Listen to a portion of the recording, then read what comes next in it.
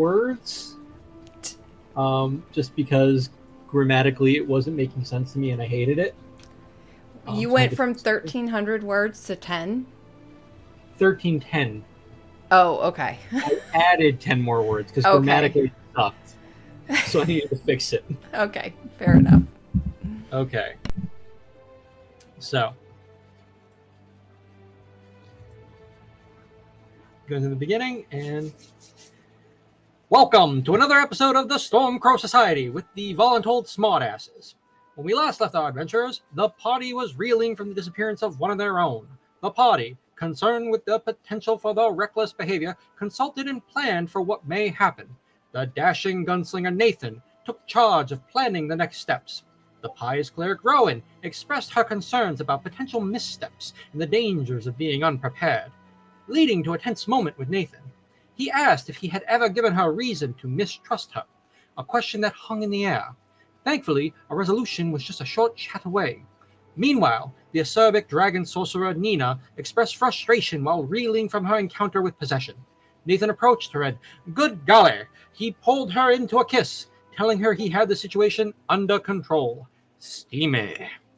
Our noble adventurers rushed to Valivos to try to find a scroll of locate object to assist them in their time of need. With the scroll in hand, our heroes rushed off to their friend Antono, the Communications Guild contact, with Nathan having a few plans in mind. First, he messaged, hoping to get answers from the bones to lead them. Alphonse took over the contact and told Nathan to go into the depths, find and end the princes, and then prepare to lose and be undone. Then he reached out to the lovable Raskin Kippen to ask for ways to become faster than he already was. Antono, in his affable manner, managed to make a comment that struck the already raw nerve Nina had been nursing, which led to her separating from the group to calm herself down. After walking for a bit, Nina finds herself in the Temple of Selune and flashes back to her mother. In a heartwarming scene enough to melt the very glaciers themselves, Nina remembers the prayers her mother would offer to Selune and offers one herself for the safety of her brother. She then goes to where any sensible person would go after offering up their reverence, to the pub. Meanwhile, Rowan also finds herself in a temple and offers her own prayers. This time, her act of religiosity rewards her with a vision of a dense, humid jungle, a vision that seemed to hold a significant meaning. Is this a hint, dear viewer? Who can say? What can be said is that after this vision, Rowan hears screams sporadically coming from her earpiece. What could this mean? Finally, after sending his messages, we find Nathan taking one of his trademark pistols, a Life, to be examined by Mr. Piccolo. No, not the Namekian, but the ship engineer, my dear viewer. Finally, his frustration takes over and he takes it out on the ship himself, denting their third home and breaking his knuckles. To cool his tempers, he finds himself in the same pub as Nina, and they share a drink while continuing their earlier moment. With a choice of a unique word between them, Neverwinter, our lovers find themselves opening up to one another. Nina sharing her tired feelings towards her sibling, and Nathan sharing his need to be positive, his fear of his anger, and his fear of failure. In a moment of tenderness, Nina kisses the gunslinger's knuckles, healing them. Dear viewer, it's as if Paris and Helen were reunited before our very eyes. After a time, the group reunites on the ship, finding the vexing Kitsune Chara on her way to her lover, the captain of the Metaros, Parsoness. The group, sans Chara, who is otherwise preoccupied, shared a meal made by Nathan and teased Rowan about her burgeoning romance with Hesteva. Love seems to be in the air on the Mantaros, dear viewer. One might even call it the love boat. After some playful ribbing, the group talks about their reasons to fight. Rowan, to bring peace and go back to a peaceful life. Nathan, to be with everyone in the end. And Nina, to right her wrongs and continue enjoying meals like this one. At this point, Rowan shared that she heard screams coming through the earpiece and her belief that their missing member was in the jungles of Chult. As they decide their next moves, Nina votes against going after her brother, perhaps giving into her own tired feelings towards him, or perhaps believing that maybe they should allow him to handle this on his own, as he said he can handle things alone. Dear viewer, it indeed seems as this bond may be fractured beyond repair.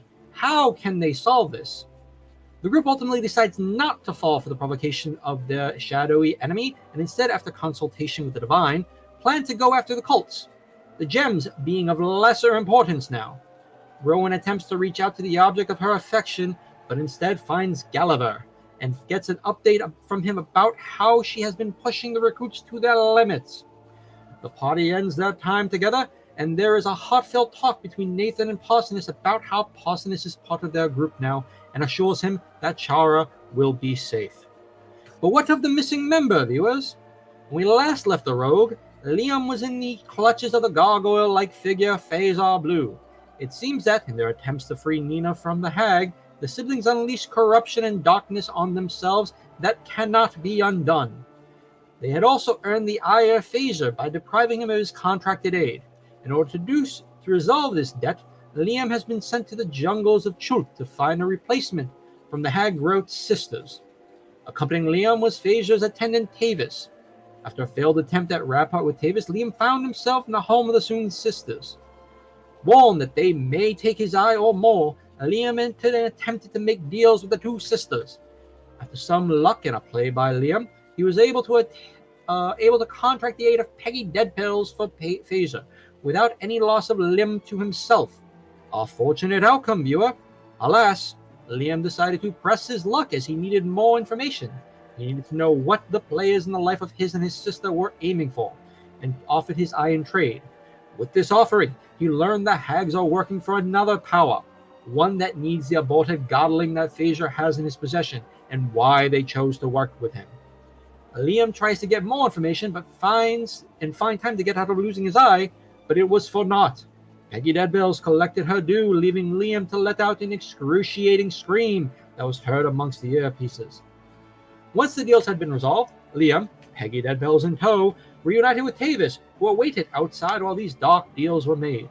In his anger and pain, Liam requested the death of Tavis, something Peggy Deadbills was eager to oblige. One must wonder, viewer, was this the result of the darkness that Phasar mentioned?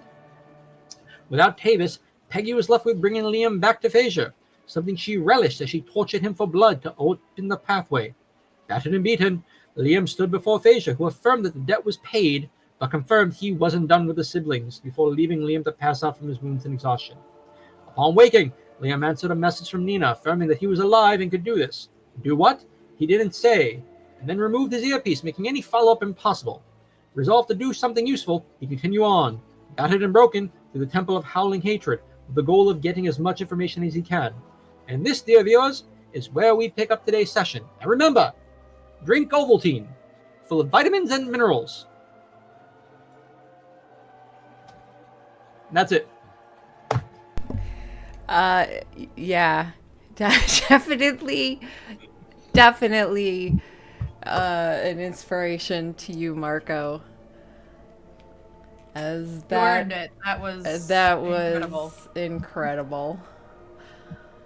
Okay. You give me time and a heads up, I'll do that for every weekend. Oh my gosh, that was incredible. That was amazing. All right. Well, coming back, we're going to pick up basically where you guys left off. I realized that was a really long day that you guys wound up having.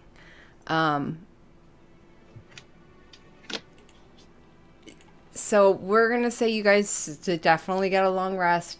It is probably late into the next day.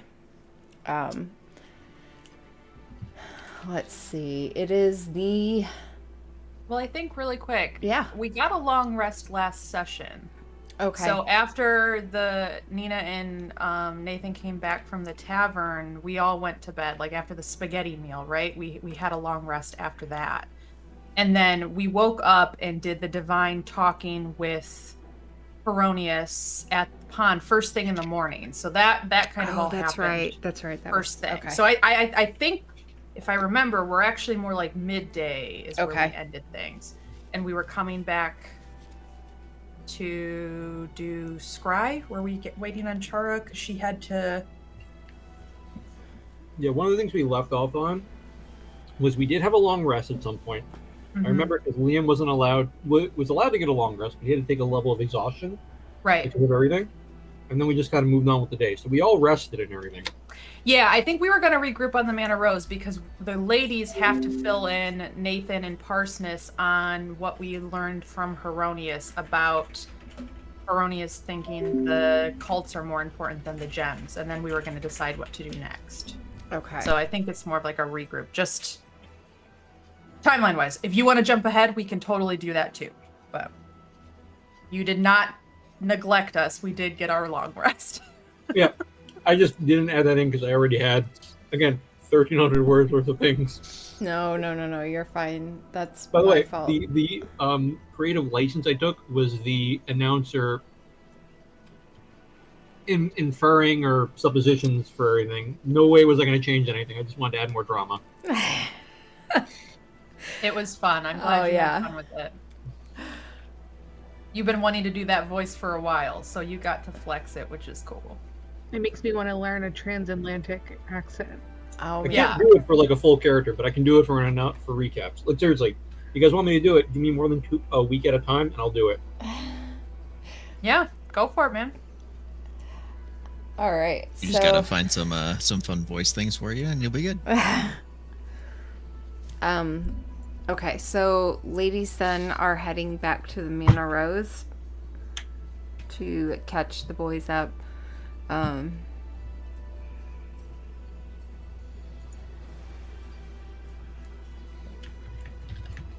Sorry. Yeah. Big old humming going on outside, and I think it's just a helicopter. Yes, so you guys are headed back. Real quick, just for flavor wise, where is Nina's head at?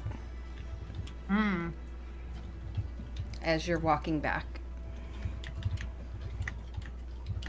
I think Nina is trying to force herself into a productive and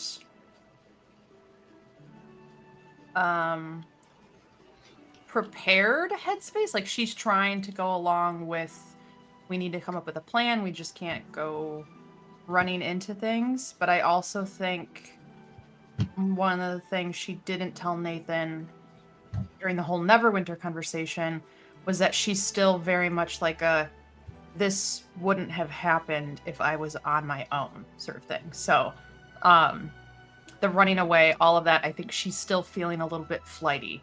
And so with her practicing, with her going to the quarry and doing all of that, she is trying to make herself a team player right now. And she very much doesn't feel like one. So, okay. You guys get back to the Manta Rose, and yeah, you find the crew seem to be prepping.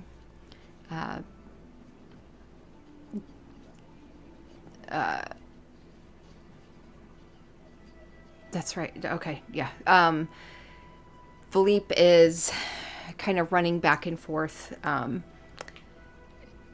transporting. It looks like they've taken on some supplies, and they are restocking, and you see the girls starting to get the engines, kind of revving them up and everything. Yeah,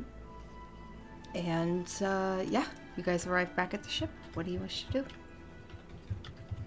I think, because Nathan and Parsness were having a drink, right? Nathan had pulled Parsness away after the seance to be like, let me fill you in on everything. So we probably go find them. Okay. And I did think I communicated with Nathan over, because that was right before the Hestiva earpiece thing. So they know we're coming. We walk in. And I think I just sit down and say, well, we've had an eventful morning. And I kind of look to Rowan to elaborate upon what she saw at the pond when she did the commune or whatever it was. Commune.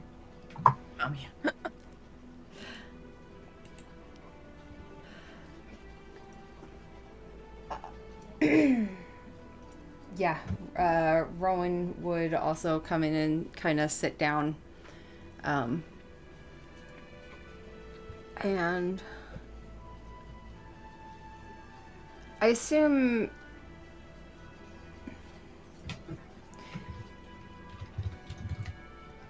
Nathan, where were you? Did you have anywhere in particular you wanted to go with Parsonus on this? No, not in particular. Okay. So then we'll say you guys were just downstairs in the common area. Actually, you're probably up top where the navigation table is, off on one of the offset sides where there's a little seating area. So the girls come up, and Rowan, after saying Nina says that, would take a seat, pick up one of the pillows, kind of start toying with it a bit.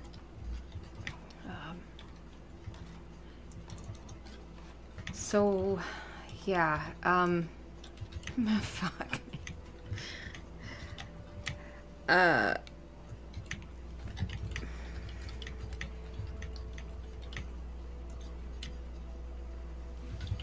Yeah, I called on Heronius, and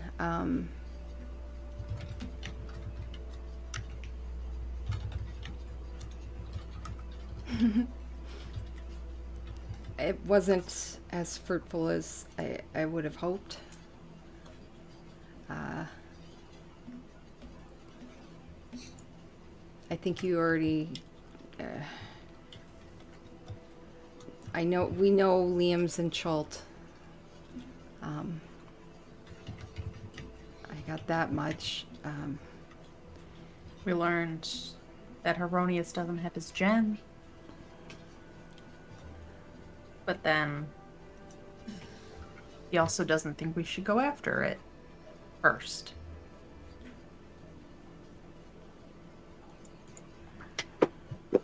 And Durgan's still a big old question mark. Big question mark. I would say like Char is pacing as this is happening, and like just like behind where people are seated. And it's so frustrating, but it doesn't make sense. If the gem is something that can ultimately defeat or help with power or anything like that, can swing the advantage in our favor, in the long run, why would we go try to deal with these cults first now?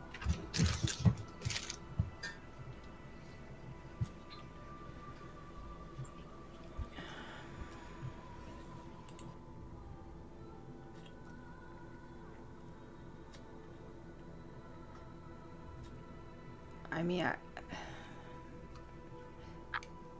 can only tell you what he said.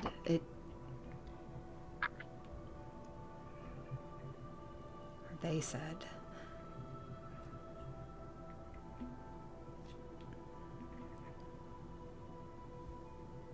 I feel bad because I feel like I'm the one that's going to be influencing you all with this.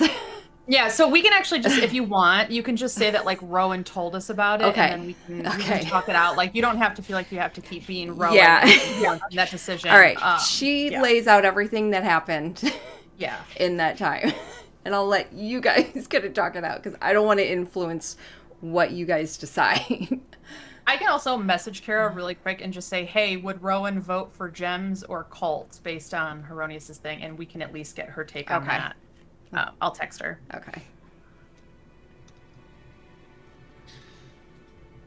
Well,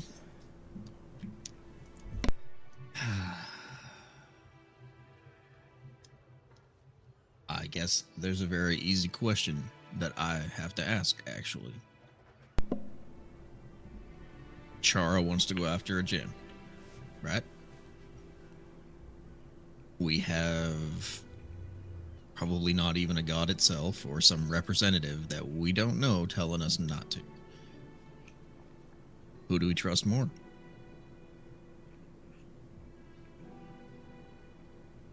And if I'm being honest, I know Chara. I don't know them. I agree with that. No offense, Rowan. Yeah, I mean, I don't know them that well either. Yet. I mean, you asked it in a way that was an opinion, not necessarily an order. It's not like he commanded you to go after the cults first. It was just his divine perspective, right? Yeah. And But I look, mean, who's to say that going after the gem is not going to lead us right back to the cults? Mm-hmm. Like, it is a lead that could ultimately be a circle.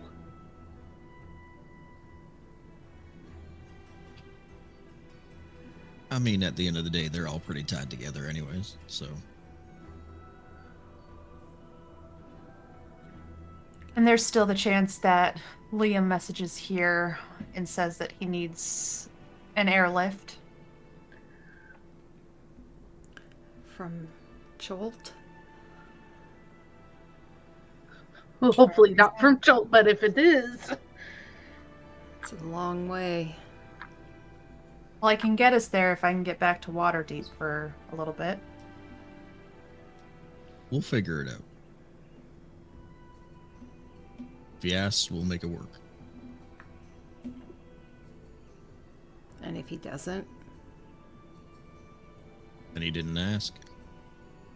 and we're just gonna leave him. Eventually, there'll be a point where I want to go say hi. We'll get him back. But I think there's a point at which we have to understand that.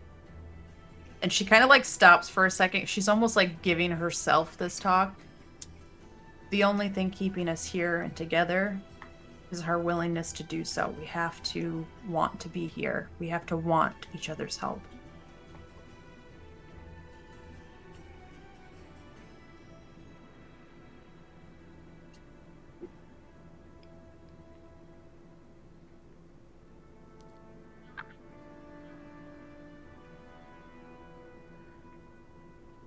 So, sounds like we're leaning gems.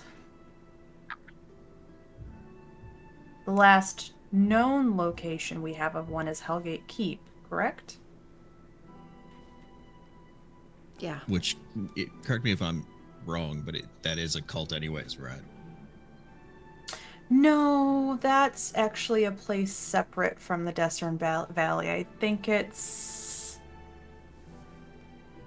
north? I'm going to look at a map that I assume Parsonus has on his navigation table. Yeah. It's Hellgate Keeps up here, right? It is. Yep, you got it. Yeah. So the Deseren Valley, it's northeast. Yeah, Desern Valley's. Yep, right there. Cool. All right, then. It's about twice as far, if I'm looking at this, from where we tried to go with, well, the whole mirror thing. Well, I also think we should probably make a pit stop along the way and hit Westbridge, pick up the rest of the crew. Assuming you're okay still being our charter captain.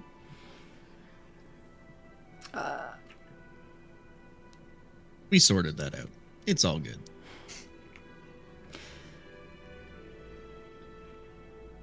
I mean, I like plus, lean in towards Nina. We're gonna go shopping. Yes, it would be nice to have the crew back. It'd be great, actually. And you again hear some revving up, some electrical lined sounds of electricity just kind of shooting from the front of the ship to the back. In fact, I think we'd be ready to go here anytime. So, say the word. Oh, that reminds me. Were you able to talk to Anthony about sending that message to Fosta? Right, I was going to do that on the way back. Nah, I'll go do it. No big deal. I'll just be quick. Player forgot that I was supposed to do that on the way It's all back good. to Mataros. She'd All probably right, so prefer we got- hearing from you anyway. Maybe. Yeah, I'll go get that done. I'll be back as quick as I can. Sinis just kind of sighs. Right. We'll hold the ship for you. I won't be long, I promise. I know you won't. And yeah, he'll just take off. Okay.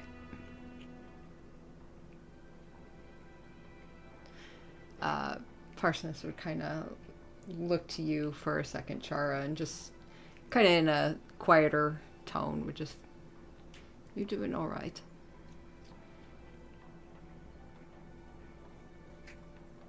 Yeah, I mean,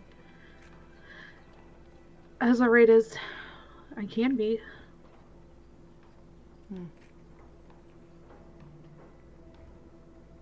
Why? Nothing. No. Just making sure.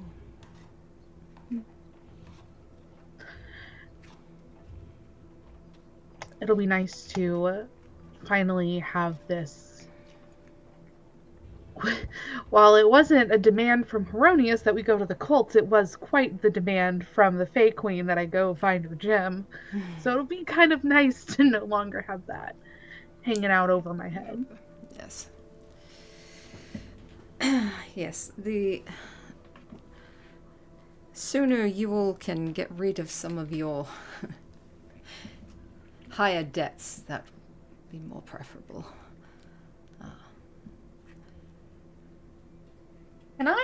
Is he being so quiet that I can't hear, like if Rowan and I are sitting nearby? Oh just wondering no, how he's private this just conversation- okay. he's just keeping it a lower tone to infer he's speaking to her, but it's not like by Okay. any means trying What to be does he hidden. mean by us getting rid of our higher debts? Is this specifically Chara, or is this some animosity towards what the rest of us have going on? Roll an insight. Okay.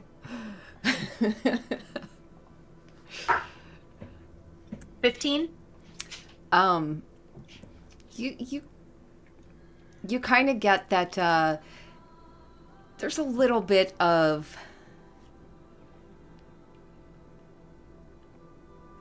This group's a mess. They need to get their shit together. It was a little So shady. unprofessional. It was a little shady. so yeah, you gather if someone else came into your group with a big thing hanging over them and it was causing the rest of your family to be, in danger.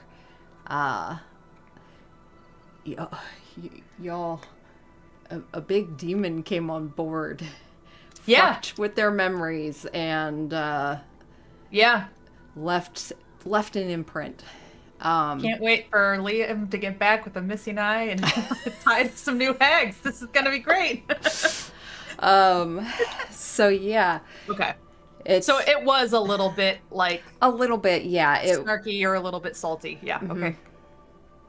Cool. Nina doesn't say anything. I think she just, it almost endears her a little bit to him because she's like, okay, I'm not the only one who's tired of our bullshit. Like she's tired of her own bullshit. She's tired of everyone's bullshit. Yeah. Okay. Yeah. Carry on. Anyway, right. Well, while he's doing that, there's definitely plenty I could do around the ship. And he stands up, brushes his pants off, leans down, gives you a kiss atop your head, pauses a minute, he's like, you smell different. It's a new perfume. I guess I need to take a shower. Yeah, I didn't say it was unpleasant.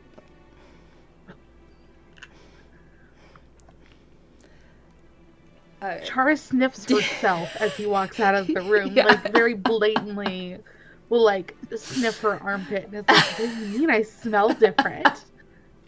Maybe it's just the lack of mimosa on your breath.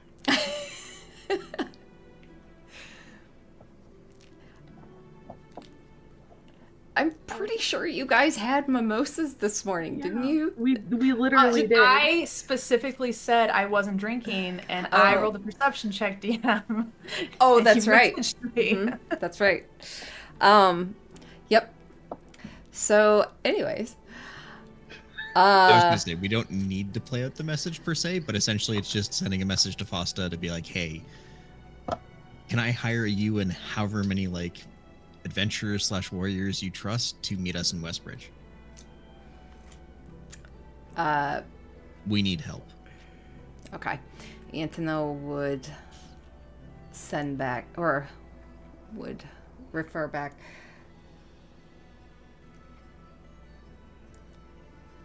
You know, I don't work with others.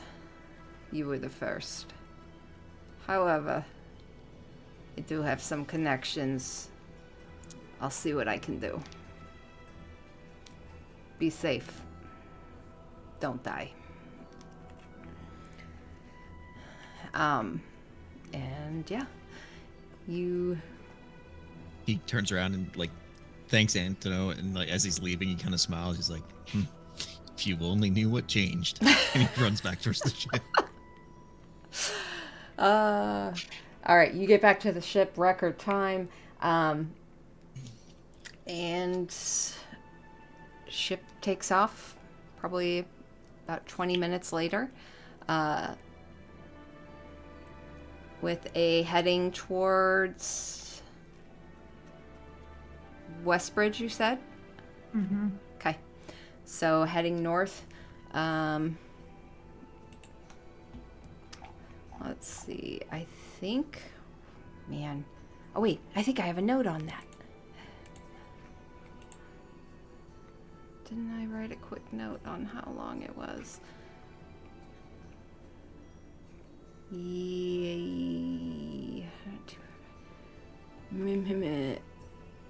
That's, yeah, it takes you, I think, a day. Water deep to red large is 2.5. It's less. So yeah, it's like a day to get to Red Larch. Red Larch to Westbridge. The ship pulls in, drops just behind the mansion, like last time, and you all. What do you wish to do? How long are we planning on being here? Is it just a pit stop to pick up everybody? Do we assume Hesteva's going to need at least until the morning to wrap up whatever she's doing? We're saying a What do you- day, what probably do you guys arriving gonna say like to what, Pell? dinner, give or take. Yeah, DM, if it was morning, would you say we arrived at dinner time or the following morning? When you say a day's worth of travel, like 8 hours or 24 hours? No, like 8 hours. So it's like dinner time. Dinner. I say we at least spend the night. Let everybody get cleaned up and rested as much as possible. Say less, and Nina goes to take a bath. What are you guys going to say to Pell? Yeah. Saw that coming. You guys enter the mansion, and yeah, Nina immediately heads towards the bath. I imagine you catch up. Forgetting my own characters. My little gnome or halfling guy. Gallagher. Gallagher! The fuck? Guys, brain is not working today at all. That's okay. Hold on. Where is... There. You catch up, Gallagher, on what's going on and everything. He's... At some point, he is probably going to ask, as you all kind of file in, about Liam. Do you fill him in, or what do you tell him? He's off doing reconnaissance for us. Okay. He would easily just nod to that. And he would update you guys on how Westbridge is doing. The training and hiring of locals to become guard for the city has been going very well. There was a little bit of pushback from the Church of Yella. However, they have come to an understanding, and now they actually bear the crest of Yella.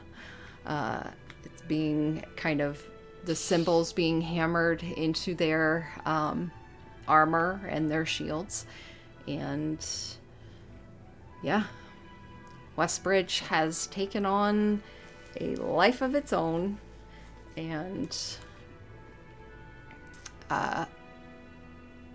they have regular schedules, and you guys are feeling really good about the state of Westbridge, what you're leaving it in, the plans you've put forth here, and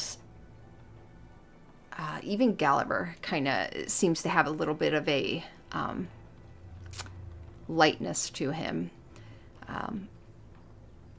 The people of the city that do stop by, you notice they seem to be addressing him in a different manner. The fact that they're coming there at all. But then also they seem to be addressing him with a little bit more someone you would actually respect. And that seems to have hit something within him. And yeah, at one point, while you guys are settling down, after having had baths and a big dinner prepared, everyone's at the big old table eating, and you do see Pal sitting there at the end of the table. She's not saying much. She's just kind of kicking her feet. Her just kind of digging, playing with the food more than anything. And she's just kind of staring at her food and pushing it back and forth.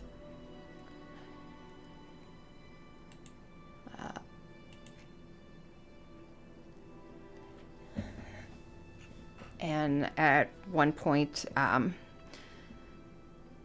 she just kind of gets up, climbs out of the chair, pushes the plate, or picks the plate up, and walks up to Gallagher and just says, "I'm done. I'm gonna go sleep." And she just kind of takes it into the kitchen and walks off. Gallagher kind of nods and sighs a bit and looks at all of you. Do you all plan to leave tomorrow morning? I believe that's the plan, yeah. What's up with the squirt? Oh, I think she was expecting Mr. Liam to be here with the rest of you. He'll get back when he gets his job done. Of course. She understands. I'm sure she does. Anyway.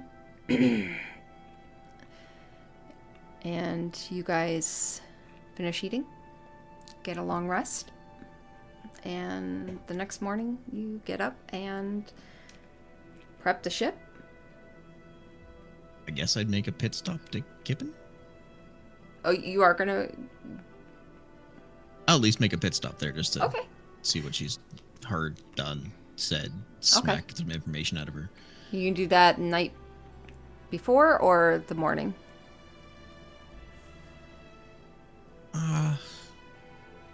He'd probably get up early to do it. Early? Okay. Yeah. Gotta stop switching music here. So the morning of, early, you head to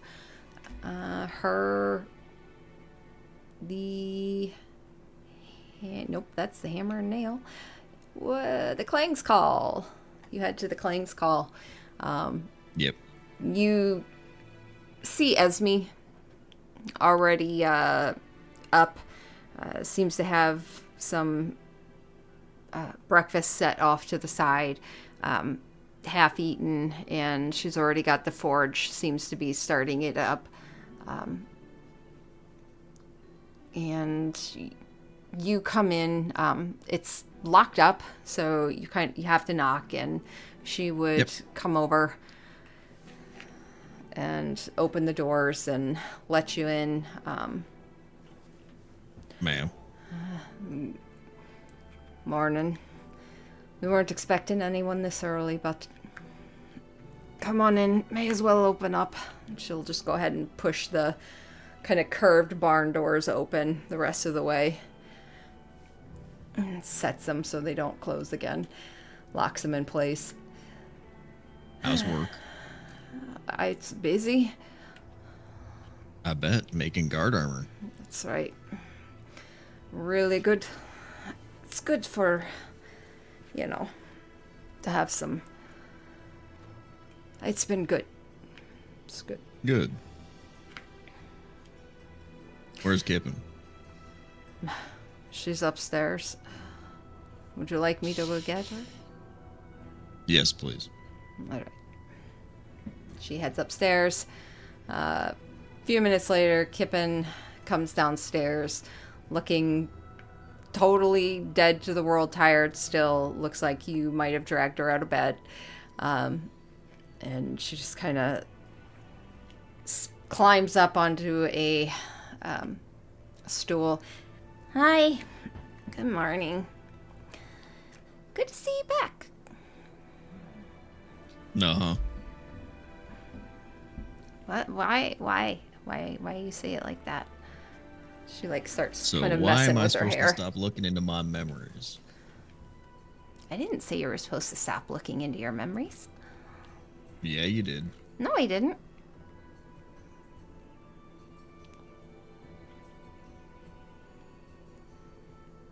Well, then tell me what you heard. What, through the message? Mm-hmm. She rubs her face. It was something about you. I don't remember.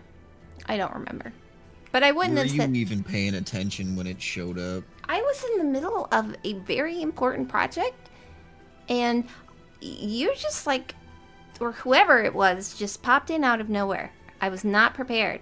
Okay, I was in focused project mode, and this person's trying to talk to me about something. I don't even know who this person is, and they're just talking to me while I'm trying to focus on, equations and everything, and the warp rotation. Just it fucked up. It fucked up my entire equation, and I just Where's was your trouble equation? focusing. She points over me towards your her book. work, but what? Just No. give me the book. No. It's my book. Mm-hmm. You'll get it back. Just let me look at it. No. Yeah, come on. She drops off her chair and, like, crosses her arms over her chest and just looks at you. You think I'm not used to this? I know you. Uh-huh. I know you're fucking stubborn. But you're not gonna just take Kind of. my shit and start going through it. I'm not gonna take it anywhere. I messed up your focus. I'm gonna help. Give me the book. No, I don't think so. This isn't your area of expertise. Trust me. Uh-huh.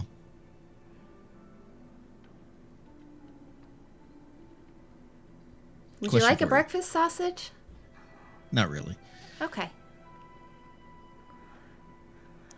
You're missing 28 years of what I know. Okay. Let me look at it.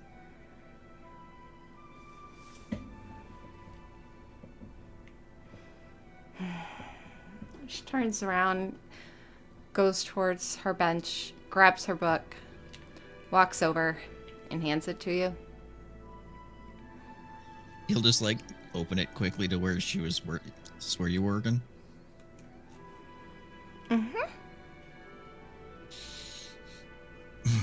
He just puts his finger at the top, goes all the way to the bottom, turns it around. You turned a negative into a positive there. There's no reason for it. Make an intelligence check.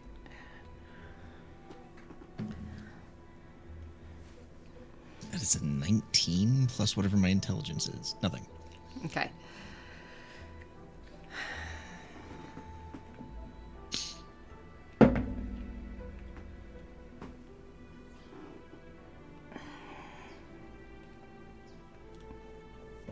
I don't need to know the equation. I can just tell when something's not the same in the next line. She grabs the book, walks over to her bench, and sets it down, and just turns and looks at you. What do you want? I need help getting my memories back. And you're the only connection I really know. I can tell And in you the- things. True. But the other thing is you've known me prior to. I basically healed from anything. So nothing physical that day could have removed my memories. So the only thing left is magic. And if I don't know what the explosion itself was made of, what kind of magic maybe was involved, I can maybe figure out how to undo it. Hence why I'm asking you.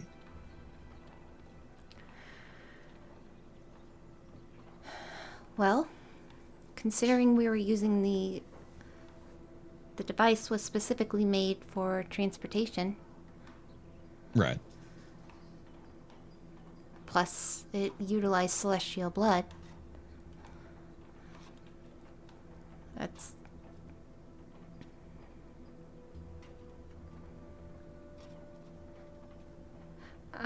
okay. Where's my shit here? Okay.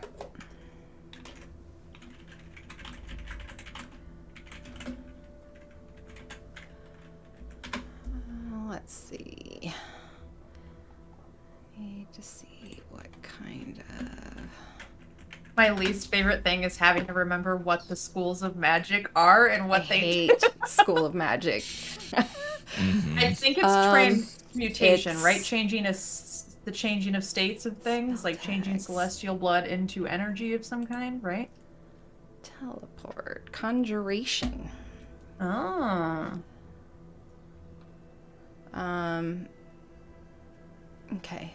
But...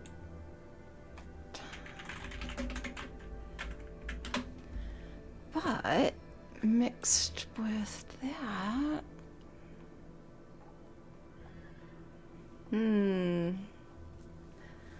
Yeah, so she would tell you it's a little bit tricky.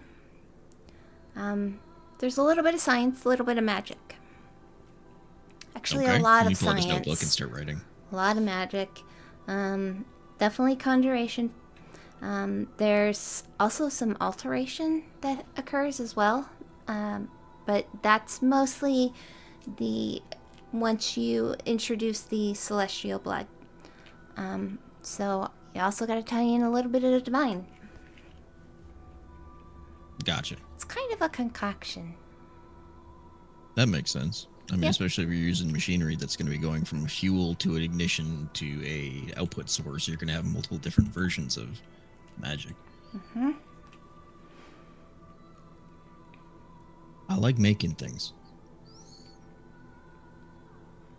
Me too. I kind of got good at it over the last little while. But anyways, thank you. Did you think at all about the speed thing?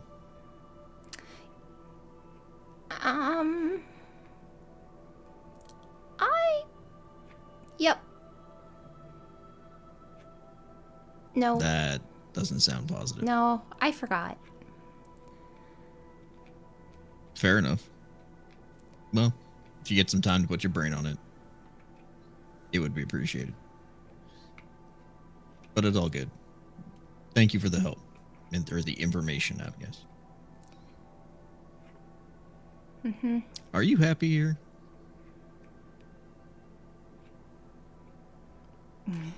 Roll an insight.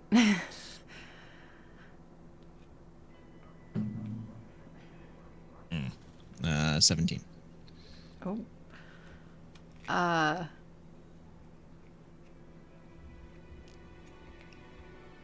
You definitely get a sense that she's off.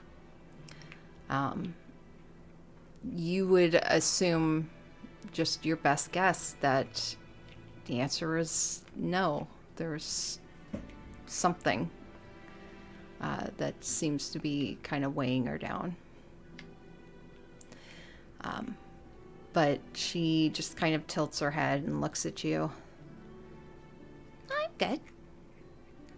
It's all good. We're doing good. All right. If you want to talk, I'm around for a little bit. And then you're not. I come back, though. Mm-hmm.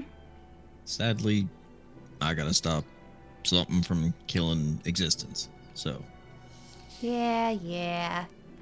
You always have something you gotta stop that's real big. But that's okay. I'd rather you do it than me.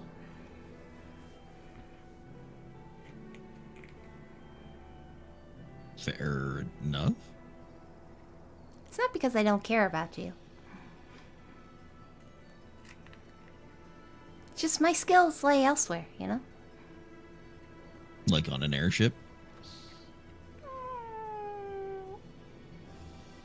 I have not tried my hand at building an airship yet. Keeping yours running was quite enough. Oh, fair enough.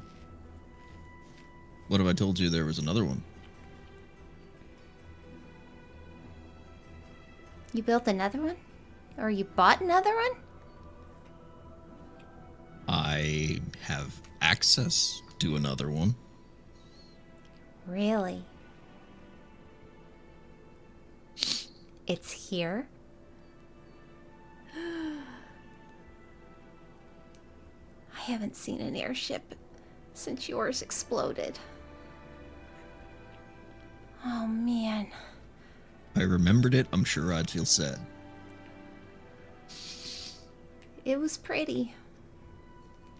And we made it really... some really good modifications on it. She's called the Manta Rose. That's kind of a weird name, but most ships have weird names, so...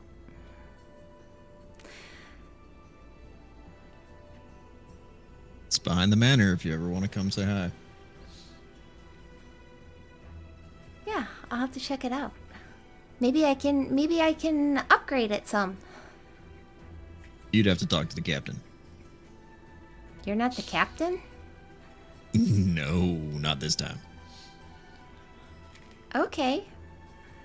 That's very big of you. I'm surprised. I don't know how to take that. But I'm sure if you wanted to... Wait, were you asking if I wanted to come? I was. However, I know you have this here.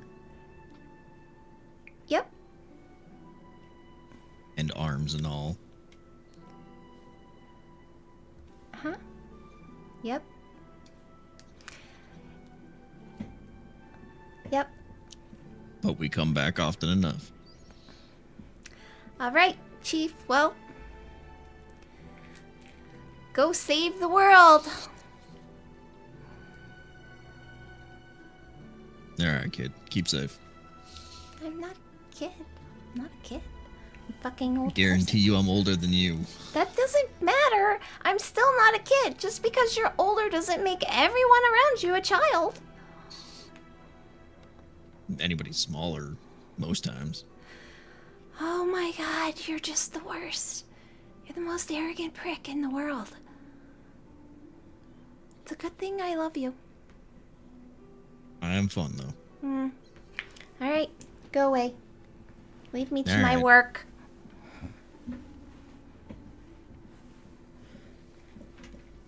And yeah, he'll head back to the mansion. Okay. You head back to the mansion.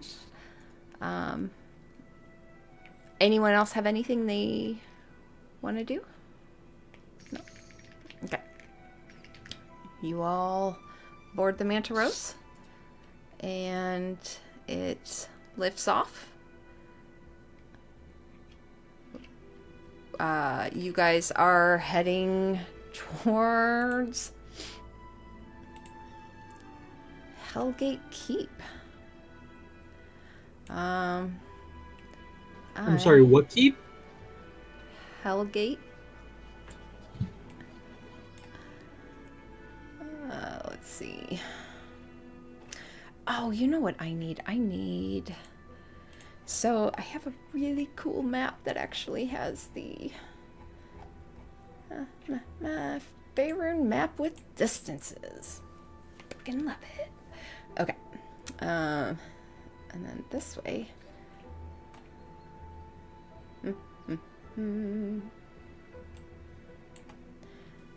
Okay.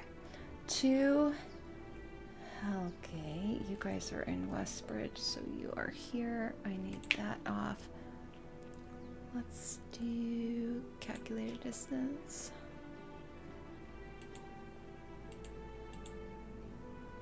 Distance from Westbridge to there. 462 miles.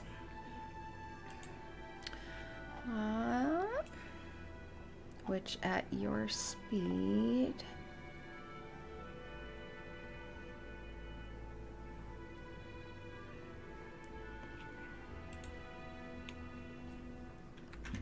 sorry, math is boring.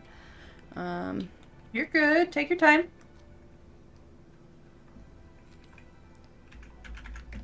That will be no. That's not right.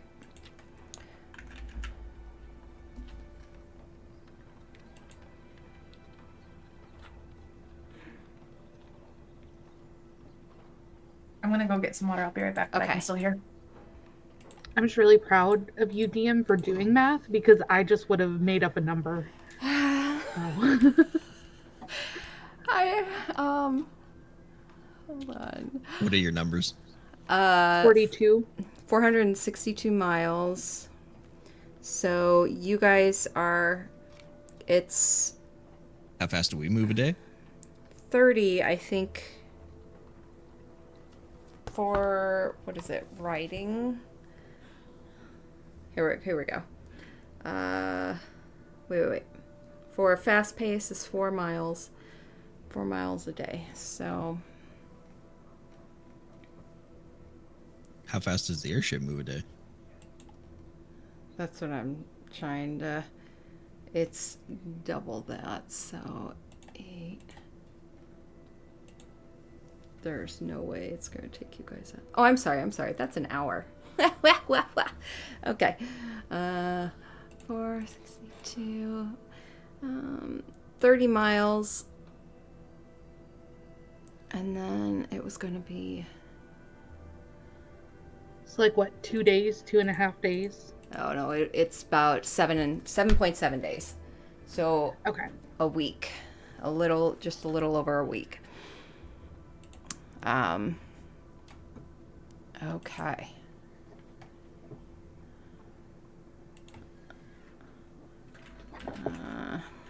West Bridge to Hellgate. 7.7 days by airship. Okay.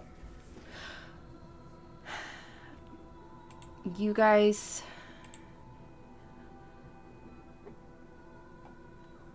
One, 2, 3, 4, 5, 6, 7. Oh.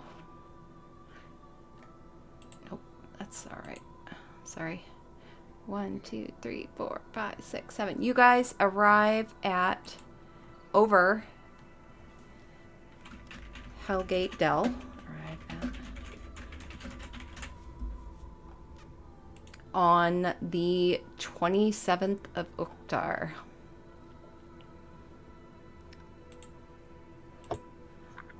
I will say, the morning we're about to take off, I will attempt to check in with Liam again.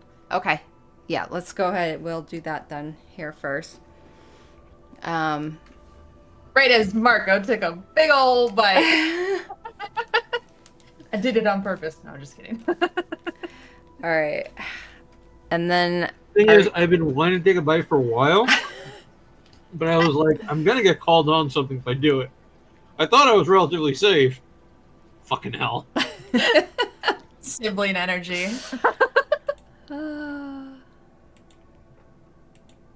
Okay. So how are you going to check on him? Through the earpiece. So I have one, Okay. or I would have taken it back from Rowan after she did the whole Hestiva thing. And so also assuming we get... No. Nina, Nathan, Hestiva, and Liam. Those are the earpieces, right? 4 of them? Okay. Yeah. Nina would take one back and check in and just be like, I know you said you were going to do this, but I just would like some confirmation of life, please. I'm trying to give you space, but I also am a little bit worried. You weren't exactly in your right mind when you left. Liam, please say something. Silence. Mm-hmm. Which makes for a very agitated Nina for the majority of this flight. And I would say it's more of like an anxiety, a worried state than like an angry, pissed off. It's definitely worry. Yeah.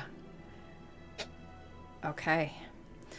So over 7 days travel, anything anyone else wants to do throughout the trip?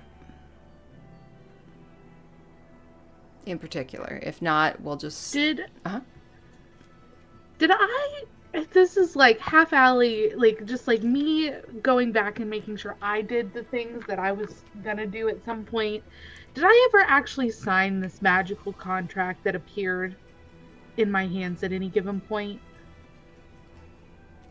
I didn't think I did. I probably should figure that out and do that. You were... I think you gave it to Gulliver to look over. No, I gave it to the Satyr guy, the investigator. Oh, that's the investigator. Right. That's right. And the investigator was like, you should totally do this. And then I was like, oh, I guess I should. And then I don't think I did anything else with it. Yeah, I think Chara and Nina were kind of gossiping a little bit. You were like filling me in on it when you got it back. And then player Allie had to take off for a couple of sessions. So that's right. Probably in your court. Yeah. Yeah. I probably need to do that. Or should do that. So we'll say one night, as you're, where is it? Index. As you guys are just, you're in your room and just seated at the desk in, we'll say in Parsonus's room more than likely. He's sitting on the bed just reading, feet kicked out, just kind of reading a book. And at one, you kind of feel his eyes lift to you a couple times until one point he just kind of snaps the book closed and puts it down next to him. You've been staring at that contract now for like 2 hours. Well, I'm just trying to make sure that it doesn't say anything weird. Are you afraid new things are going to show up on it? Yeah, you never know. Magic is a thing. It is. It's generally not something Nicolatia dabbles in. Well, I'm just saying, like, what if I sign this and then I disappear? And then I'm trapped in, like, a magical prison. It doesn't say that, but, like, what if it happens? What would be the benefit? I don't know the answer. I mean, she wants you to grow an empire for her. She wants you to give her a grandchild. Why would she lock you away? You're acting like you've never heard fables before. And you see he's just the way he looks at you is just like completely endeared. Like, and he just kind of smiles at you. All right. Let's say she does lock you away. Do you think I would left you there? Just leave you and not come for you? No, probably not. You'd probably come for me, and then there would be a battle, and it'd be super heroic, and then everybody in the party would be like, get Chara! And then there'd be like a moment, and it'd be super sweet. Yes, but then in the end, you'd probably wind up saving me, because you're not a damsel, Chara. Okay, that's fair.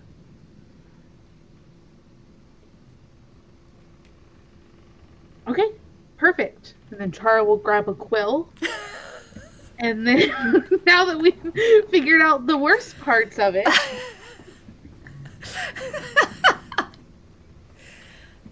He just waits, half not believing you're going to do it, but not like pressuring you to do it, more just waiting for you to make a decision on it. no, I'm gonna do it. I'm totally gonna do it this time. You look like you're doing it. Yep, I'm doing it. And let's see if Chara actually does it. Now I could totally see this being a thing. Oh, well, Chara sure does it, but when she goes to sign it, I think the funny thing is she doesn't actually use a signature. She just writes Chara in all capital letters. Like, it's not a signature, is the thing. It's like kids learning to print their name. Kind of, yeah. Yeah. It's like very much, just very basic. Like, you can tell it says Chara, but you're like, what kind of signature is this? Mhm. Like, it's not like pretty calligraphy or anything like that. His legs sweep up the bed and he stands, walks over behind you, looks down at it. All right. And holds his hand out for the quill. Chara would hand it up to him. He would pull it over and sign his name.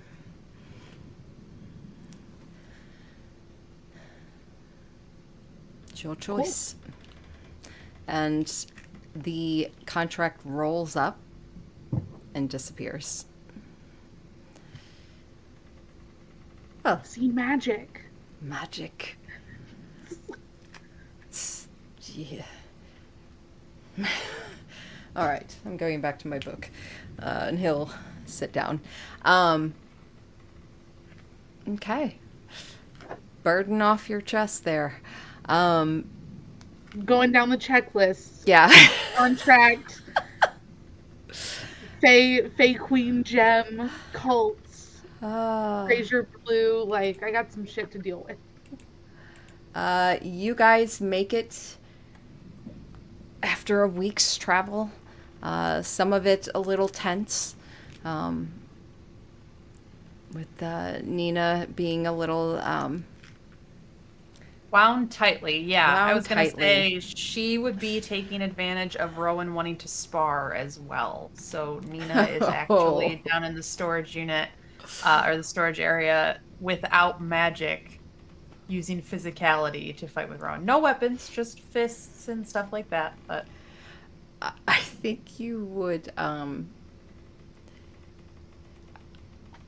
roll an insight.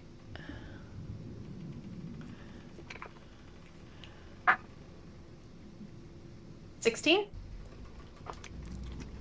I think you would probably be able to gather at one point Rowan seems to be frustrated.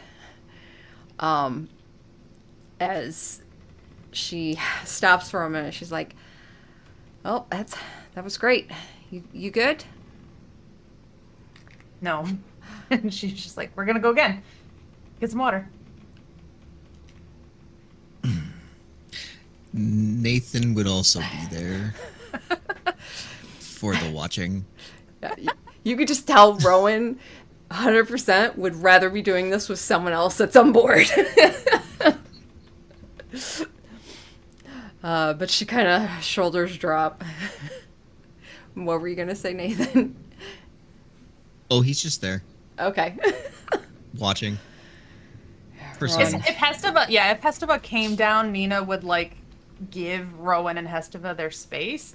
But if Hestava was busy doing other ship stuff and Rowan was just sitting there, Nina would be like, we're gonna go spar. Like Yeah, Rowan just kind of walks over, preps herself again.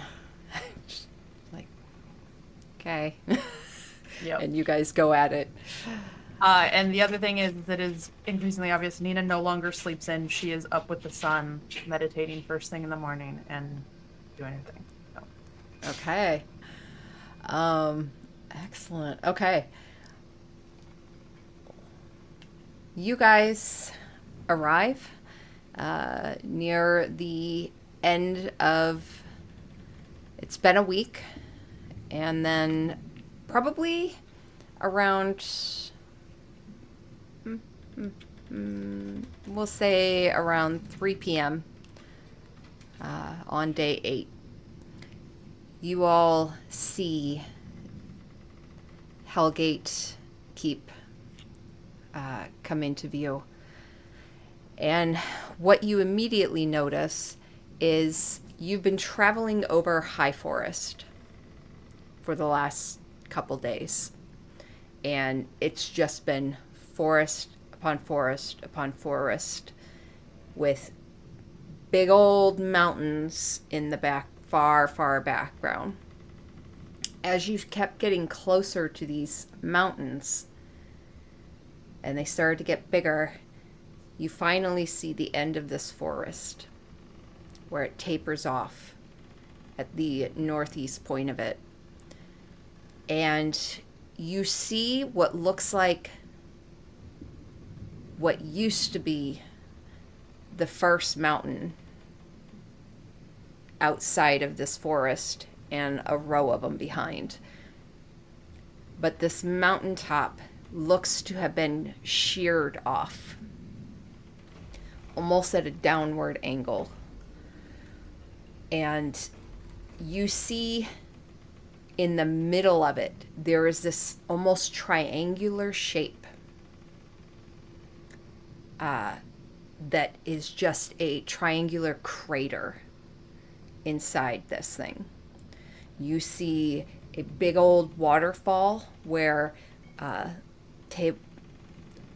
water table comes out and just drops to the bottom of this crater. And you see along the sheared edge of this mountain, the top, you see grass has grown along it. And you see 3 buildings. At this point, they look like ruins for the most part. One on each side. And this is, I gotta grab you guys, what you see on here as you arrive at Hellgate Keep.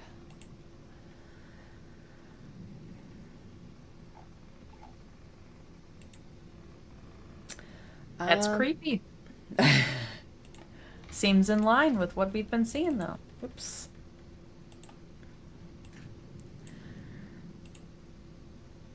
Again, Megan, stop it.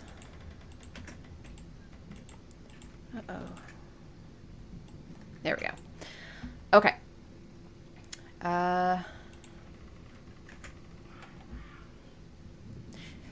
Parsoness would be looking out the front view and ask, where do you want to set down? We can definitely do it on one of these top sides, but... I mean, without knowing exactly where we're going, I'd say whatever's easier, whatever's safest for the moment. And then if we need to relocate, we can, but... Very well. Because nothing looks obvious as like an entry point, right? Like... Mm-hmm.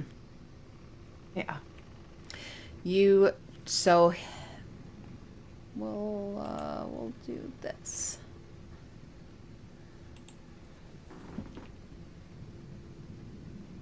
No, I need there we go. Yep. He's going to drop you off at this one on the far bottom left. So the manta rose kind of comes down. You feel the ship shift at one point, almost as if hitting a pocket of something. And you hear Fennel and Anise immediately starting to squabble at each other, calling out. But they manage to get it back under control, and the ship does settle down. Little bit of a rough landing, but it does touch down. And you guys arrive at Hellgate Keep. Seems like such a crazy, big, pivotal thing. We don't know where we're going. Okay. Whoa, that's loud. You see off to the side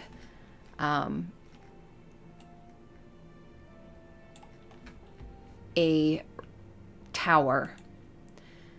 It's not very tall, but it is a tower with...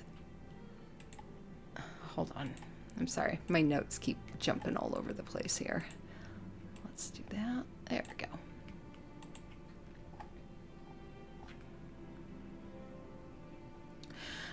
It is mostly in ruins.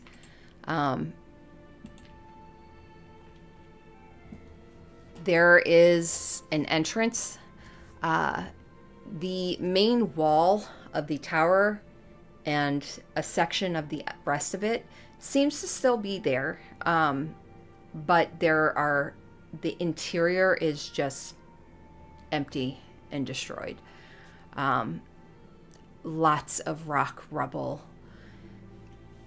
You don't get a sense that anyone has been here in a while.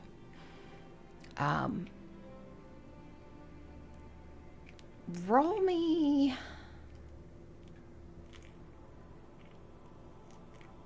investigation. Everyone? Yes. Also, I just one thing for the record, Nina would check in with the earpiece and Liam every single morning. So we don't have to play that out, but just know that that is something that's happening. Okay. Investigation, Mm-hmm. 12 from me. Okay. 20. Okay. 8. Okay. The rest of the crew stays on board. You all start to investigate, look around, and Nathan, you notice there is in the tower, the stairwell that goes further down is intact and seems to go down towards like a cellar area. And as you follow it down, it gets very dark.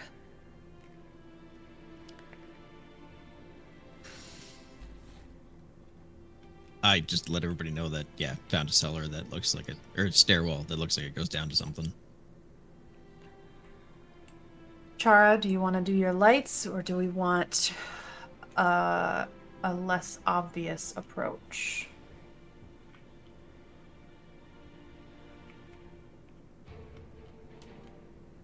Maybe that's a question for you, Nathan. Do you want to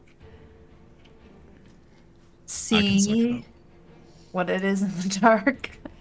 I imagine since it's a cantrip for her. I can also do like prestidigitation and something small. I guess I'm asking, where's a party? Do we want to try and navigate this in the dark, or do we, because we all have dark vision except for Nathan. I feel like we should go quiet. Yeah, so stealth. I'll suck it Stealth up. over. Okay. Sorry, I ran to fill my water. No. I mean, this place looks abandoned. I think 6 one way, half a dozen the other. Doesn't matter. Okay. So stealth, you said? I think so. Yeah. Okay. Nathan cannot see in the dark. Right. But you do have blind sight. Therefore, you can hear the steps of those right around you. And you can, for the most part, gather the pacing of steps going down. You all... I think as per usual, Nina also takes his hand and probably puts it on her shoulder or her cloak, as is the usual. Okay. You all start to make your way down, and there is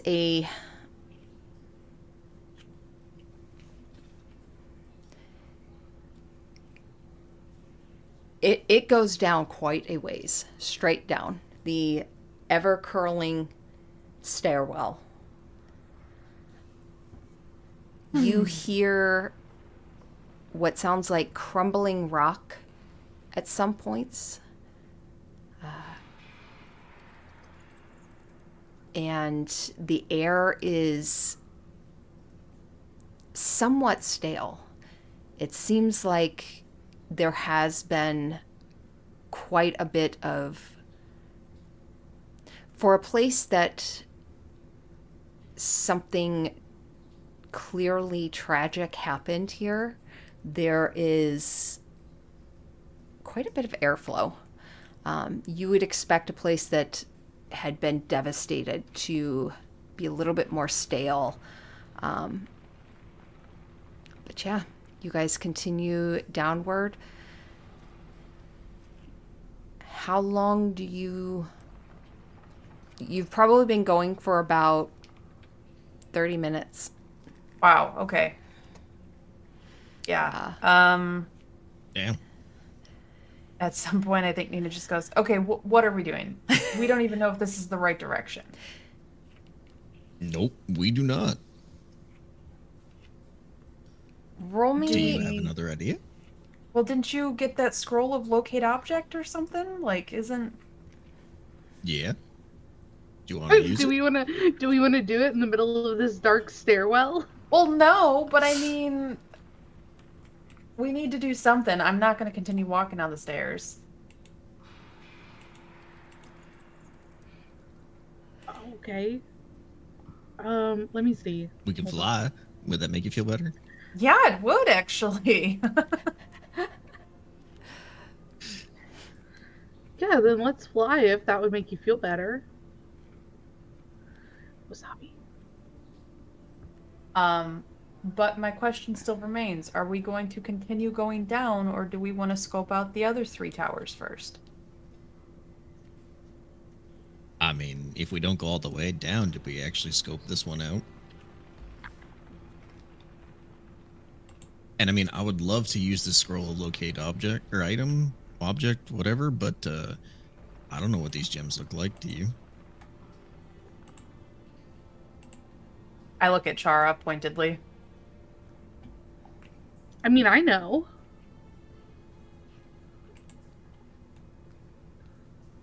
And do all 3 look the same?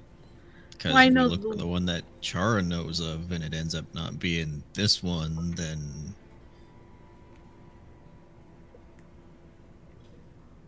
I think Nina just goes, fine, we'll keep going down. But I will actually reach out and touch everybody's shoulder. Let me see. Fly at... But now I want to use the scroll. What? my scroll. Yeah. It's our scroll. It's everybody's scroll. Oh shoot, hold on. I only have 5th level so far. But I Comrade, can't it's I can't our make everyone scroll. fly. How about this? How about I'll take myself and one other person who can see. We can fly down being a little stealthy, and then we can report back. It'll be faster. Sounds good. Take Chara. You got it. Okay. Well, it's either me who can't see or Little Miss Plate Mail over here. Well, she it doesn't matter anymore. But Oh, that's right, fair. because it's all fancy and stuff. Well, whatever. I will cast fly on myself and Chara though, and so our movement speed is essentially 60 feet flying. So Okay. Can we just fly down the center? And you don't make footstep Yeah. noise. You go to cast a spell oh no. and nothing happens.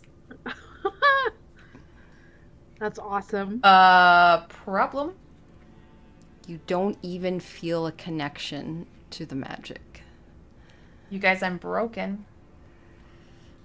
I can't Well, cast we're anything. all a little broken, but No, I can't cast anything. There's no magic here. Chara, try to do your lights. I tried to do my lights.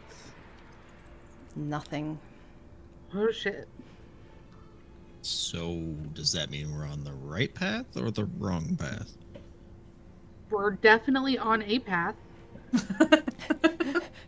That is absolutely 100% correct.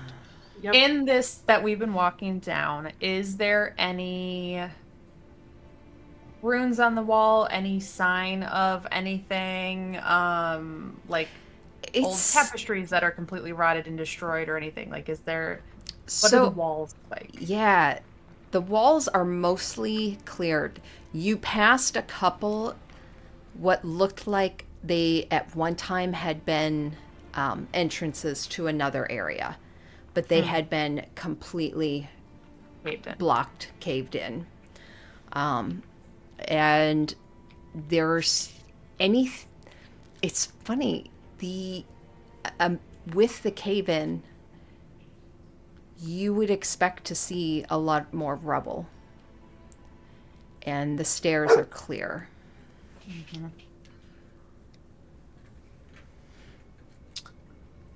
Well, I think the fact that this place was decimated, but this stairwell remains, is a sign that it's probably the right path. The fact that magic is being suppressed somehow also suggests it's the right path. Chara, when the Fae Queen told you about this one, did she suggest that there was anything done to ward them, to protect them, to prevent all-powerful gods that they could trap from getting them, such as negating all of their magics?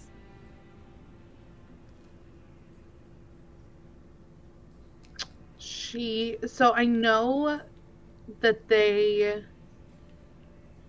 can negate magic. They can. Okay. I think. That sounds familiar as a player.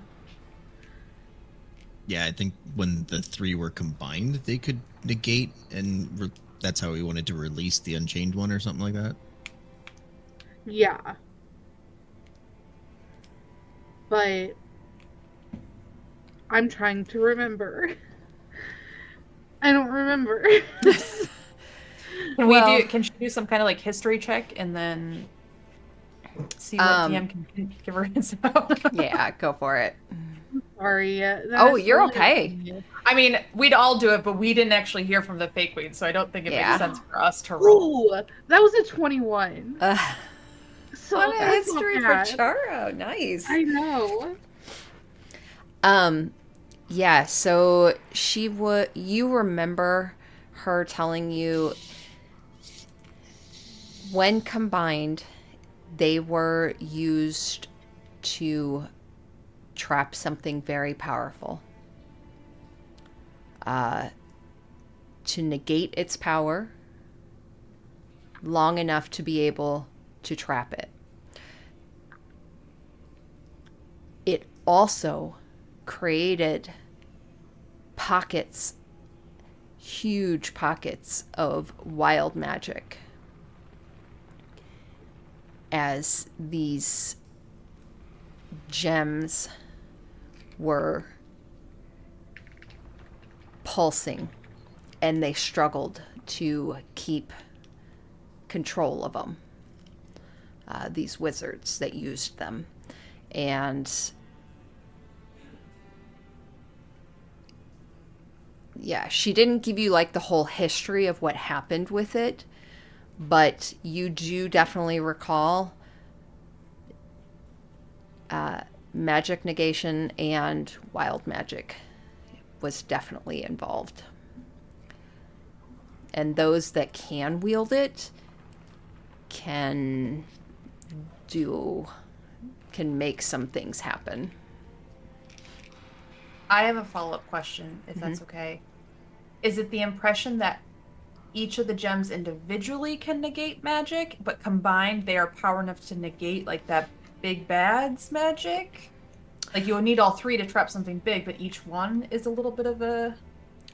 Each one kind of has their own power to them. You wouldn't know what that is, each individual. But with each individual, it's more the wielder and how they utilize that power.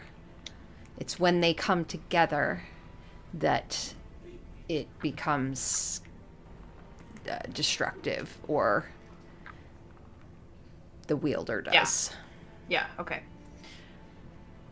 All right, so right track. They negate power of some kind. This could be the place. It could also be the place where they trapped him. But why would they leave a gem here, right? Or was it the last place it was seen? Okay, so now we have a choice to make. Do we keep going down these stairs, where 50% of this party is now at a disadvantage? I would say much more than just a disadvantage. Or do we go back up the stairs and try to use the locate object scroll in hopes that, like, all the gems are the same? Or possibly to be led down a completely different rabbit hole and we totally traveled 7 days in possibly the wrong direction? DM, does it feel like we are more than 1,000 feet underground now? Yeah, there's a little bit of pressure in the air. You would gather that. I don't think the scroll's going to work. I believe it has a distance limit on it.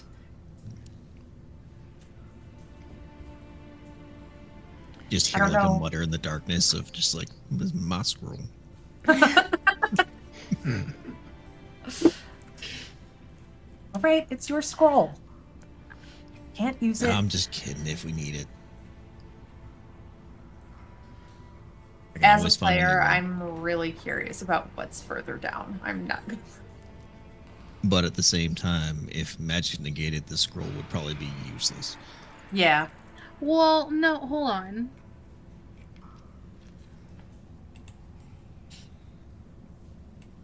Hold on. Please hold on. Not. I'm like, wait a second. Hanging on. Um. Pause. Leah moment. Yeah. I want to eat another one of my meatballs, so please no. Well, it says the spell can locate the nearest object of a particular kind Within 1,000 feet, right? within 1,000 feet. Keyword being spell. Yeah, I don't think we can cast it right now either.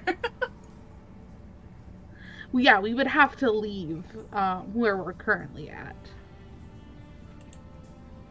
It's also a one-time deal, right? When we got the scrolls to find Liam and everything in Waterdeep, Liam and Rowan, they disappeared after we used them. Yeah, they were using that's it.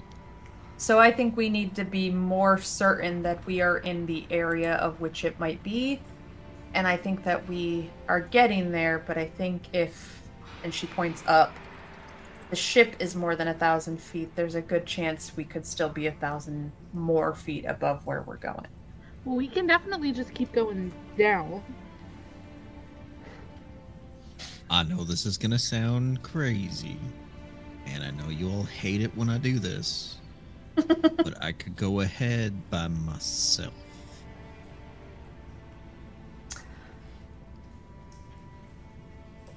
I don't know that that's going to make it any better.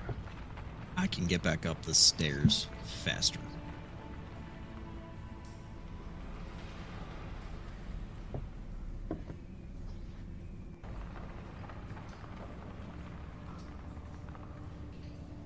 I would say make me invisible, but Yep. Can't. I could. Using magic? Oh, I can't. I could, but I can't. I also could, but I can't.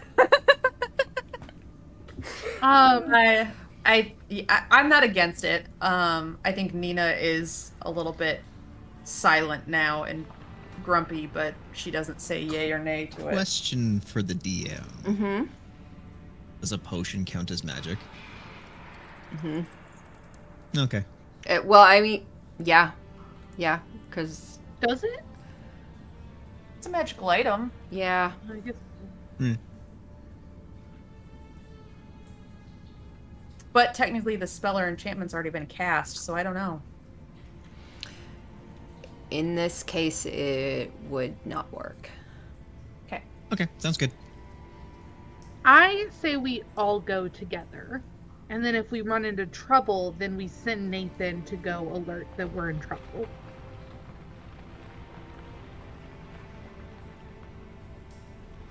Wait, Okay. send me where?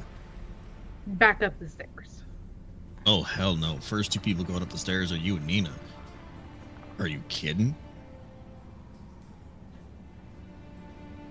What are you gonna do? Watch my back?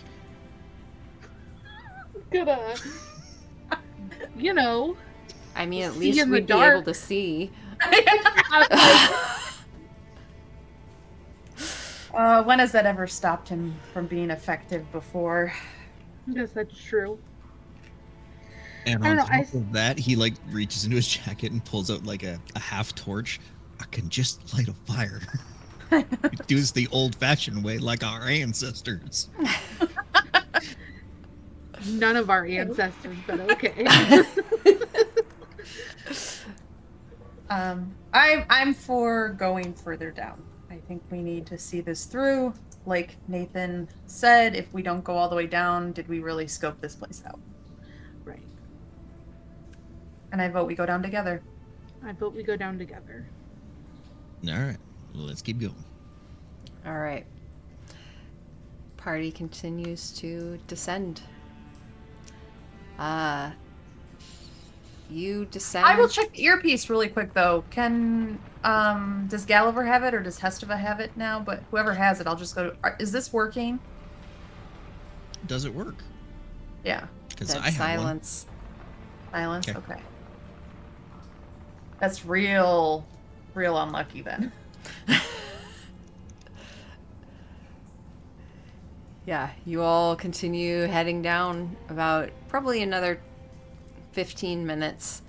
Are you trying to be stealthy? Yes. Mm-hmm. Okay, go ahead and roll stealth checks.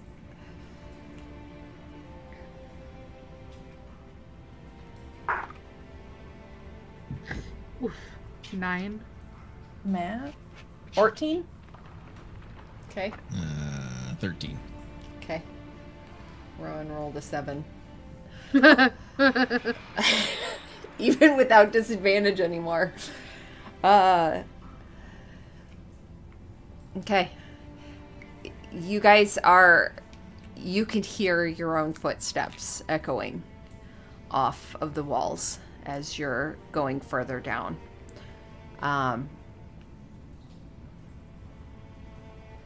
There is this odd heaviness in the air. Almost as you're continuing down, you kind of feel this and step into it, and it feels almost like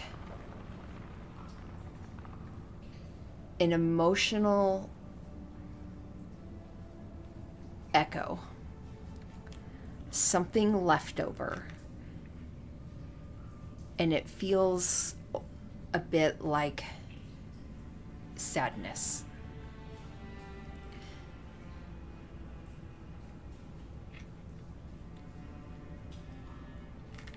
But you feel something come back to you. A connection to the arcane as you suddenly step into this heaviness in the air. And you see at one point, the steps continue further down, but you see an opening. Similar to some of the ones, 2 of the others that you've passed. However, this one seems to have been dug out. There's still rubble built up along the sides, but a clear path has been dug out. Does it look like it was dug out with tools or hands? A little bit of both. Or magic? Okay. Not magic so much. You don't Okay. get that kind of an idea, but Tools and hands though. Shovel marks. Okay. yeah. And actually Well, roll me a survival.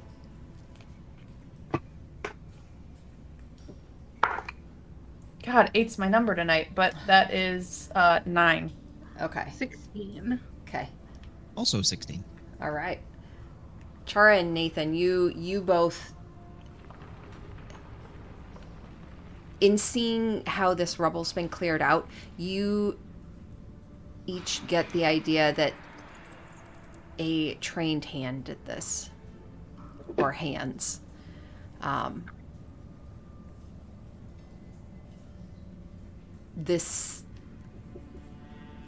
The chisel marks and such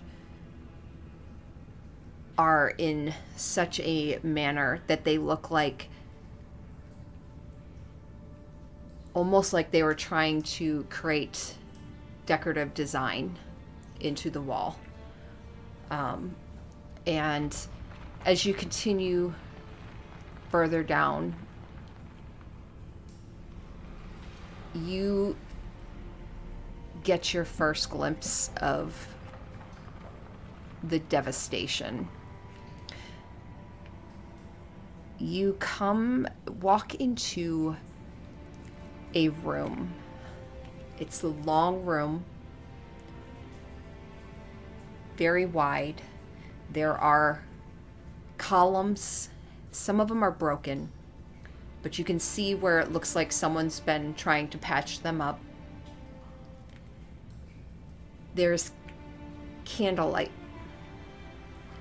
lit candles in different areas. You see off to one side, there is a just massive long row of what looks like graves that have been dug into the ground. And you see off to the left, there are piles of lined up bodies with blankets over them. And you see where it looks like rubble is being continually mined into. And you see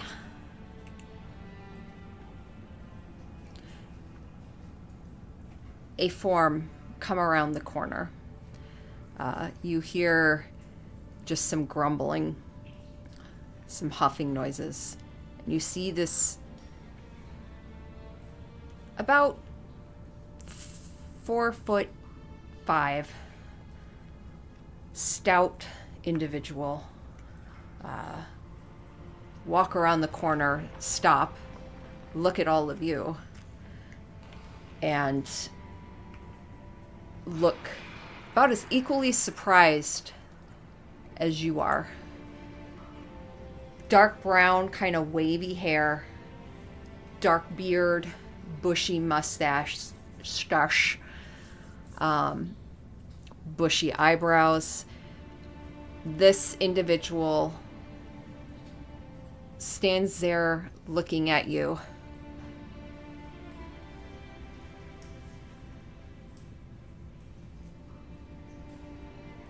Just shocked.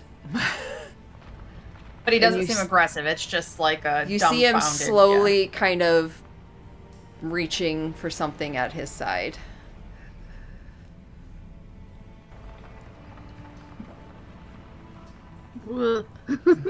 And wait, we're not here to hurt you. We didn't even know you were down here.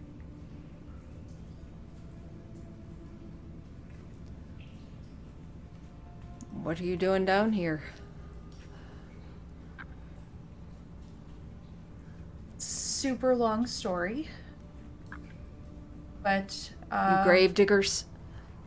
Treasure hunters? definitely no to the first. The second depends on the day, but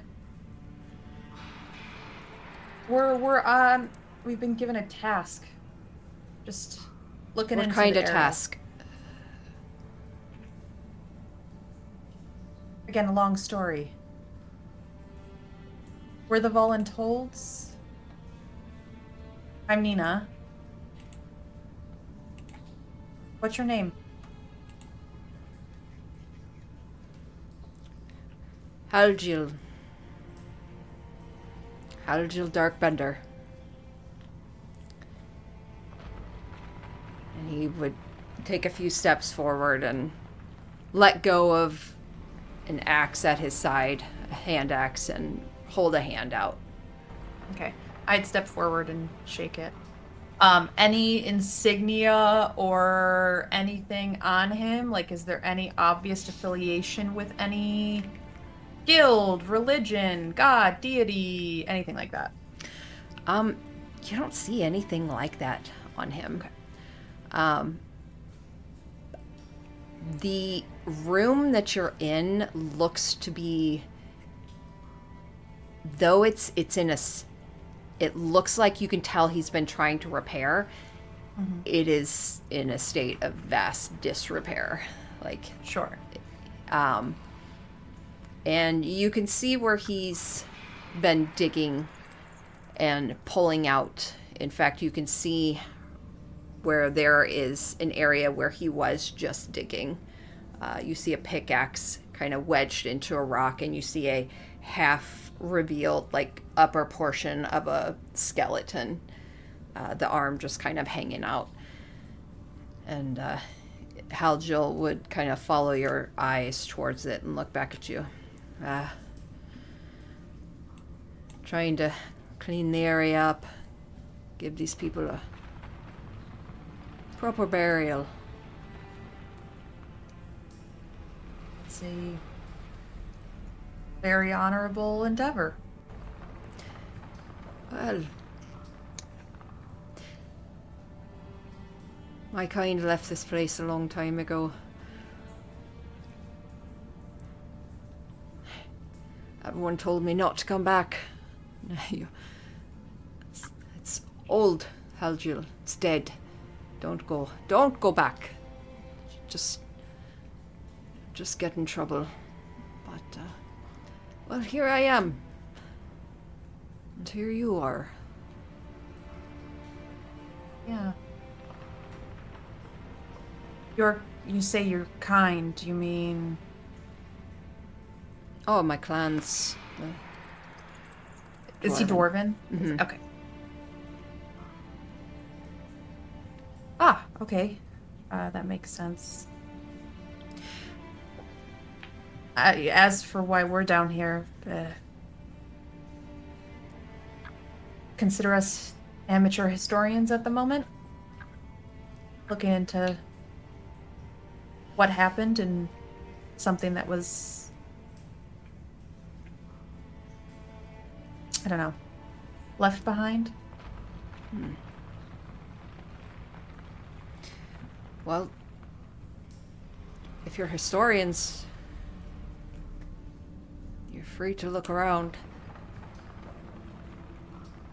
I'm just in the middle of burying one of these poor souls. If one of you have a moment, I was about to give a funeral rite. Oh, that'd be Rowan. I nudged Rowan. Rowan forward. like looks at you for a moment. Yeah. I could help you. Great, wonderful. I need someone else with a little bit of muscle. It's a big one. He would kind of walk around. You're good. Walk around the corner. Rowan would follow. What are the rest of you doing? I think I would lower my tone and just be like, do you guys want to look around in secret or just be curious? Historians. I mean, in reality, we're looking for one specific thing. So, I mean, Hey, we're not exactly robbing graves or anything. So looking around seems harmless. but did our magic come back? I think it did, right? DM, we entered the weight of this room, kind of removed the negation. Okay. Nina would press to digitate, and you just see a little small candle flame in her hand. Looks like it. That means there's... Nathan just reaches into his pocket, pulls the scroll, and gives it to Kara. Real quick. Oh, Pause. Oh no! Nina, pause. I need you to roll me a D100. Oh, wild magic, yeah.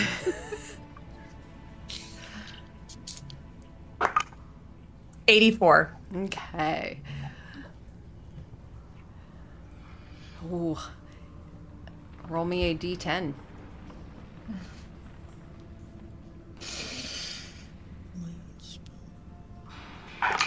Four. Chara and Nathan, each of you take 4 necrotic damage. As Nina, Ow. you regain 8 hit points.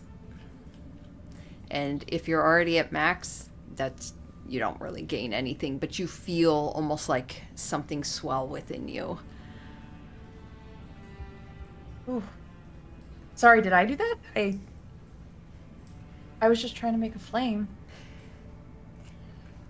You hear a noise off to the side. Something else kind of groan with pain. I kind of like lean back to see if I can see what it is. Yeah, you lean back. You see a dwarven woman with gray skin, patches of almost black, and you see black hair pulled up in a big bun, the rest of it just falling down. And she's wearing this like white kind of flowy dress. And immediately you see as she's kind of walking the slow walk towards you. And you just see her open her mouth as she walks towards you. Shit. Zombie. That's a zombie. That's a zombie. A zombie? That's a zombie. I've never seen one of those before. It's kind of neat. The white eyes. He Oh, just I should leans in and probably. squints. Yeah. Oh.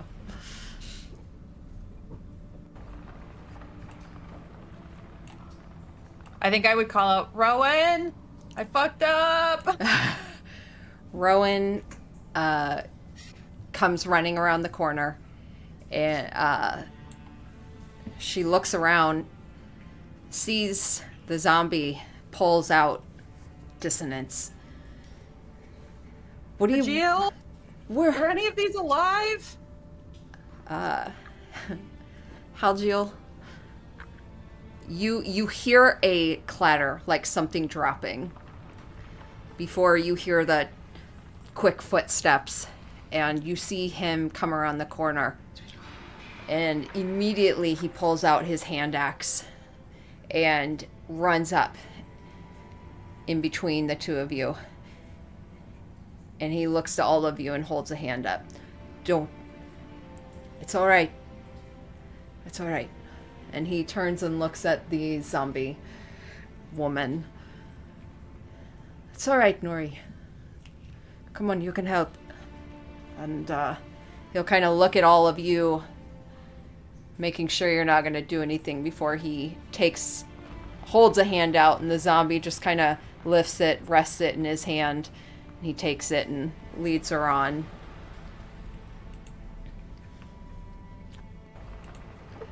Thank God. Rowan would look at So- all of you and just, what the hell was that? You know how Eunice is walking her sisters around down under the manor? Yeah. That's what that is, only no mushrooms.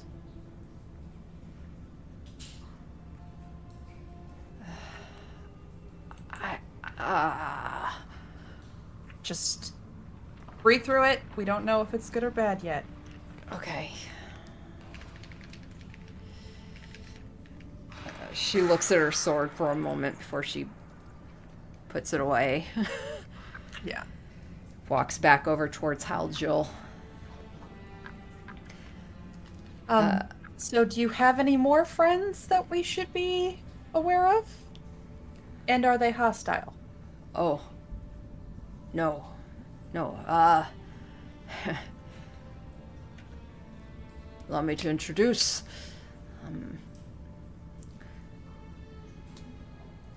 Nori Darkbender. This is my wife.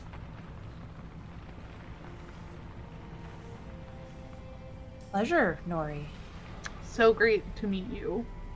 Nori's head just kind All of right, tilts I got a bit. question. Yeah. Is this like before or after? I don't follow. Like wife before or wife after?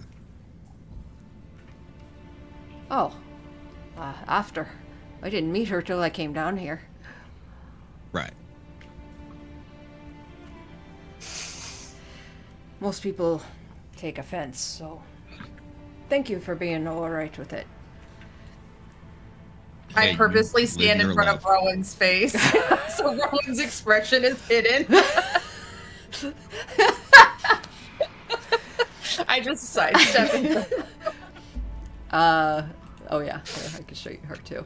Oh, she a cutie. Yeah, she's a little cutie. Oh, smash for sure. Like I get it. Halgil would walk back over, and you see what looks like a half-decayed body of what looks like a big orc. Like, not a half-orc, but a full orc. And you see Halgil reach down and looks up at all of you, and then kind of leans to the side. Where's the big one? Gotta get this one into the... Rowan, help, please. Okay. Just like grumbles to herself, kind of does a berth around Nori, walks over, and I guess I'll roll a strength check to see how well they do this.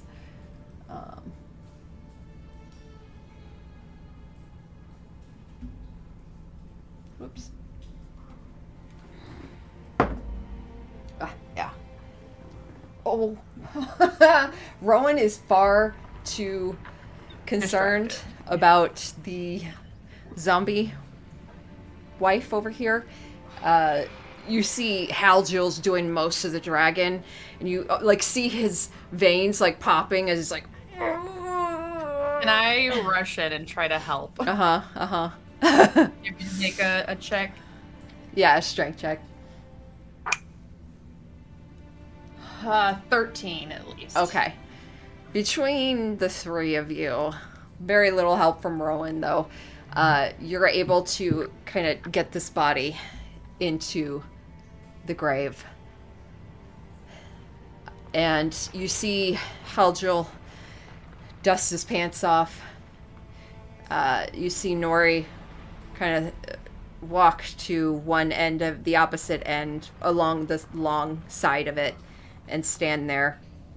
And you see her cross her hands and hold them and wait. You see Halgil walk to the other side, grabs the shovel, kind of sticks it into the ground, hands on top of it,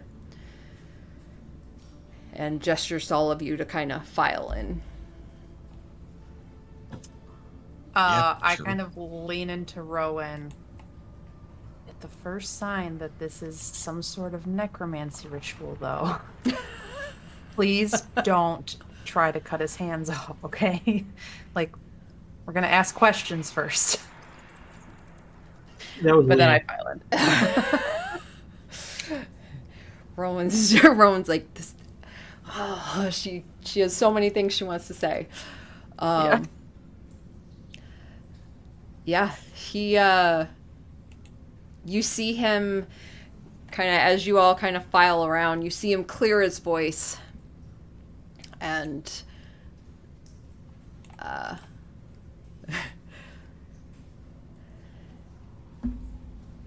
it's never easy to say goodbye to someone who's been a part of our lives.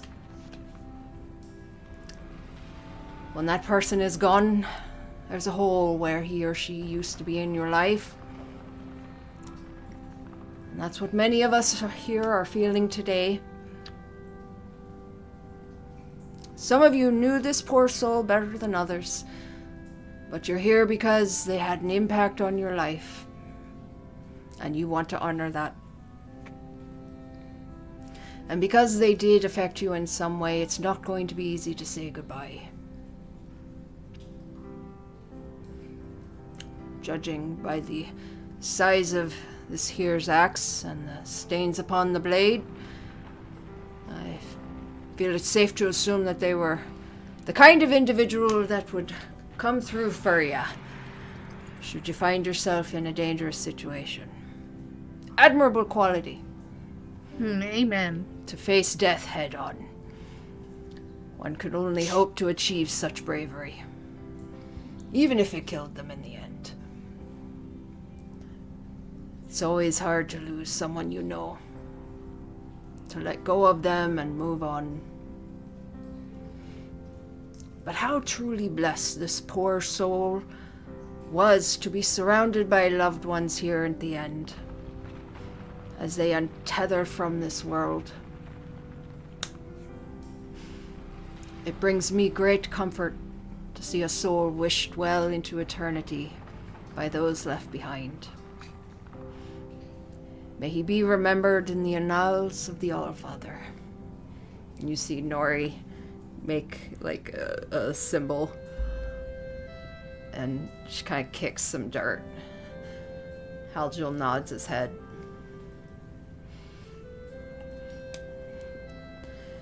Thank you. Do we recognize the symbol that she tried to gesture? Roll, I guess, a history.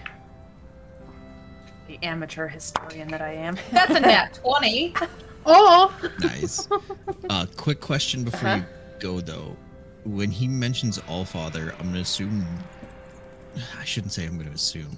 When Nathan was reading about Eastgard, they used to call Odin the Allfather, and I'm just wondering if there's a match to that.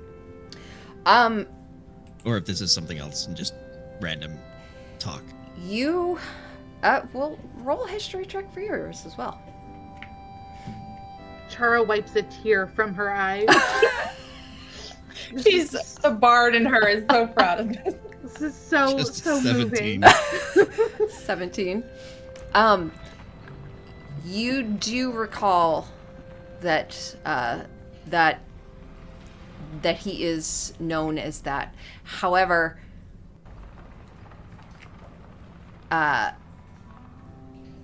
Nina, you also know that the All-Father is also known as the Dwarf Father, the Soul Forger, the Creator, and more importantly known as Moradin,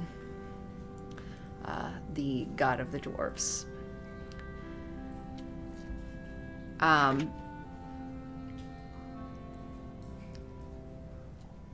Yeah. Halgil would, as with Chara's emotional response, he would kind of nod. Yeah, thank you. Thank you all for joining. Thank you for helping. And look around. See if there's anything you can find. I would ask you not take any belongings. These good folk deserve to be buried with the things they gathered in life. Yep, right. Do that. Nina's gonna look to her friends. I want to hang back and maybe ask him some questions, but I think we should look for clues about what it is we're here for. So, Chara, I don't know, maybe you'll find some symbol you recognize from the Queens or something. I don't know. Yeah. I wonder, DM. Okay. I wonder.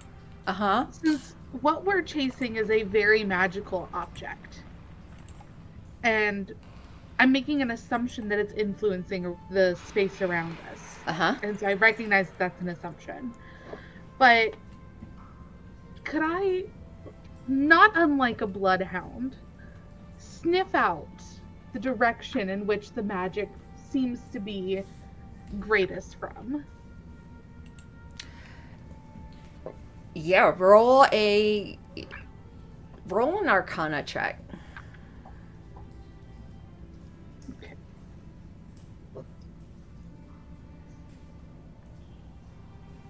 Ooh, that's a 25. 25. Standing here thinking upon your travel down the stairs, smelling the different layers, that's what you realize. When you realized you had hit the dead magic area, there was a specific smell in the air. And you remember smelling that up top as well. And then you smelled what you smell now, which was this wildness to the magic. And you recall smelling that up top as well. And as you're kind of thinking through it, you gathered there were layers that have been left behind where magic was permanently distributed and changed.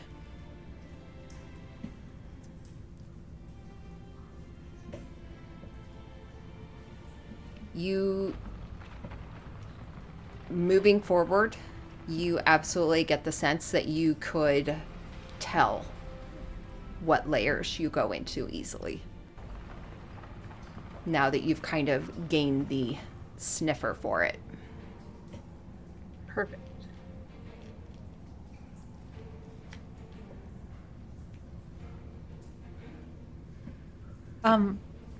Agil, you and Nora, you say you met her after you came to this place? He stops his scooping of dirt, shoveling of dirt, stops for a moment. Yes. Mm-hmm. And you met her as she is today, or was that part of the effect of the area? Oh. Beautiful as she was then, the day I met her. And have you met others like her? Some, but none so kind-hearted.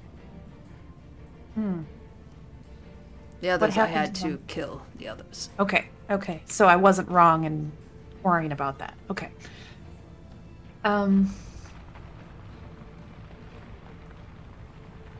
You said your kind left this place a long time ago. Were they here when the destruction happened?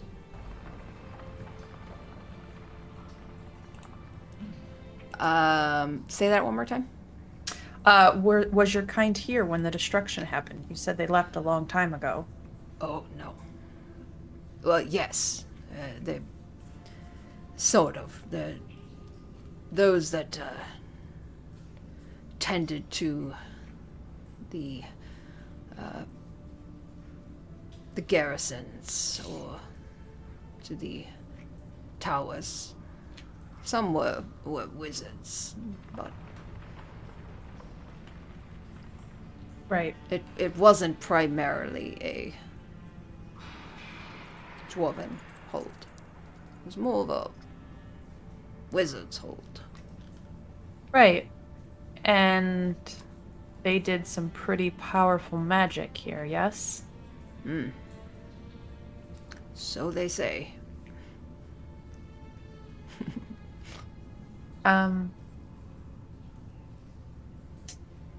We saw the way you had moved some of the rubble coming in. It looked almost artistic in nature. I assume that's your clan's signature? Yes. I was never very good at it, but my father taught me quite a bit. I've tried to add a little bit of my history back in. Places like this, they're meant to be rebuilt. And this place could use a little more beauty brought back to it. I would agree. I don't know if it's rude or not. Can I ask who your clan is? Is that a legitimate question or too personal? Hey, they tend to try and keep to themselves nowadays. It's the Black Clan. Do I know anything about that and all the reading we've been doing lately or anything? No. And no ties to the Black Earth cult? You don't know. Okay. So you're just here to restore the place and provide the victims a proper burial? This place was scarred. There have been others that have come through, determined to rebuild. None of them were dwarven clans, though. We're pretty good at rubble and rock and rebuilding. Yeah, I've actually, we have recently been inside some dwarven ruins. Which ones? Nina hesitates and thinks for a second. And I think player Liza is saying this right, but the Tir Basil? I've heard of that. All dwarves have heard of that. That was a mighty dwarven city at one point. Still pretty beautiful, what's left of it. Because if I'm correct, that's what we were like in and going through, right? With all the cults and everything? Yeah, okay. I dreamed of going there at some point, but this place called to me first. How long have you been here? Maybe a year. Okay. As he's giving me these answers, is there any hesitation? Does it seem to check out? Does he seem sincere, or is there a practiced story to his answers? Do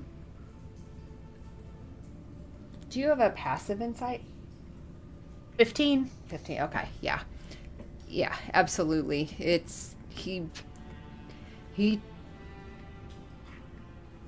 seems like the kind of person to you that is pretty straightforward, and maybe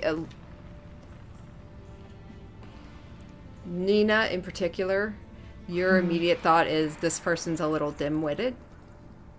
Yeah, he's on a different area than most other people. Yeah, got it. But you also gather there's a good heart to it, and no ill intention. Okay.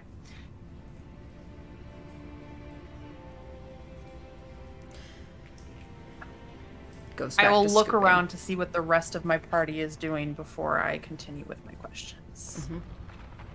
I mostly want to start asking him a little bit more specifically if he's come across anything, but I want to see what everyone else is up to and give them a chance to. I know what I'm doing. What's Char doing? Char's getting into trouble, I think. But okay, I have this thought. It would be so nice if we had 6 to 8 more people to help spread out and search for clues, right? It would be great. So I'm thinking that I'm going to cast a spell. I'm going to cast Conjure Woodland Beings. Okay. And I'm going to essentially... Thank God, I thought you were going to try and bring the crew down. No. Okay. I'm gonna summon 8 pixies Okay. to help search the area. All right. I'll let you describe the pixies. Yeah, they're super cute and small, and I think that they probably only come visible to Chara since they're very secretive, like, Mm-hmm. and just generally stay invisible. Yeah. But they're purple and pink in color scheme. Um, very, very cute in their little leaf dresses. Like, they're just adorable little pixies. Yeah. They appear and they immediately kind of flitter around you and just all conversation in Sylvan. And they're just all talking at once to you.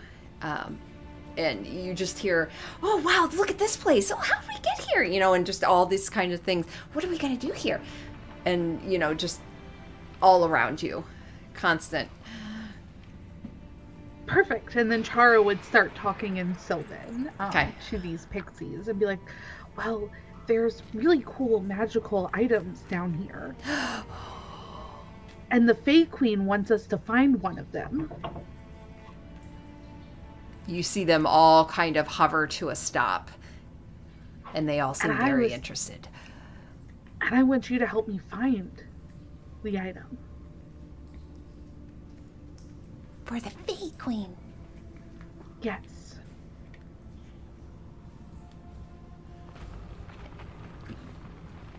They're waiting for a description. Oh, yes.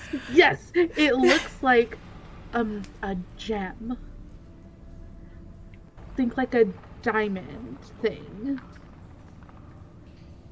And it's insert description here. Okay. Because Allie can't remember. But it looks like that. And it's very pretty.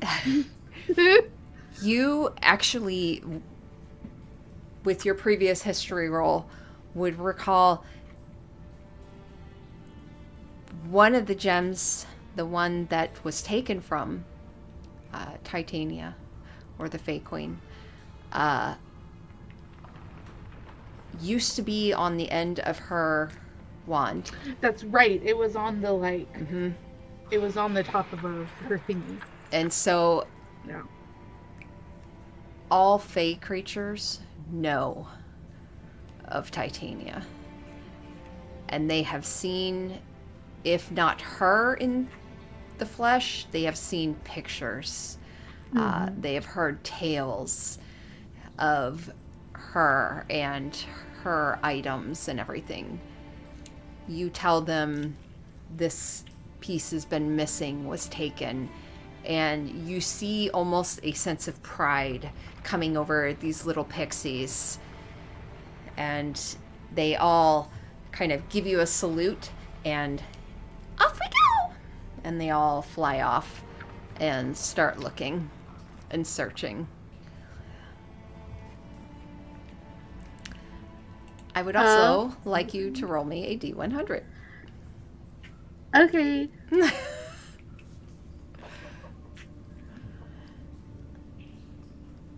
That's a 17. Chara, you, as you're speaking to the pixies and giving them direction, the description, you feel like a weird itching at your chin and along your jaw. And as you send the pixies on and you throw your hand out, you feel something move. And you go to feel, you have grown a long beard made of feathers. What do I do with this? Like, what? I also kind of want to go back a little bit and ask a question. Is Chara trying to look like a certain form right now, other than her natural form? Are you in your elven disguise or? Oh, Chara probably wouldn't have been in her elven disguise since we went to a seemingly deserted place. Yeah. I'm just thinking the magic cancellation. Yeah, you would Part have. we Your walked disguise through. might have gotten negated first too. Yeah. Oh, Okay, yeah. so you're in That's a fox good form point. now. That's a good point. Yeah. Gotcha. Awesome, cool. Now I have this awesome beard of feathers. Yeah, and it's still your color, so it's like that orangish kind of reddish color of feathers. As Awesome. Chara starts plucking them. She's just like pissed that this is here. it hurts. Like, are you kidding me? Yeah, you guys just hear in the background, ow, ow, ow. Chara's like plucking this shameful, look at me, I did magic thing. Halgil would kind of pause and look up at you at one point and be like, "Ah, that's beautiful, beautiful beard. Something to be proud of." Goes back, starts to shovel, pauses, and looks up at Nori for a moment. "Oh no, I love your face without it. Your clear beauty. No, don't get offended. And you just see him start having this, like, trying to defend himself to his wife, who's just standing there, like, jaw half opened, like, watching. I will leave him to that and go find Nathan and Rowan and everything and just be like, so I know it seems strange that he's down here, but I really don't think he means any harm. I think he just maybe doesn't fit in with the rest of his clan. And I gotta ask, are you going to Nathan or Rowan? Because I guarantee you Nathan walked off by himself to I'll go to in Nathan. a corner somewhere. Yeah, While Nathan, he was yeah. looking around. yeah, Nathan for sure. Okay. He's harmless. Mm-hmm. That was something though, yeah? So far, it's all been something. So yeah, it's What'd you I find mean, anything whatever over there? makes the man happy. That's yep. That speech felt pretty practiced, though. I gesture to all the graves. I imagine he's given it a couple dozen times at least. Mm-hmm. Yep. I was gonna ask him if he found anything specifically. Do you think that's a bad idea? No, honestly, if you think he's pretty harmless, I mean, go for it. And if I'm being completely honest, I don't feel all that threatened by him or his wife, so I think we're all right. It would be more concerning if he was the one who resurrected her, but he said she was like that when he found her. So maybe that's the thing we keep an eye out for. I don't know if it's these extraneous magical effects or if something else brought her back. Well, it's weird that she's the only one, right? Like, Well, why is everybody else still dead? He said that there were others that were not as nice or kind-hearted that he killed. So, Oh, so there's been more. Okay. yeah. So, Oh, keep your out of eye character. out. Chara, your fairy friends or sprites, or what do you call them? Pixies? Pixies. Pixies, right. Where are they going around? I just sent them off. Okay. So yeah, I guess mid-conversation with you, Nina, Nathan's just like, yeah, we're going to be like, the hell was that? Did What was you what? see that? Right. You know what? You okay? Okay. Yeah, something We small needed just flew help. by. We needed help. What Oh, did you you're do? not there, Chara. Oh, I'm not And there. you said the pixies go invisible. Oh, yeah. Maybe- But if they fly by me, I can still see them. Yeah. So I would have just seen one fly by and be like, the hell was that? What was what? Are you okay? Would you believe me if I said I think I just saw a fairy fly by? Has Chara ever summoned things before? Mm-mm. No. Nope. I say weirder things have happened. Mm-hmm. I agree. Maybe keep an eye out for that. Okay. I'm gonna go ask about gems and stuff then. Actually, also talk to Rowan. See if she has like a sense for anything in the area. Okay, I will go talk to Rowan first. I think she said she's done that before, where she's felt evil or something in the area. Oh, yeah. Okay. Or, yep. Nina just walks off. I'll go to Rowan first. Okay. I look for Chara, though. Do I see this magnificent new feather beard? Because you're near Hajil now, right? He commented on it? Yeah. Yeah. You still plucking them? Yeah. Yeah.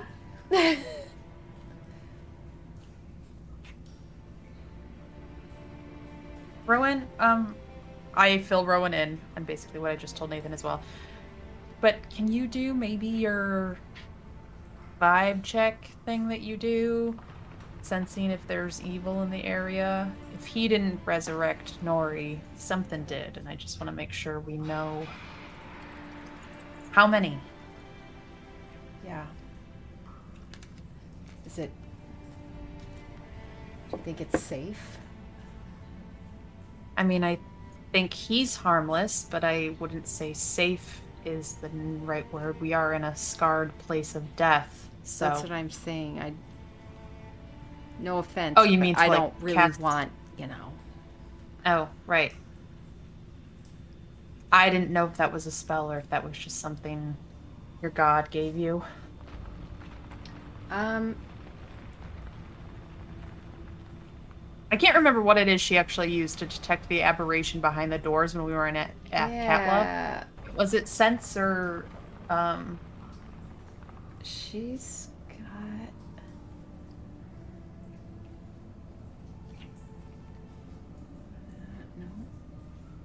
No.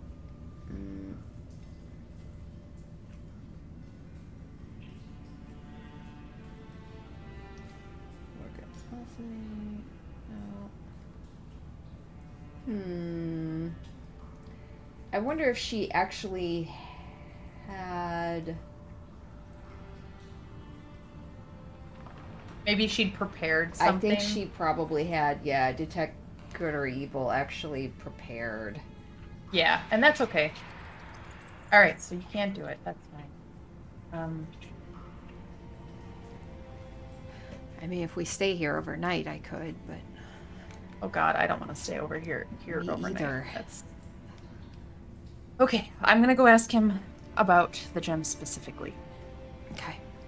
I guess just be ready in case we're there. Just be ready in case he doesn't take it well, I guess. I don't know what his attachment is to this place, but he said he was called here, so... Great.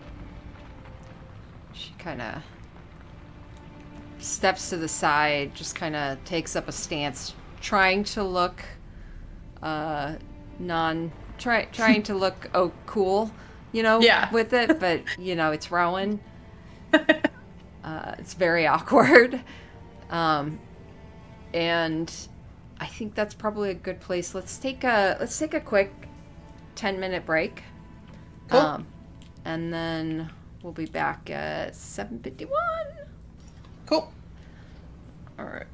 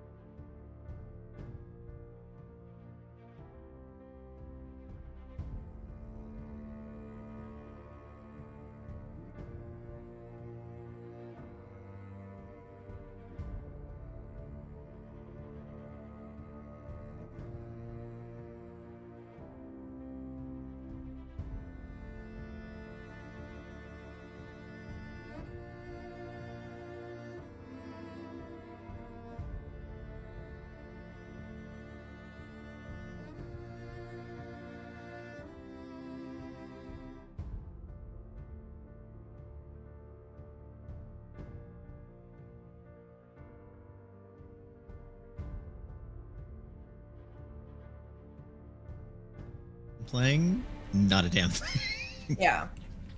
Yeah, I'm still confused as to why we're at Hellgate Keep, but I was like, you know what? Everybody seems really certain that Hellgate Keep is where we're supposed to be going. The Fae Queen specifically told you one of the gems was last seen at Hellgate Keep. Yeah. Wow. I'm really glad that somebody knows that information.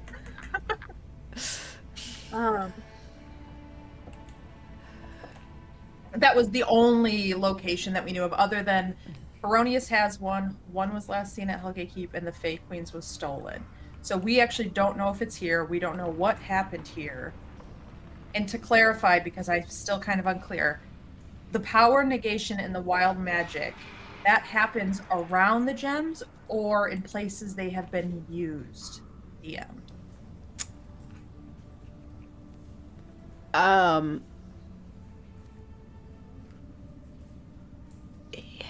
You're not sure as to the specifics on it. Okay. I am willing to bet then that it is because it was used here. The destruction that happened was because the wizards of these towers that Ajil just mentioned used them. And these pockets are what is left over. That's kind of what I'm thinking too, is it's not because they're here. Yeah. That would be way too easy, right? Like, that's... but yeah. Okay. Okay. Yeah. Coming back, Chara, your pixies are dutifully zipping about. And the longer you're down here, you notice you're starting to see less and less of them. Does this spell have a time limit on it? 1 hour. 1 hour? Okay.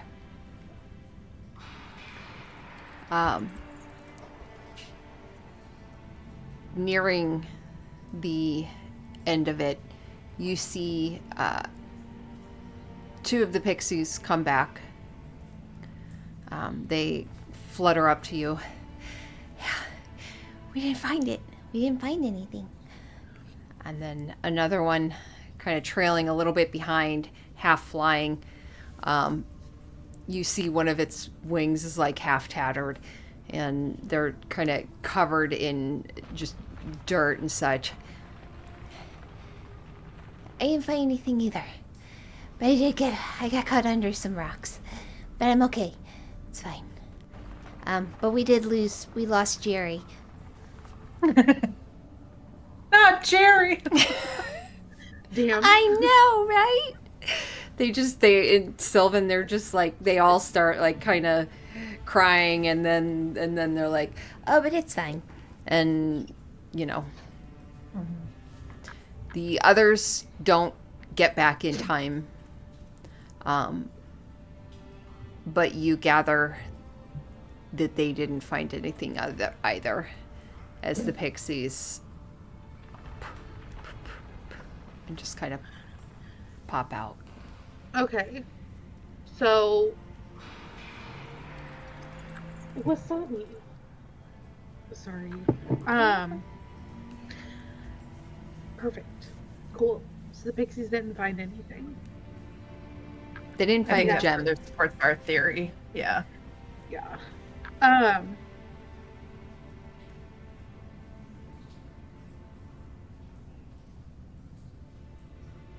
Well, see, now Chara is mad because she was so dead set on finding these gems. And now I'm thinking maybe we don't have enough information to find said gems. Got to start somewhere to find information, though, and this seems like a good place, so. Right. I think... You have not used the scroll yet either. Yeah. I think Nathan somewhere in a corner goes, my scroll.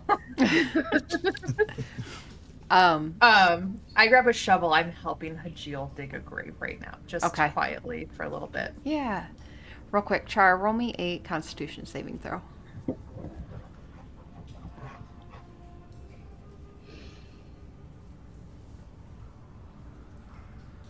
A 9.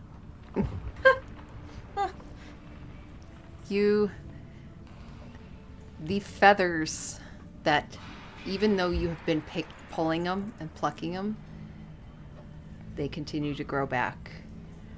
And this beard of feathers has just been getting longer and longer, and is now at your ankles.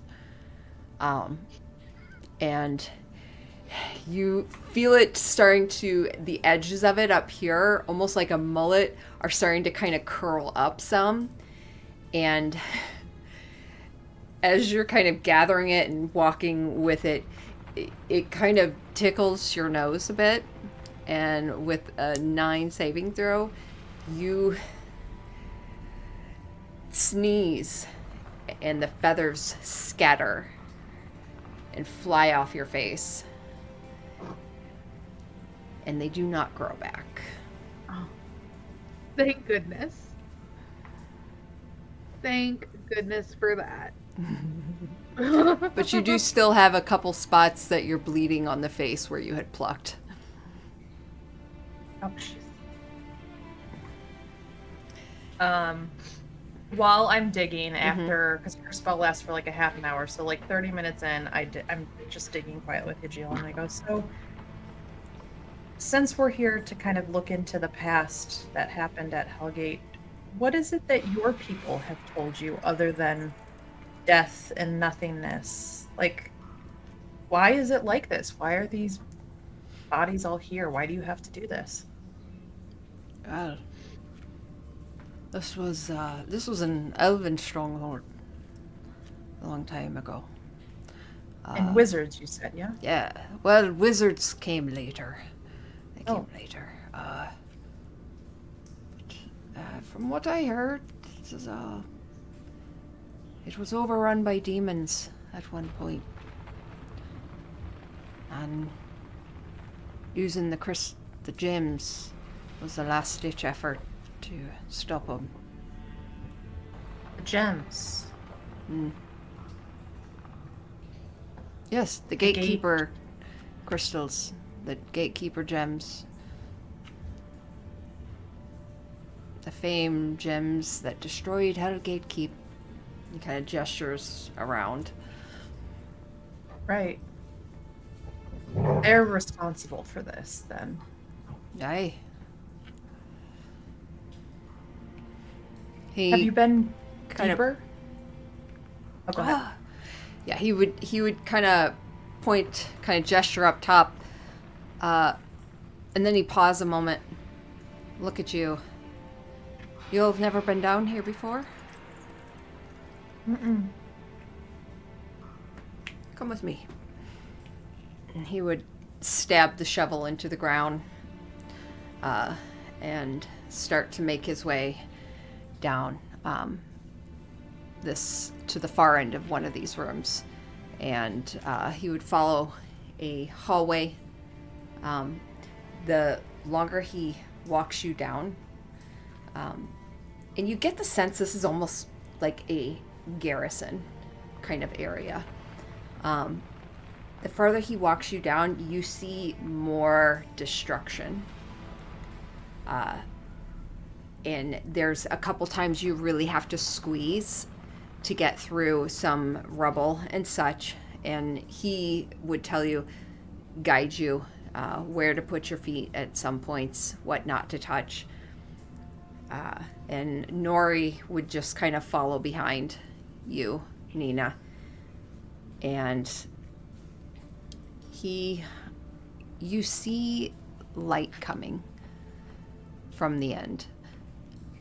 And as he brings you to the end of this broken pathway, there is an opening. And you smell fresh air as you come out, and you see before you and below the rest of the crater as you are a good portion of the way down. There's not too much. It's still a good drop down, Like, you definitely Sure. would not want to fall. However, looking up is almost more dizzying as you see this massive area that was carved out by this magical explosion, and how perfectly the walls are carved, just sheared, as if literally a triangle just came in, scooped, and brought it all up. He would point, and point. Now you see there, 3 points. Gatekeeper crystals. The way I hear it, you have them at 3 points, triangulation. And then, boom. And they did this to stop demons. So the story goes. Does the story list any of the demonic names? Oh, if it did, I wouldn't know. Ah. I was never the lore keepers of the clan. That's fair. As you can see, I'm still an amateur myself. But, do your stories say what happened to the wizards? I mean, clearly things were destroyed. Were the gems lost to time? I'm not sure what happened to the gems. Way I heard it, they were taken by the gods. But 2 of the wizards, I think they said their bodies were flung far, like miles, dead instantly. And then one of them, I don't know what happened to him, but he didn't die.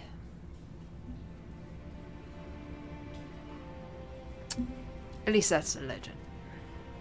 They never found his body, mind you, but... No. But that could also explain Nori's condition. He kind of looks at you, looks back at Nori. Condition? You mentioned the state of the others that you found that were aggressive that you had to kill, right? Ah, yes. Some magics that prevent people from dying have that same effect.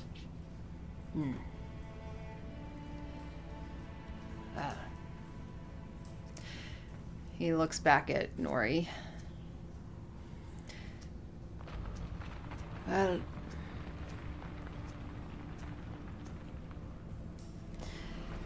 we're fixing this place up. Plan to start a family here. This will be our home. Seeing as she can't leave.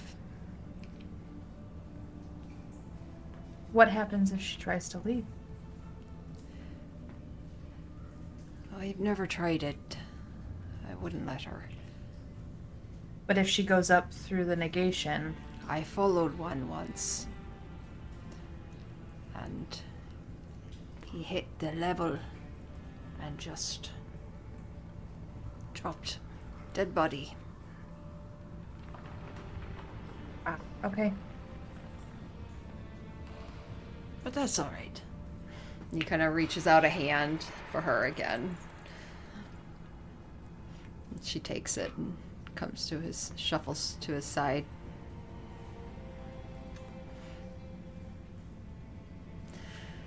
All right. Well, I feel that I've kept you long enough, but if you were to wager a guess as to where the last wizard...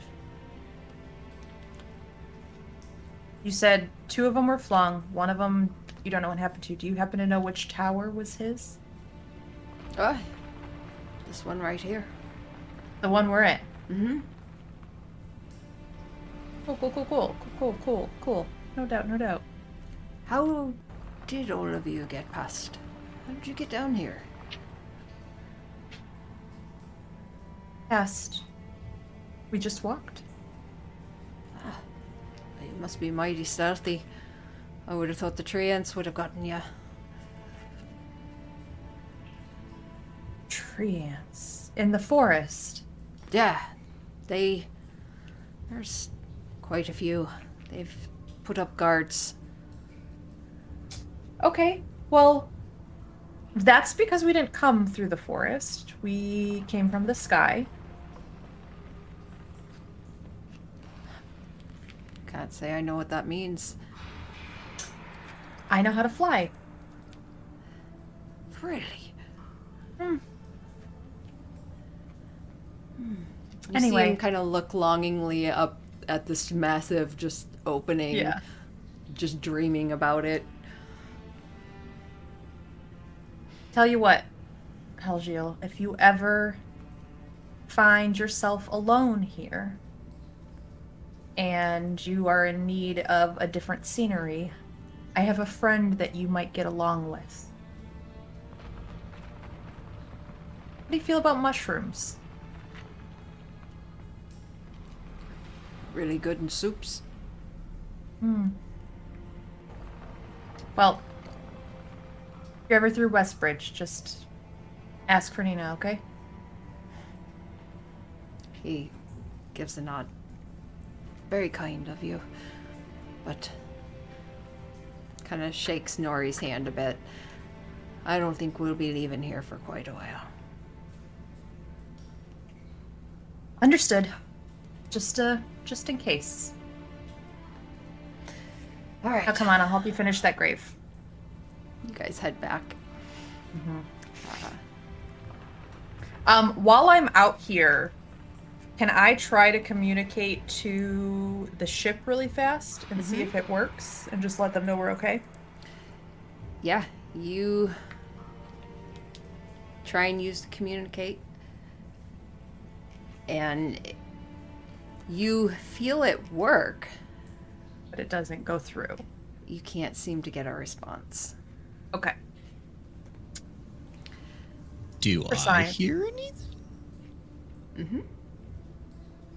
Like through Because the Nathan's earpiece? got one. Yeah. Yeah. Okay. Okay. All right. So they work on this level. They just don't pass between levels. That's good to know. Yeah, I'd head back inside. I will be good to my word and try to help him finish digging this grave. But Okay. I think at some point, once we're close, I will check in with everyone and kind of circle everyone up and just fill them in on the history. So, he said that the clan stories, the Black Clan that is, mentioned that it was an elven stronghold that was then occupied by wizards. And the place was overrun by demons, and they used the gems to contain that army of demonic forces. So I don't know that the gem's here. I think that what we're feeling is a result of the devastation. That would kind of make sense. He did mention 3 wizards, 2 that were when things exploded, when this happened. 2 were flung miles away. Miles. But the 3rd was not found, and guess whose tower that was? This one. I'm gonna assume. Yeah. And if he's not dead and there's zombies walking around. Or he's dead, and there are zombies walking around. Ajil said he didn't die. Or maybe he meant they couldn't be confirmed dead. Yeah. The ones that got flung. Mm-hmm. Did he mention a direction? Maybe if, like, is there anything else around here of noteworthy where they may be landed? I did not ask. I assumed based on towers or the points, but we can ask to be sure. What he did mention is the forest has a full guard of tree ants. When he asked how we got by them, I just say we flew. Right. Huh. Well then.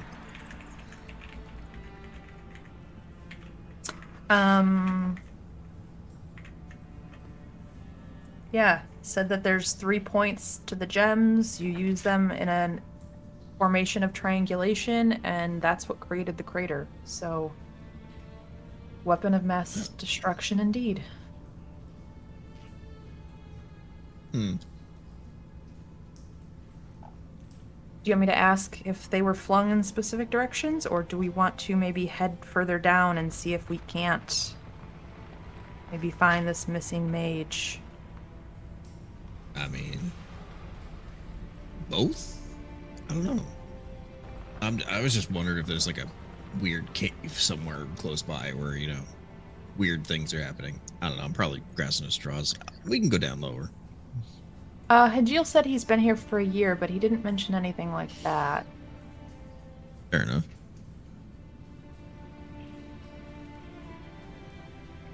I also told him I'd introduce him to Eunice if things didn't work out with Nori.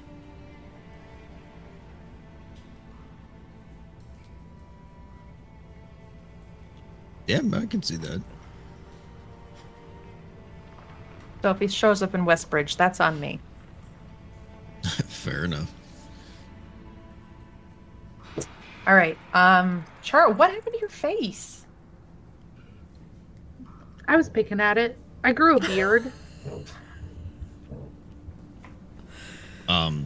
Sorry, what? Are you seeing things too? Seeing things too. Are you seeing things? Yeah, there's been like fairies flying around and stuff. It's been weird. Oh, they were pixies. And I brought them here and I had them look around for some stuff and they didn't find anything. Oh, okay. Well, that explains that at least. Was the beard right after you summoned the pixies? It was, yes. I think we might be in one of those magic pockets, the wild ones. Things happen. When I cast the flame, I suddenly felt rejuvenated. Like I had gained a little energy, so... Yeah, and I feel like somebody... I gained a black spot, and he like pulls up his sleeve. Like oh, look, I have in one arm. too! And Shara shows hers. I didn't mean to do that. That wasn't me. I mean, it might have been me. I don't know. I can't heal it until we're out of down here. Oh, that's all good. Okay, so we go further down, or... Oh, one other fun fact. He said if the zombies try to run through the layer of negation, they collapse dead. So, if we need a fast getaway, getting up through the level of negation might not be such a bad idea. I mean, it makes sense if they're magically Animated. created. Yeah, that's a good word. I gotta remember that one. He also doesn't know that she's dead, really. Or, I don't know, maybe he doesn't understand it. I am so happy that he's found love Yep. in such Yep. a desolate place. I'm gonna leave it alone despite my curiosities on that whole logistics thing. We're just gonna move on. Yep. No, I think you should ask your questions. I think that's Nope. what a proper historian would do. Not a chance. I feel like it's what a doctor might do, but I won't. Yeah, the comment about starting a family, he doesn't understand she's dead. I will go ask what direction they were flung in, just to confirm my theory, and then we can walk downstairs. Deal? Sounds good. Okay. Did you want to do something else? Chara? Oh, no, I was just saying that. Okay. Oh, okay. Just All okay. right. Hesitantly. Okay. I thought I was maybe cutting you off from doing something else you wanted to do. Oh, no, not at all. Okay. I will go back and ask Kajil to confirm my theory. Mm-hmm. You find him off to the side where there's like a trough of water. And you see there's like a pipe coming out of the wall. and it just, you see him turn it on, put in some more water, shut it down, and he starts washing his face, washing his hands, gestures Nori over, who puts her hands in the water, and he kind of helps wash them, and then grabs a towel, dries off. Well, we're gonna get last meal started. If you'll, were you planning on staying? Would you like to join us? Oh, I don't think we'd impose. I think our search is a little more pressing. We'll continue on. But one last question. When you said the 2 wizards had been flung, did they give a location of where their bodies had been found? Because you said they were confirmed dead. Are there points of interest, caves, altars, or dedications to them? I don't think anyone put any kind of markers or anything. I don't even know if you could say exactly. It would have been a straight line, though. Off of the towers. Off the towers. Okay. Beyond Razorthorn Rift, that's for sure. Beyond... Nina pulls up her notebook like a historian. Beyond the razor... What did you call it? Razorthorn Rift. Razorthorn Rift. Okay. Well, thanks, Jill. I appreciate everything today. You're a good man. Oh, that's very kind of you. It's been nice to have other company here. Nori and I have quite enjoyed speaking to others. It's a pleasure meeting her as well. And like I said, if you're ever in Westbridge, look us up. We can at least treat you to a pint. That sounds wonderful. All right. Good luck on your travels. Thanks. We're gonna head down. Any warning against that? Further down? Yeah.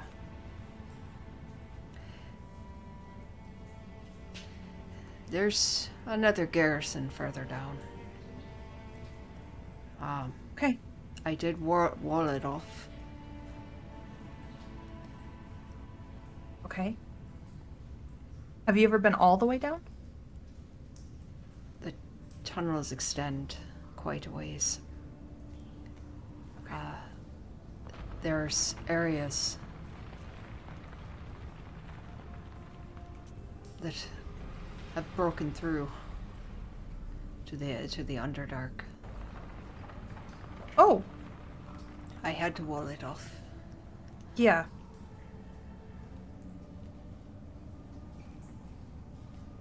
Okay. Thank you. And I hold out my hand to shake his one last time. He would gladly shake it. All right. And I gotta join my friends. Okay, straight line off of the towers, except for the one we're currently in, because he's somewhere else. No precise markers that he's aware of, so maybe we can get a view from the ship, but he did say further down the stairwell in this tower, there's a garrison that he walled off, and that there are other things that are walled off that broke into the Underdark. So, the thing that the well goes to that we jumped. Oh, right. So what is that anyways? I don't know a ton about it, except it's kind of like... I mean, I know that there's an elven race that's a little shut off from the others down there. I think the hag mentioned it a few times, but it definitely doesn't have a good reputation, right? Monsters, giant spiders, things like that. Oh, well, all right.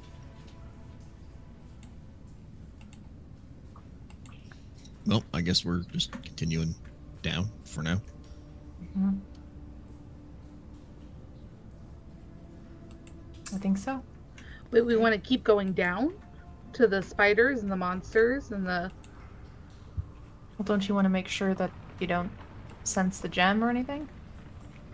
I kind of am more curious that the wizard's body might be somewhere. Do you remember Renwick from the valley? Yeah.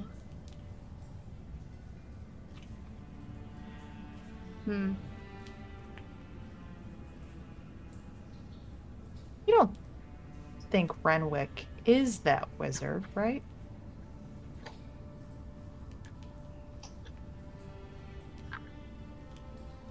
We found him with the cults. With the gem that the cults need?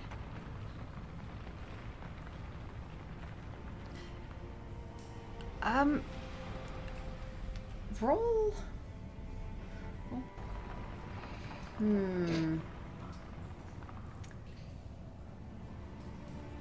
I am making wild assumptions based on necromancy and liches right now. So Okay.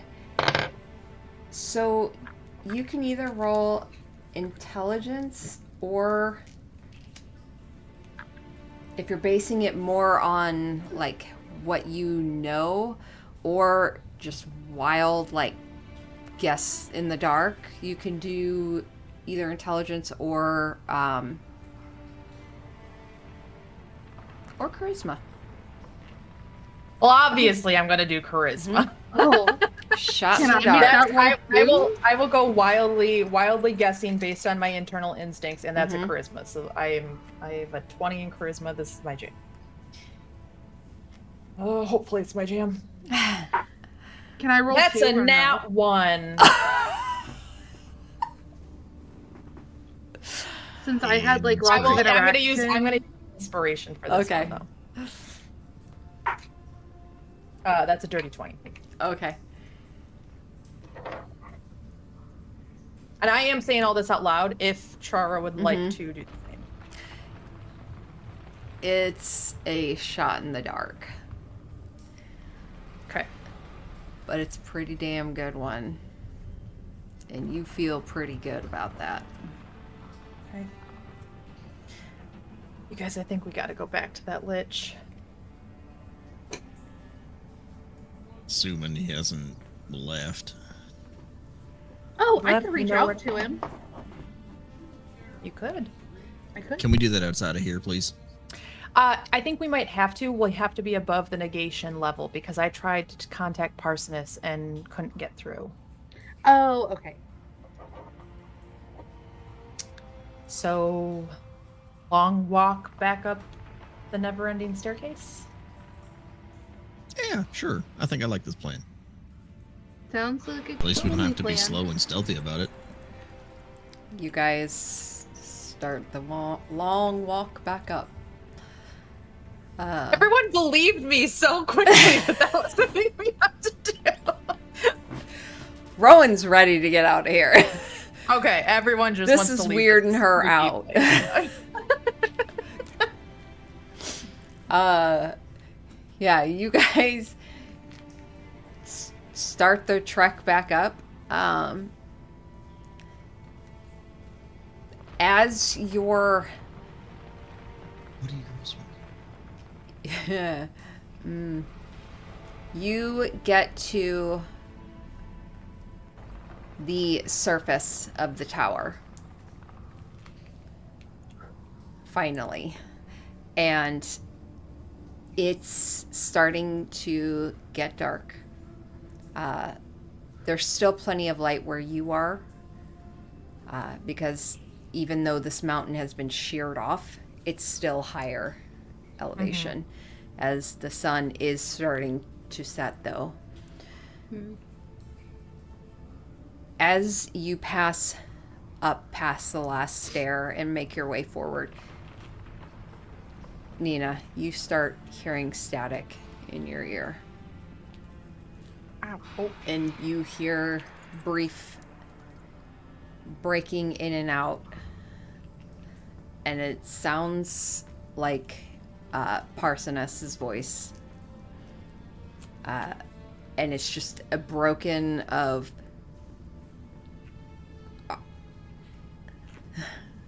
I'm so bad at this kind of stuff. You get pieces of, please, can you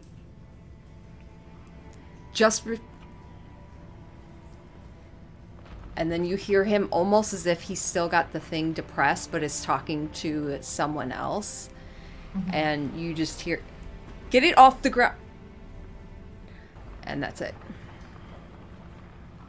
Guys, I don't think the Manta Rose is up here anymore. What? I'm getting... and Nathan would hear it too, right? Because it was coming through the earpiece. Okay. Yeah. The pieces of Parsonus trying to communicate. Something about getting it off the ground is really the only thing that came through. I would hand her my earpiece so she could...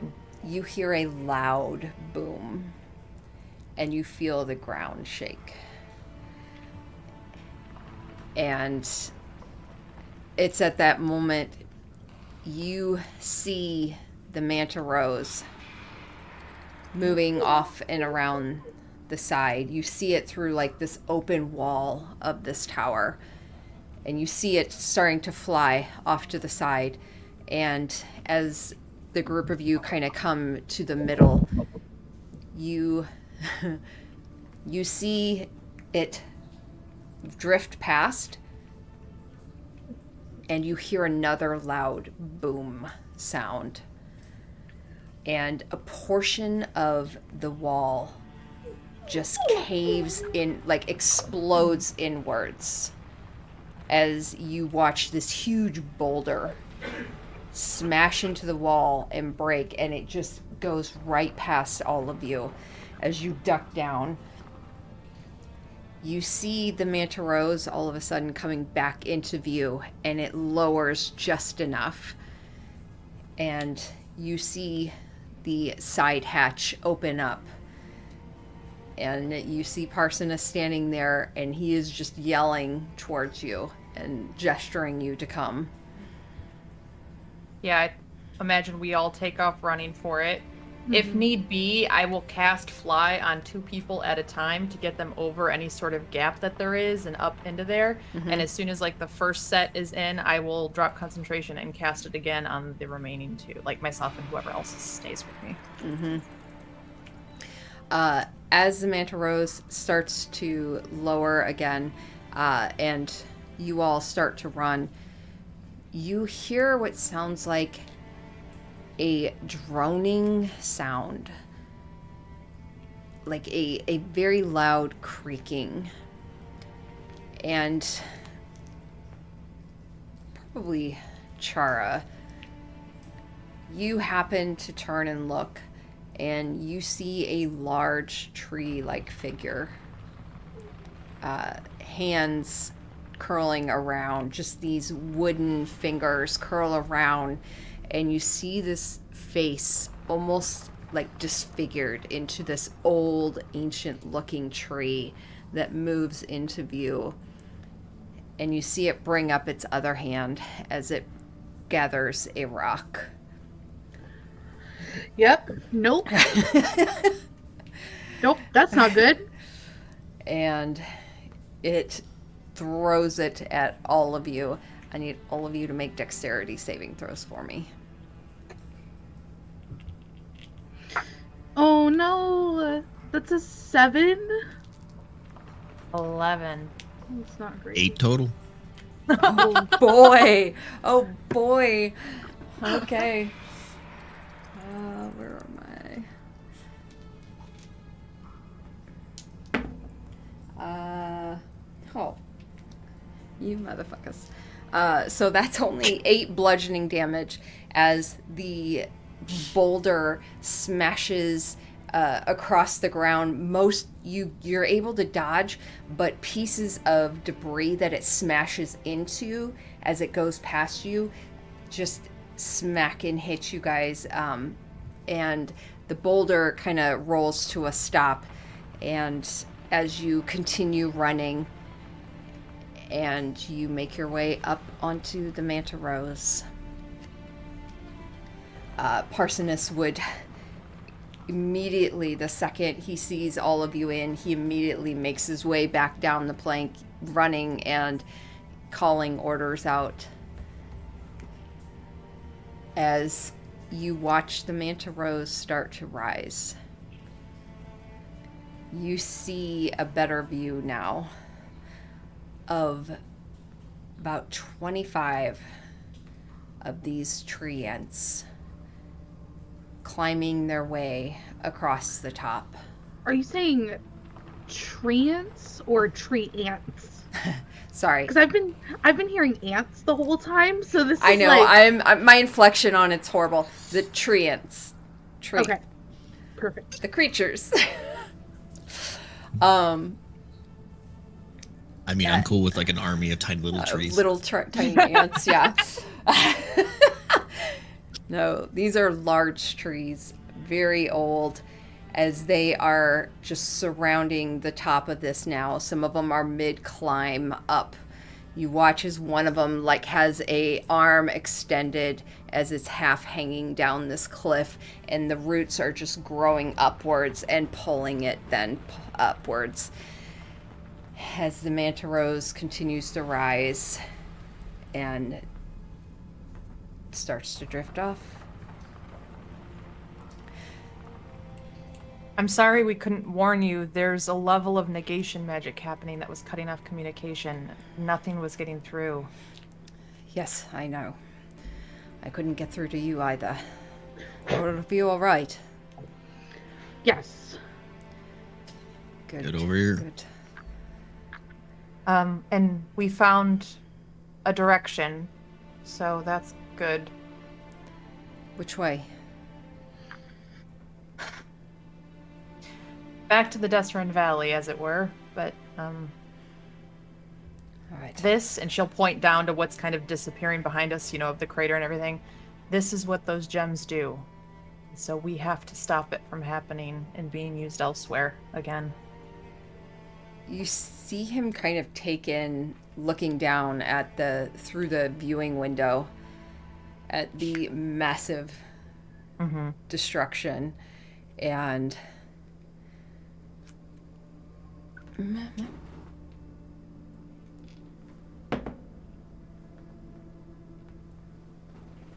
yeah, you're not sure what his thoughts are on that, but he kind of nods for a moment. All right. Over here. And he would point you over to the navigation table, where he would unroll the map and start to kind of jot the path. Liam. Chara, do you want Oh. to message Renwick? Oh, no, sorry, DM. Oh, you're good. Go ahead and keep... Yeah. Sending to Renwick. Do you think a lich will answer? Didn't you do this once before and he did? We met him, right? And I don't think... Well, okay, so that was more accidental because it was the bubbles, and then he was like, what the fuck are you doing with all these bubbles? No, No, after but- that. because we summoned him out of the cult. We met him in the valley, questioning him on our way to Waterdeep. Because remember, he did Was something. No, was Allie here for that? maybe not. Maybe that was a session you missed. Maybe. But essentially, we met him outside, and you did message him, and he answered. I sent him a message, though, not sending, so it's different. Right. So, we'll see if he answers. Yeah. Alrighty. Chara is going to send a message to Renwick through sending. And it's gonna say something like, what am I saying to Renwick? Shit. Renwick. Yeah, I guess we can figure this out ahead of time. But I want to know if he is familiar with Hellgate Keep and as if he was there. Because that's what Nina's implying or like suggesting, right? Yeah. Or we can just tell him that we're interested in following up on our previous meeting. About his brother. We didn't agree to do anything for him, though, right? I thought we did. Shit. You gotta pull out the other notebook. Mm-hmm. So I thought there was something about his brother. That was what, yeah, we knew some lore about the Page Keeper, so it's before that.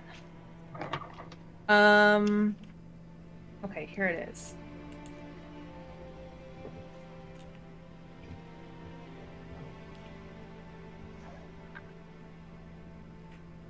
He took something from us. Chara, you saw what he took. I don't know what that means.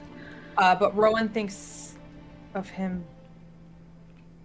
playing the Lich King when the cults are gone. So we're just not sure what he wants. We asked him for some more information about Helen Ray, or about like the cults, and he gave us like Helen Ray runs the majority of the temple. She's very driven, and evades the killing blow. So he gave us like information, but we didn't necessarily get Oh, yeah, that's right. And then he took the 10 years of our life kind of thing. Mm-hmm. He took a percentage, which at the time was a terrifying thought for Nathan. Yep. Right. Yeah. Okay. Well, yeah. So I'll send a message to Renwick and just say, Renwick, how familiar are you with Hellgate Keep? And what happened there / after?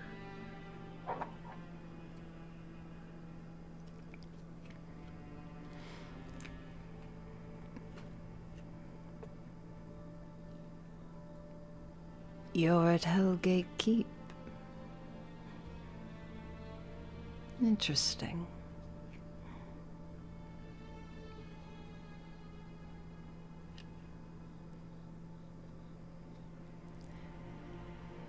We can talk about it.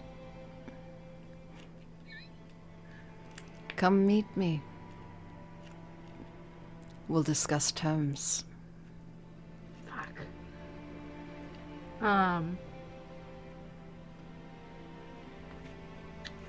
I'll send one more time to him and ask where do you want to meet?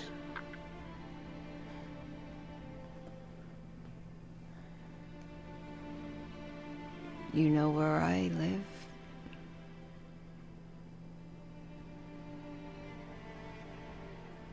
Let's meet there. All right. Well, all right. So he is open to talking. He would like to discuss terms. And he wants us to meet him where he lives. Okay. So Black Earth cult. No. Yes. No. Yes. Yes. Yes. Helen Ray was Black Earth cult. She was talking about Venifer, the fire cult. Yeah, okay. Okay. Helen Ray was Black Earth. Yep. Okay. You guys are headed towards the cult of the Black Earth? Think so. Yep. Okay. Does that feel right to everyone? Like above table as players? Is that the direction we want to go? I feel like... I mean, that feels like a pretty good lead, honestly. Okay. I didn't even connect those two things, so... Yeah, like, you said it, and it was like, huh, I wonder. Okay, That's okay, as like- long as I'm not, like, detracting, because I really do want Chara to be able to, like, lead the gem thing, but it was just a thought, like, a shot in the dark. That Well, the other thing with the gem thing is that with the Fake Queen's gem, I really was thinking that the place where it was last would have been seen is where Chara came into the That's material right. plane.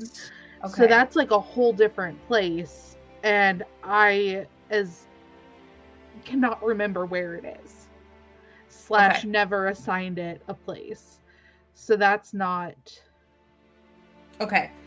as helpful. That's something we could start looking into after we close this theory, perhaps. Yeah. Yeah. Okay. Okay. Man, we owe Parsonus a new ship, or at least an upgrade. You think we can pay Kippen to fix the ship? Probably. Anise and Fennel would be so offended. I Oh, mean, yeah. to be fair, he is getting like a child out of this deal, so I don't know like what that Who's costs, getting a but child out of this? somebody's getting a child out of this, but I don't know.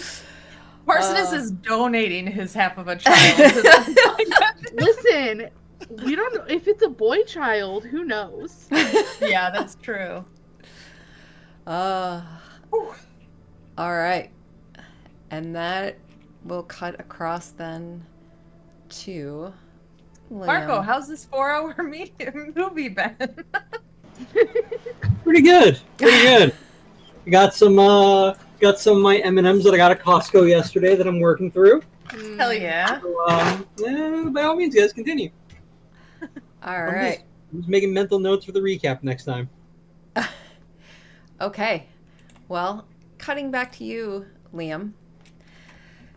You were making your way down the stairs, headed to the Temple of the Howling Hatred. You get to the bottom and you see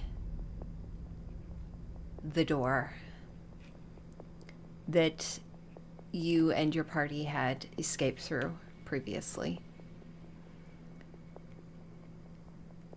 It's open. And as you step through, you see the gate doorway. You see the slight pool of blood on the ground.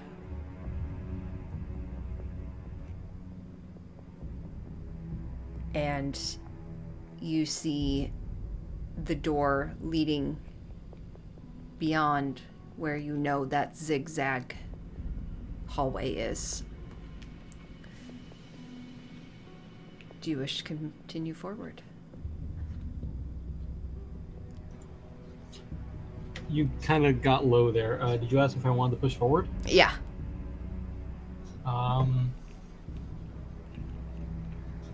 Some hesitation as you look into the door. But yeah, it's gonna go through the threshold. Okay. Then we may as well throw you back on a familiar map.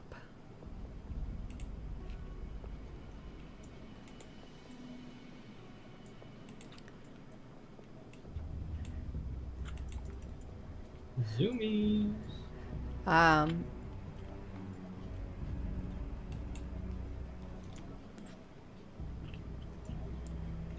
I have the rest of you on the map. I don't know what you can see, if anything. Yeah, We Nathan. can see the like Just grayed darkness. out parts. Oh, I was gonna say Yeah. we can see the like grayed out parts of the temple that we were in prior, but Great. Nathan, let me do. yeah, I don't think this. Nathan was here for that fight, so his character probably doesn't have that fog of war removed. Just as a heads up, also, I can see shaft leads to area N3 of the in the Howling Caves. I don't know if I'm supposed to see that or not. You're on roll 20? Yeah. Oh yeah, in the main room where Arisi was. Okay. No, Must be you're that not too. supposed to see that. Why can you see that? Now I kind of want to go down shaft N3. try not to scroll and read other things for the moment while I try and fix this. Yeah.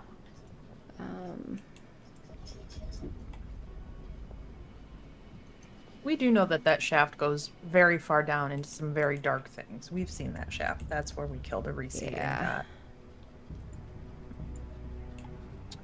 And no, Corbett back.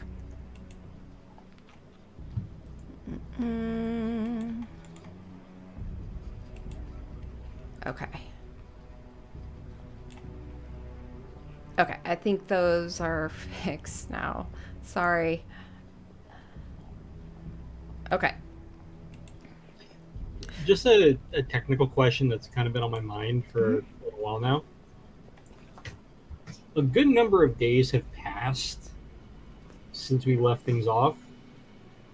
Do you want to like hand wave some stuff to like catch up? Because Liam's got like a few days of like whatever's been going on between when he opened up the door and the party like did their stuff, was doing their stuff. I think she's jumping back in time. You're starting from the No, beginning. I know. I'm just saying, like, how do you want to handle like all those days? Like, is there gonna be like some hand waving? Because I don't know if you want to act out like multiple days, like in one go. I mean, this is you playing out these next few days. Oh, Damn it. This Our is key to find out. Yeah. this is finding out what Liam's been doing. all right. I was kind of just expecting, like, oh yeah, a few days have passed. He was tortured for X amount of days. Now we pick up. It's like, okay. No, this is us finding out what Liam's been up to. Okay. Well, he's still bloody. Eye still missing some blood pouring out of the socket. Mm-hmm. Actually, pouring's a bad like word to use. Yeah. Dribbling out. Yeah. Fist is still messed up from the tree. Arm is blackened. Other arm is blackened down into his chest. Well, Also that covered got in- healed. Did it? Because I was under the impression that like, yeah, I got the hit points back, but like, No, we got greater restoration, Mhm. man. You got that taken care of. Yeah. right? Okay, so I guess I was a little confused because when Phaser said like, Yeah. corruption's still there, it can't be unrung. I assumed that like it was something like He significant. touched our soul. Surface man. wise, you can't see anything. Yeah, But based on what he kind of pressed and opened a bit, he was basically letting you know it's still there. Gotcha. Okay. But visually, everything's been healed. Okay. That changes some stuff for later. Okay. For the moment, Liam's just gonna. He still has Wind Vein in hand, ready to like, I guess, offer it. Not offer. He's got Wind Vein in hand. He's looking for who's around. Just investigating the place. Okay. We'll say I'm not even going to make you do... You're able to easily pick this lock. You've been through it before. You get through the door and you recognize this path. You see the blood left over from the body of the individual that you and 3 had let go, but was then eventually killed by the Kenku.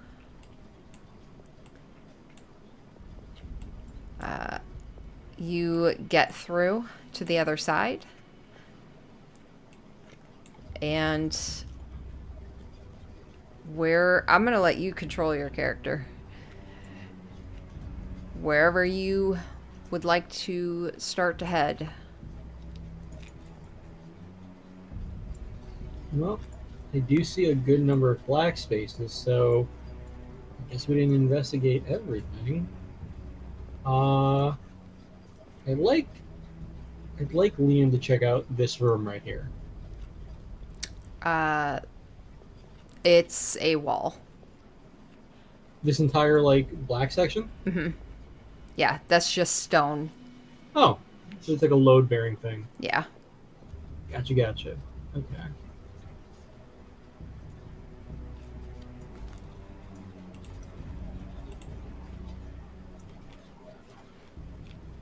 Well, he's gone down that far, and apparently he's running into someone. You see the dead bodies, the people that were hanging on these posts before, cultists that were chained to these pillars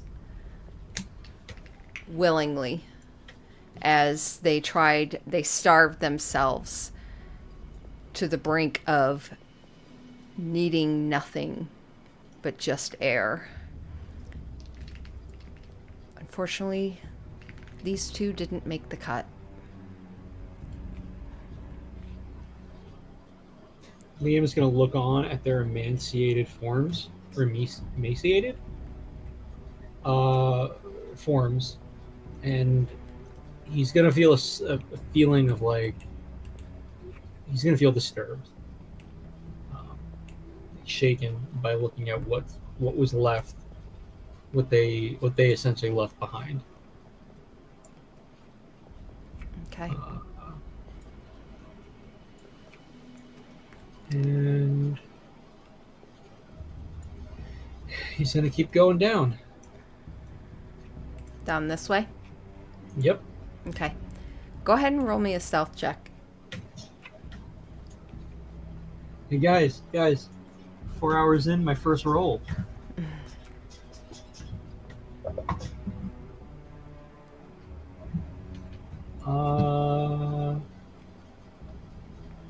It's a 26 stealth. 26. Yeah.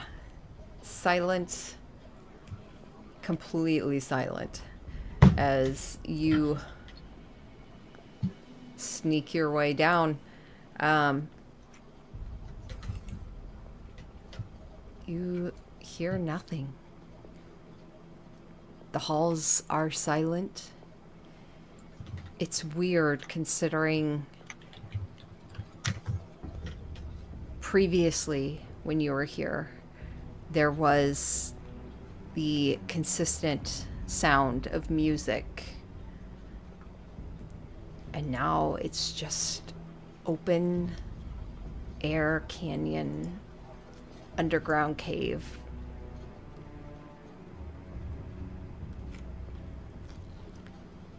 You continue forward.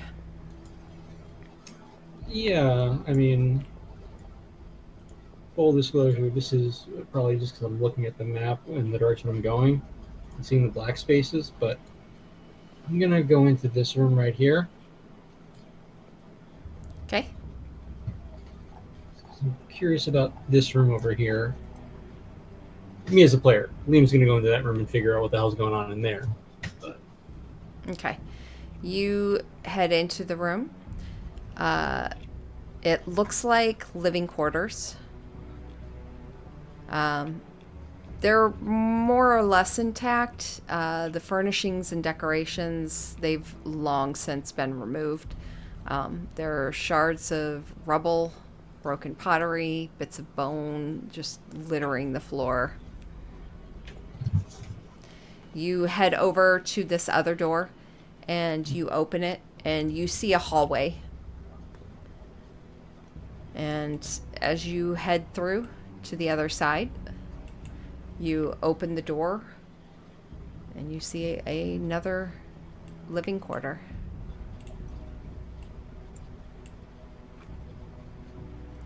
You weave. just as a general thing, do I find, like, aside from like rubble and like leftover remains, do I find anything of interest in these rooms? Not really. Okay. Yeah, you weave in and out of these rooms. They're empty. You're not finding anything of value.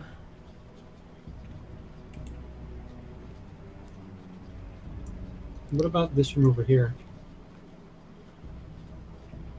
As you... Oh, yeah. Yeah, there's a door there. You head inside. Yep. Looks empty.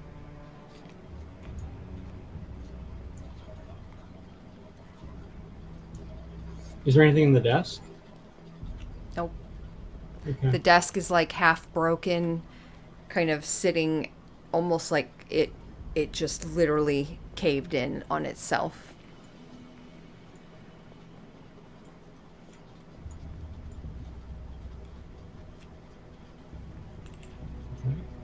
Next room Liam's gonna investigate is over here. Okay.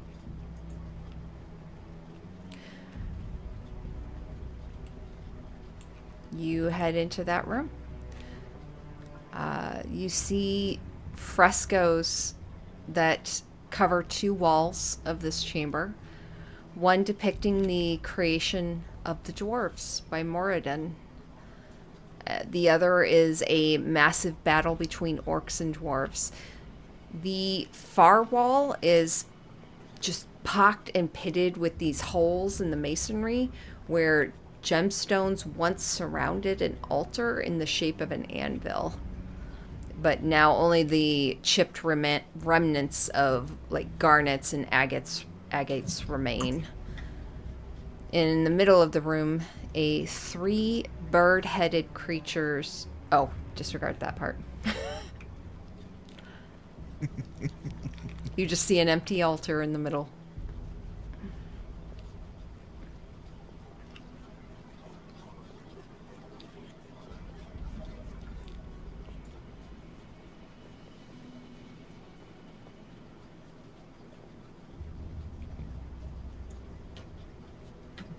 Can I investigate that empty altar? Does it sound like there might have been something there at one point?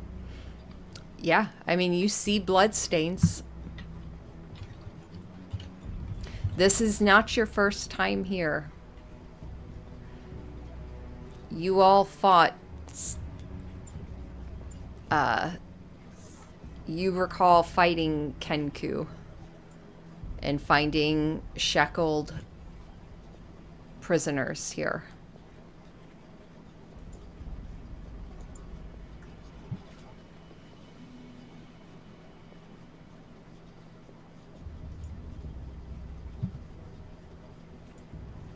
Okay.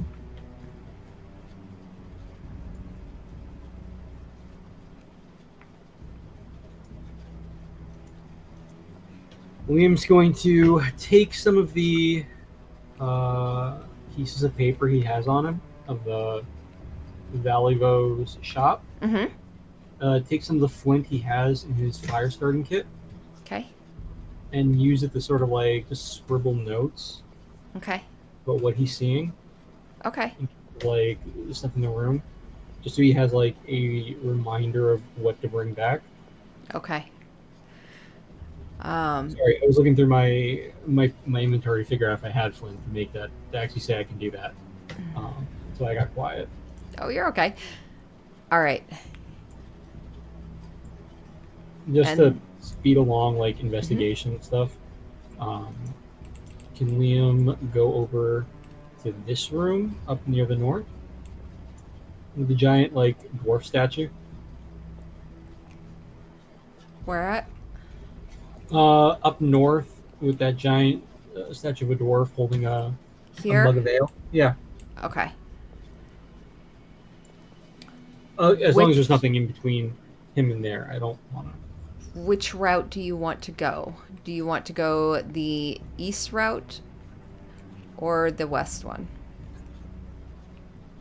Because from where you're at, you know that there's 2 routes. You can go down, around, up, and over, or down, around, up, and over. Right or left?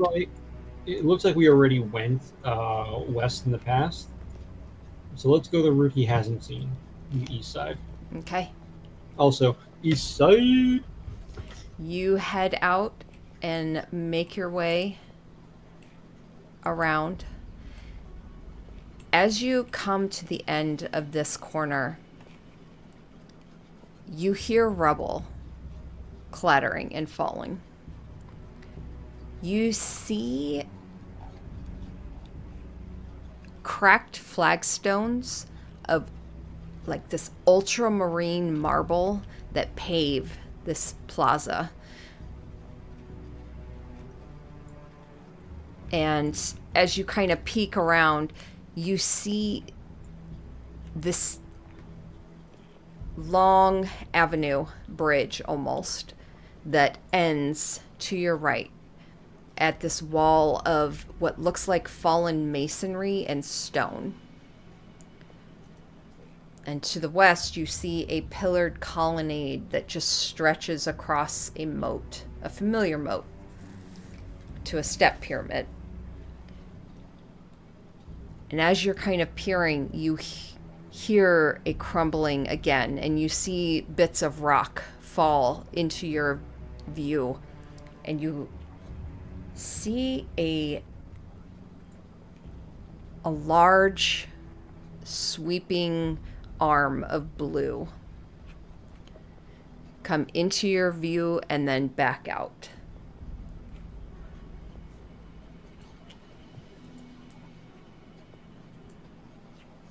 So there are two things I want to do.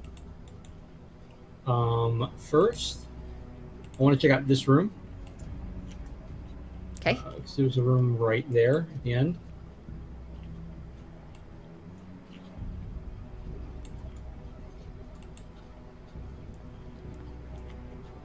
Right there. Okay. Yeah. Yeah, because there's Okay. a door right there. Yeah, go for it. You go into the room, and it's a living quarter. Same deal. Desk is broken. Nothing in there. I mean, this one's not broken, but there's nothing in these rooms. Gotcha. Okay.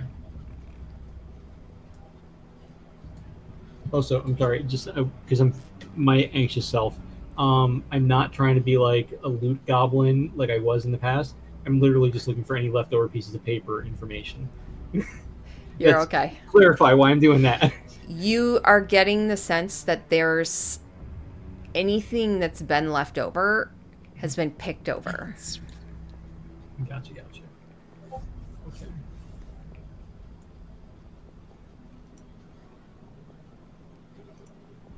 So I'm going to go back out and go back to that blue path. Okay. That arm there. The first thing I'm going to do, and this was like what I meant by I had two things I wanted to do. One was check out that room. Okay. The other is I'm going to pull out my scroll of Pass Without a Trace Uh-huh. and use it. Okay. Pull out the And scroll, and you start to read it. You feel the magic kind of swirling around the threads of it, forming as you speak this spell into existence. And the scroll, the runes alight on it, and then it disappears, and you cast it upon yourself. Cool. So I have a plus 10 bonus to my stealth now. Which means overall my stealth is plus 17. Yeah. Oh my for- gosh. Okay. All right. So I got to make use of this hour. So I'm going to stealthily go through this blue path and take a look at what that arm was. Okay. Let's see.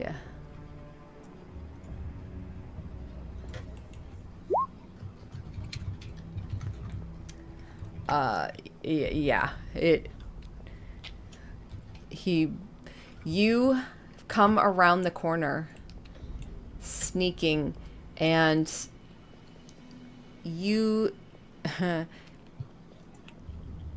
see a large blue creature who's wearing like a red vest, loose fitted pants. The bottom of the pants, these gray pants, almost like form into smoke at the bottom and kind of form together. And you notice he's drifting back and forth as he lifts a boulder, sets it aside, and you watch as he pushes it up with magic. And as he pushes it into the stone, and you watch him cast a spell, and the stone reforms back into what it once was. And you see he's got this big black bushy beard, and he has this kind of wrapped hat around his head with a nice big red feather pointed off the top of it.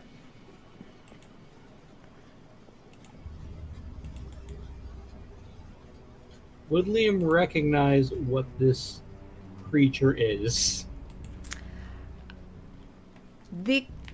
You are getting vague Mark, the resemblance player, has a suspicion based on that description. to your patron. That's Though what they look nothing alike, aside from being blue and floaty. Okay. I'm going to make a note of this. I'm going to come back. But I've got an hour of Pass Without a Trace based on concentration. So I want to make the most of it. Okay. So I'll come back to this later. Okay. I'm going to keep going north. Okay.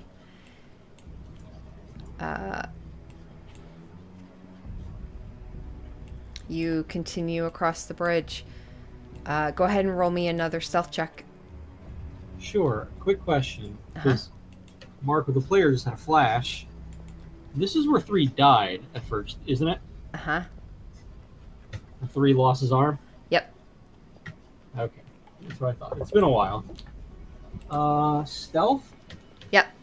28. Okay. You continue north and roll me a perception check as well.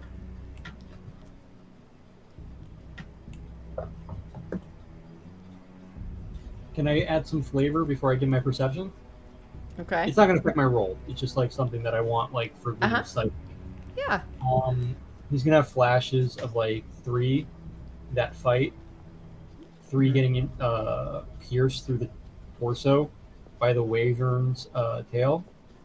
The feeling of almost losing 3. And his eye is going to start hurting. Okay. Pulsating with a bit of the headache. The room is going to spin a little bit for him. He's going to get a little disoriented thinking about this memory. And I say all that because his perception was a 9. Okay. And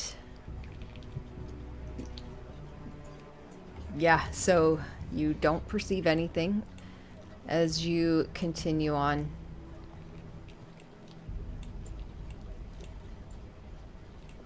I'm going to say you get to about here. And hiding behind one of these pillars, just to the north, as you sneak up behind one,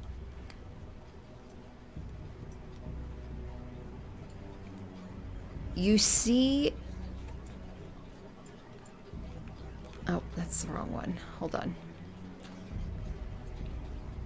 You see at the end... Well, the first thing you see movement. Familiar forms wearing the Howling Hatred armor. Beyond that, you see several streets that converge on this plaza, in the center of which stands a 30-foot tall granite statue of Moradin, grasping a great stone lantern in an outstretched fist. A bright light emanates from the lantern, revealing ruined shops around the plaza, their inner chambers extending into the rock. But this lantern lights a good portion of the area, the open area at least. but you see Howling Hatred initiates walking. Some of them are just standing guard and watching.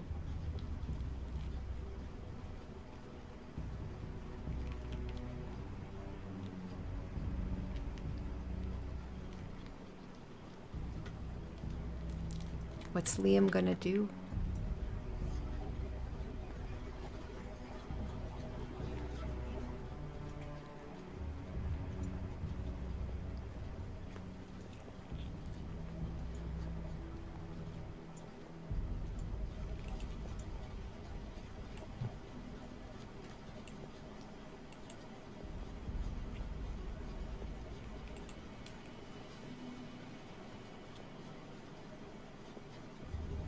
You still there? Yeah, no, I'm thinking. I was looking over my kit real quick. This was an idea I have, but I don't know how well it's gonna work. No, I can't do it. Because I already got Pass Without a Trace on. Okay.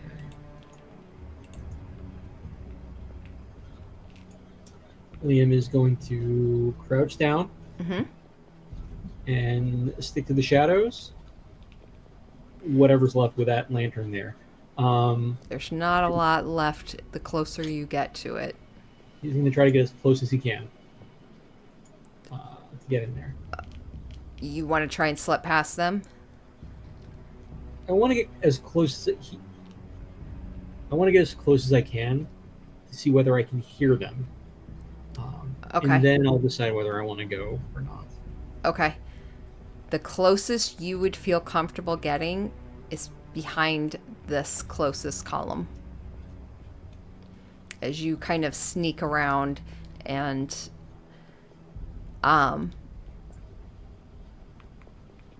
go ahead, just because roll me another stealth check.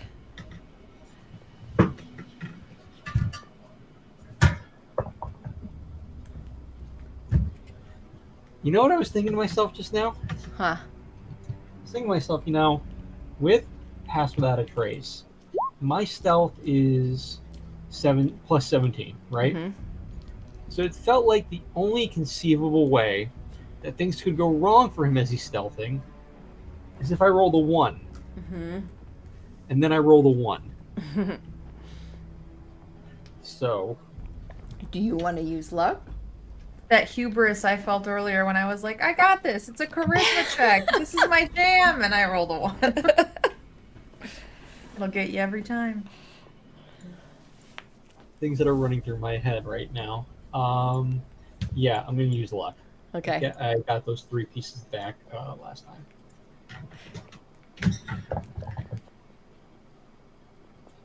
Okay, so that's a 31. Oh, frogs. Liam's so stealthy, he just stopped existing for a little while. Go ahead and roll me a perception check.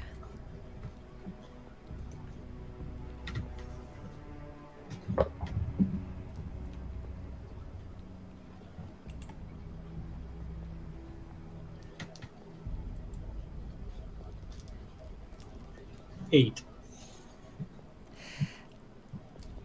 Do you want to use another luck? No, I do not. Okay. I see what you're trying to do right now. Oh, your inspiration. You That thought occurred to me too. are struggling to hear what they're saying. You can see them talking kind of quietly to one another.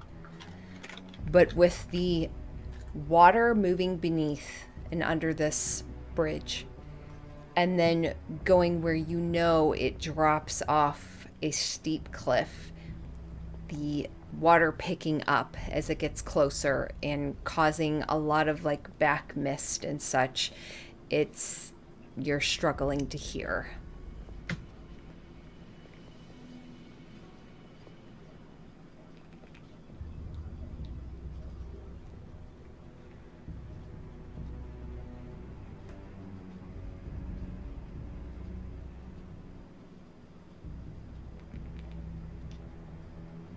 What do you do? What was that? What do you do? Much like Liam, I'm running through my options right now. One thing keeps screaming in my head, but I can't do 2 concentration spells at once. So I know I can't do that yet. I really don't want to waste the hour of like pass all the trace I've got.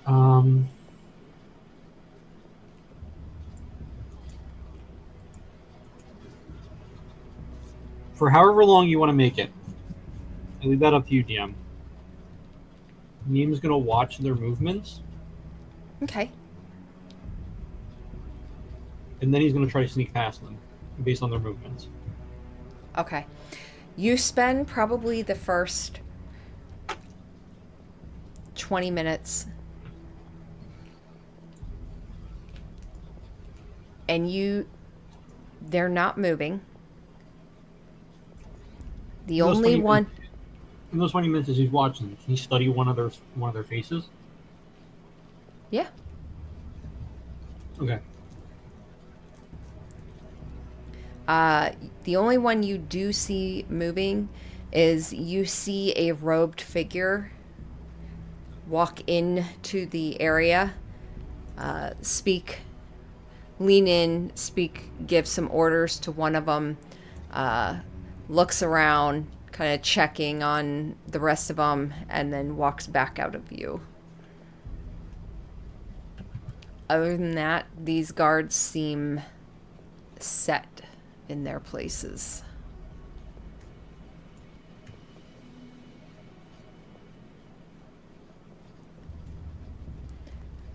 You continue waiting, seated. At one point, you start to feel a slight shuddering almost as you wait on the bridge. It's weird. It's like a muted boom, boom, boom, and it gets a little bit louder, and you swear you hear it moving under you.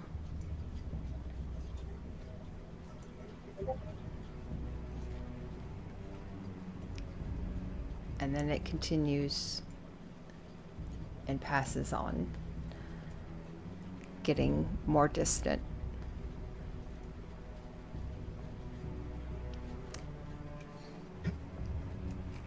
You hear that same occurrence happen again, nearing the end of your hour. So have you used up the whole hour just waiting there?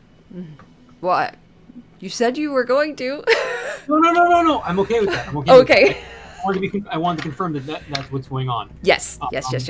Sorry. No. Like I said, I leave it up to you how long he's going to wait. Well, no. You choose how long you want to wait. Like, is there anything that's going to trigger you doing something else? Or, because I can tell you what happens. They're not going to move. That's what I thought. And no, it's not going to change anything. He's trying to be cautious right now. So the hour passes. He's lost past that trace. So he's going to think of something else right now. Okay. What he's going to do, just let me real quick delete pass without trace from my inventory. Otherwise I'm going to forget, and then I'm going to think I have it still in a later session. He's going to stop looking at them, turn around, sit or crouch back to the pillar. Okay. Wave his hand over himself, face, clothes, everything. He's going to say Demiurgos and cast Disguise Self. Okay. To cover himself in Howling Hatred garb. And make his face a mixture of different features of the 3 guards he was watching for an hour. Okay. So maybe like the eye shape of one guy, the nose, a mix of nose shapes of 2 other guys, maybe a crooked smile. He's only gonna have one eye, but he's gonna change his like bloodied bandage into like a leathery thing on his face. Change his hair from like the white brown it is to like a dark black. Change his armor and cloak to that of the Howling Hatred. Okay. And he's going to, at the same time after that, because I had to look at this to make sure I could do this. The Sky Self isn't a concentration spell. So, he's then going to cast... Well, first he's going to say, forgive me, I'm trying to like make my spells a little bit different. So I'm changing up the wording that I've chosen in the past. Bear with me. I'm trying to make it a little bit more creative than I had before. He's going to say, also bear with me because I'm going to probably butcher this. By Naid an Dalak Dub, and cast Silent Image next to himself Okay. of another Howling Hatred cult member. And he's going to walk side by side with him as though they're guards going down a route to go past them. Okay.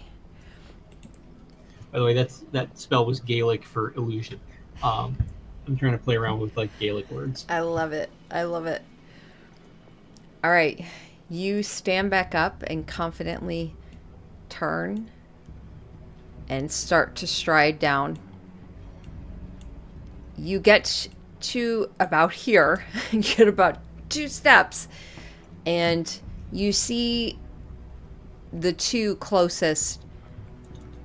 They look at each other, hold up their weapons, and instantly say, "Halt!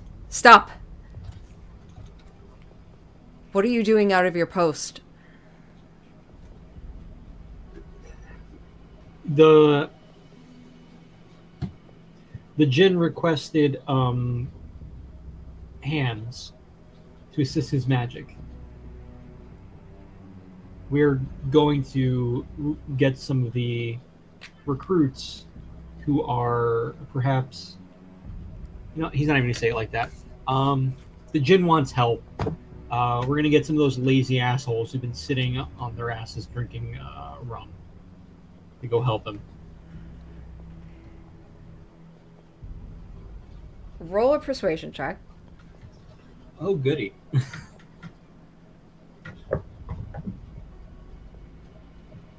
I will use luck for that.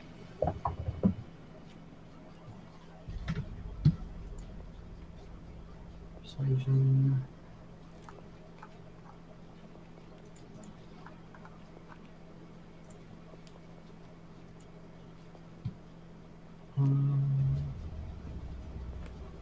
Just looking at something real quick.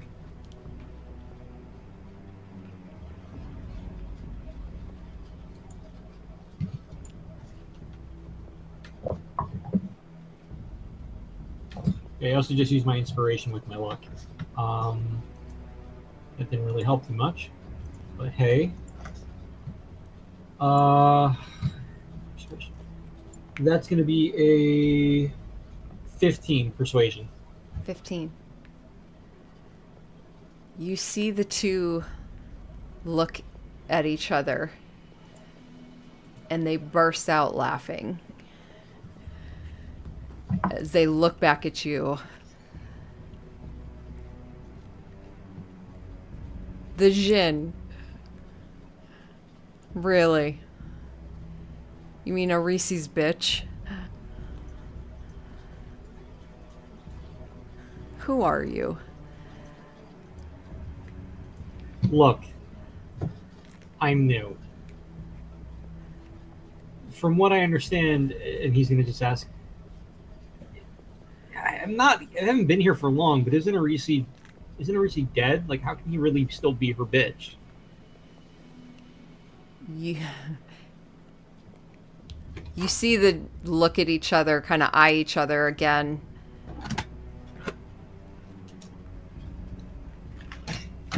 If you were one of us, you'd have seen her body by now.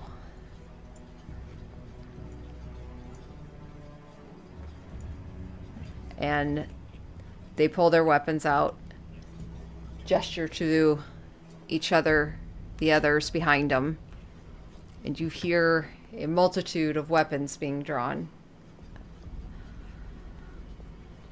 You are a rogue. You're fast, buddy. This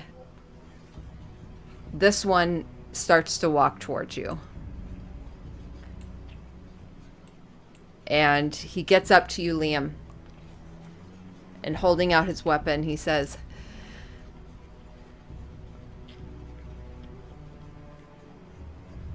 "You need more time on the column. You're not ready for that." And he gestures to the armor that you're wearing.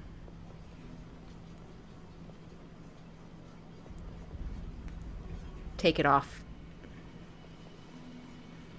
Liam will prostrate himself, remove. It's all illusion. It's all illusions. He's gonna take off his armor, which would still look like the Howling Hatred stuff, and say, "Forgive me, I'm new." Yeah, that much is obvious.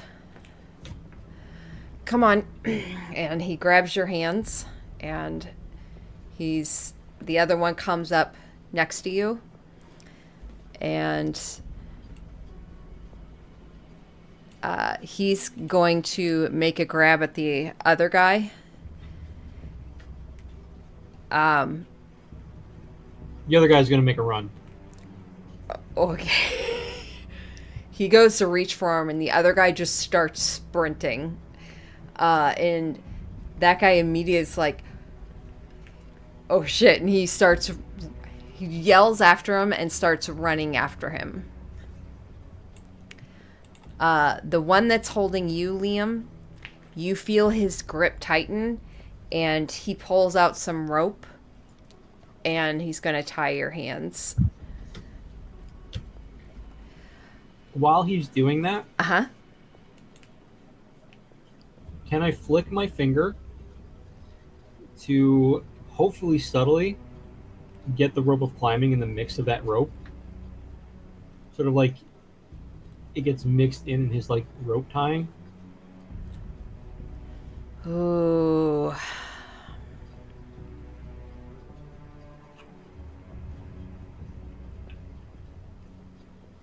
I would say to do that, to confuse it, because it should be a possibility, because there can be confusion, and this is a weird situation.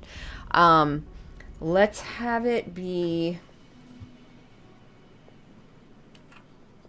Actually, I'm going to roll for this guard to see how distracted he is with what he's doing. You mind, someone just ran. Someone just bolted. Let's do...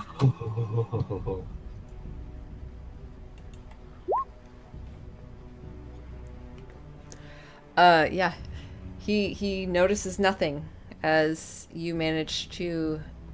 What are you having the rope do? I'm gonna have it like as he starts trying to tie it around me, tie it around my arms. The rope's gonna slip in and kind of mix in with his rope. So he'll like do a loop, but the rope of climbing will like take that loop for it. Is the rope climbing a verbal command? Is it? It is a command word, yeah. Oh, God, I've always just used it as like a finger thing, like directing it with my fingers. Crazy. Look, you. Hey, you call out DM all the time on it. That's fair. I'm looking at it now. If you didn't say it. I was thinking it at the very least. I was like, huh, I those saw are it words. go over to He's faced. Yeah. No, it's a command thing. So I can't do it. And going forward, I will remember that from now on instead of just like finger Well, can you pointing. try to whisper it instead? Like in the scuffle of things, you could still try and activate it, right? You're not wrong. There's a lot of movement, a lot of going.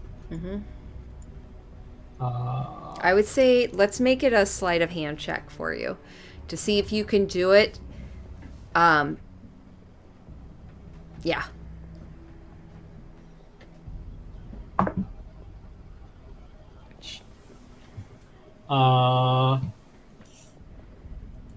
Do I get advantage or disadvantage because of like all this stuff going on?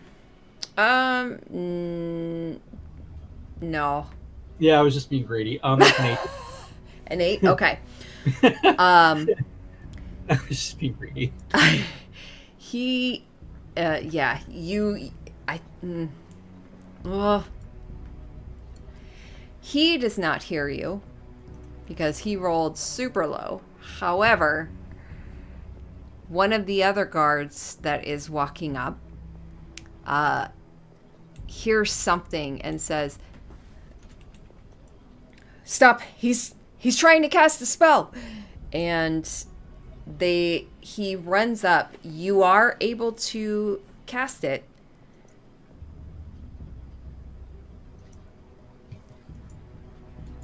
Anything you would like to do as you feel one of them notices, the other one got nothing.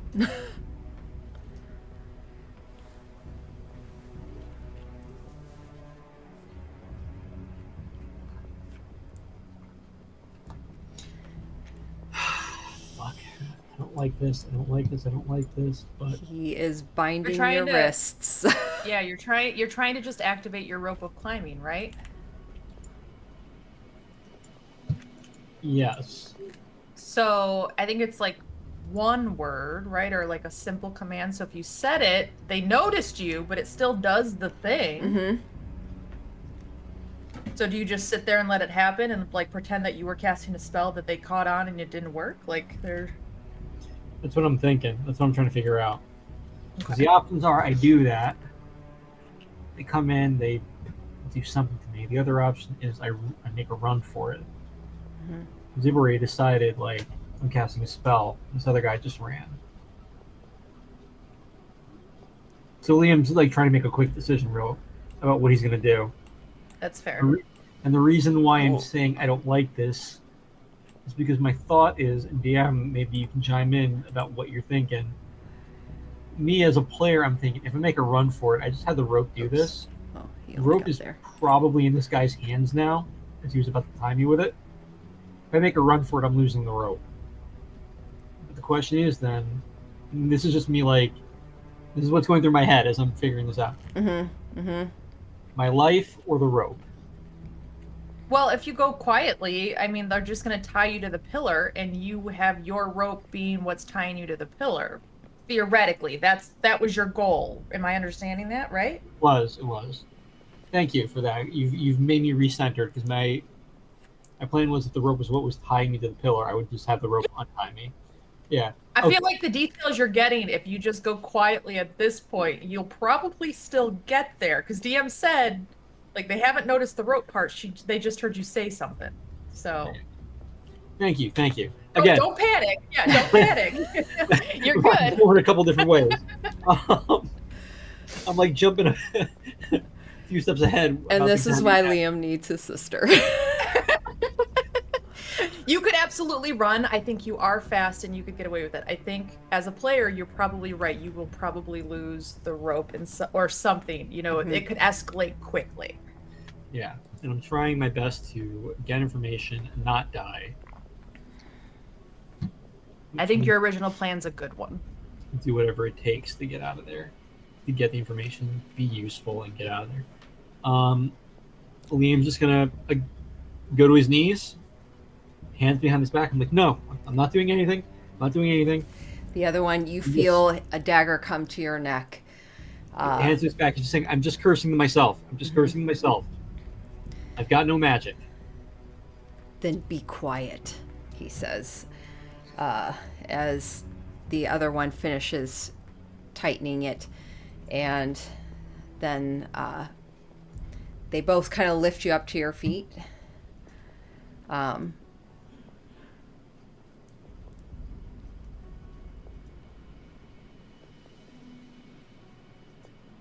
thinking, because it's a precarious situation for everyone right now. well, because I'm thinking, because you took off disguise armor. I mean, just 'cause I'm not wearing it doesn't mean that it's not disguised anymore. It's all right. We'll let that one stand.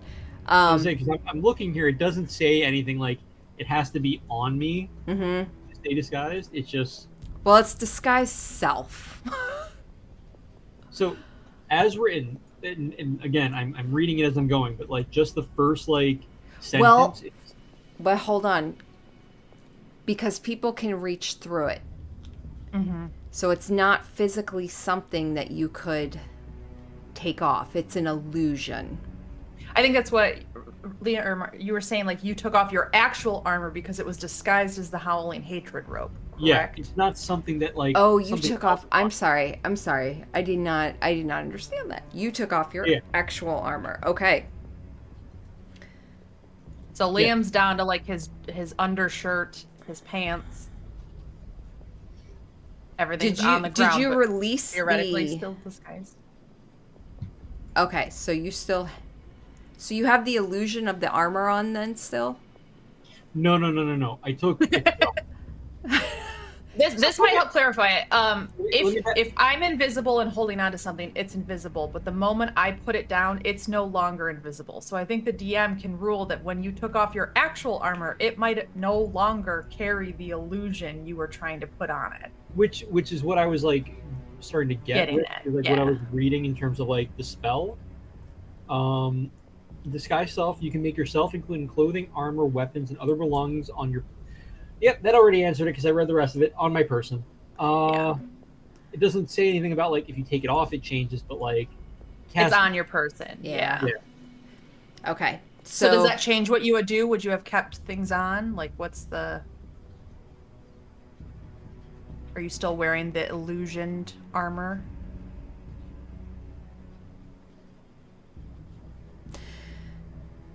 I think reaching through it, they know. Yeah, I think at this point, look, touched it, but like we're just gonna move. We're just gonna move on through that. Okay, going forward. All right, so you pulled off your leather armor. The disguise came off. They tied you up, and with your rope of climbing mixed in, and as he's tying, the other guy's like with the knife to your throat. He's like, hurry up. And he's like, I'm trying. It's a lot bigger rope than I fucking thought. And he finally gets it all tied off. And they each grab an arm and they are walking you back down to the pillars. You do wind up passing the other guard who comes with then. And he just reports, they got away. They're like, you let him get away. He, like, legit just kind of disappeared around the corner. Just gone. And they're like, you're pathetic. As they walk Liam... As they walk you past this first pillar, you see the body of Erisi Kalanoth that you could not see before because you could only see two back. And you see her chained to this pillar. Her form is just, it's in exactly how you left her. Dead eyes staring outward and just slowly decaying as they walk you past, and they chain you to the back of this one, so that you are facing Arisi. Hands chained to, or this chain kind of wrapped into the rope around your hands. They all kind of joke and laugh around you for a minute, kind of give you a slap on the face. Enjoy the air. When you're able to take only that in, we'll be back. And they leave, head back to their posts. We talked about how crazy cultists are thinking that you can survive on air alone. Like, fuck that shit, man.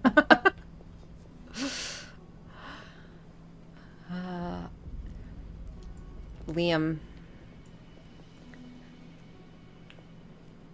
chained to this pillar,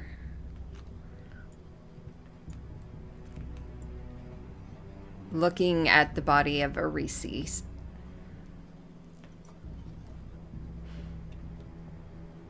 What are you doing?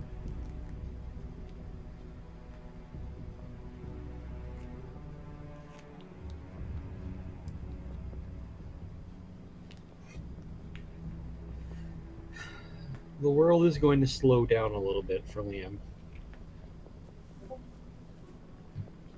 And by that I mean, like, he's looking, he's watching, he's gonna make a move. Before all of that, everything just kind of like feels like it's slowing down around him. Mm-hmm.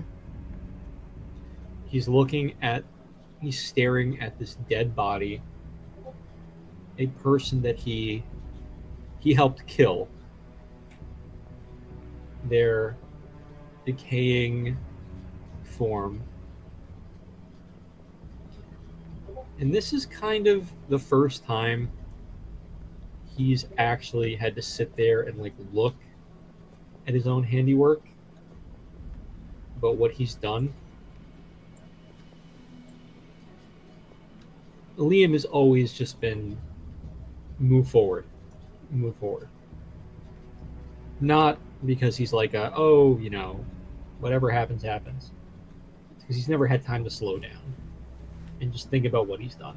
It's always just been next step. Let's just stay alive. Let's find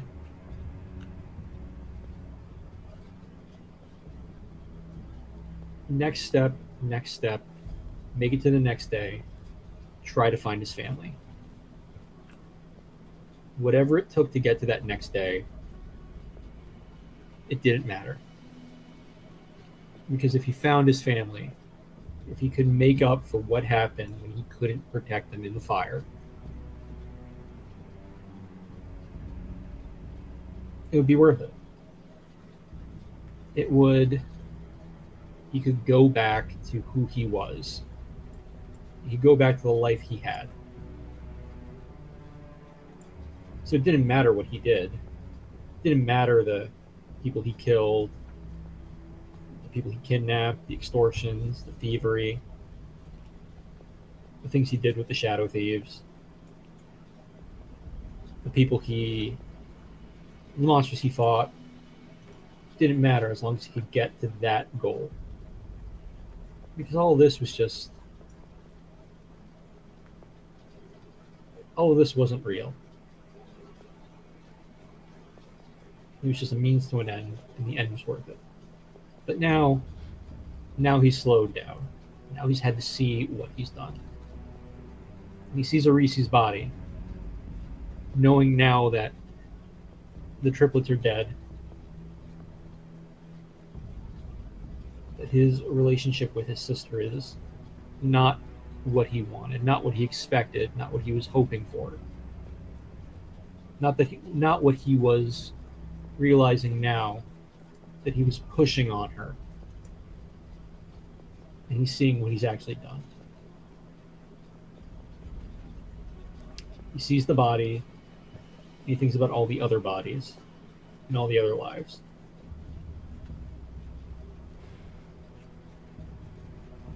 times. He Go ahead. he just freezes for a moment and thinks about the people he's lost. I'm now forgetting a name because I'm a terrible player and I can't remember shit for shit. So give me 1 second. I'm gonna come up with a name real quick out of the thin air. Kendra, because I can't remember shit from our first year. He remembers Kendra. He remembers 3 leaving, Flick. Even those losses weren't really. They hurt, but they weren't anything because he was still trying to make that one goal.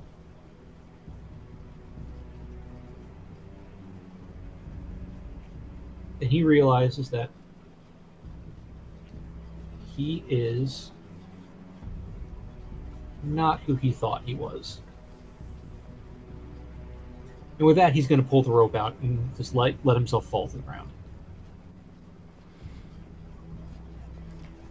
As you go through this thought process, time for you seems slow. Your vision kind of zeroing in on Arisi as your thoughts swirl on all of these things. For you, it slows. For the rest of the world, it goes by quite quickly. As you hang there for several hours. And actually, go ahead and roll me. If I could also just throw out there, the entire time it's happening, his eye is hurting more and more. Roll me a d6. D6? Oh, snap.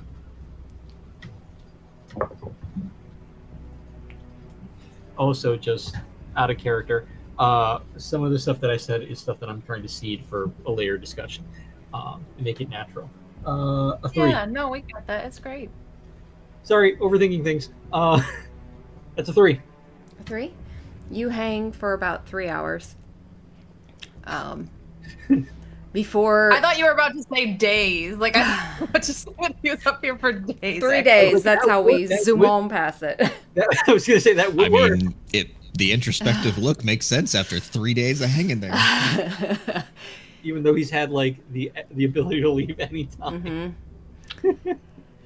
And your thoughts just completely zoned out until you finally come back to yourself.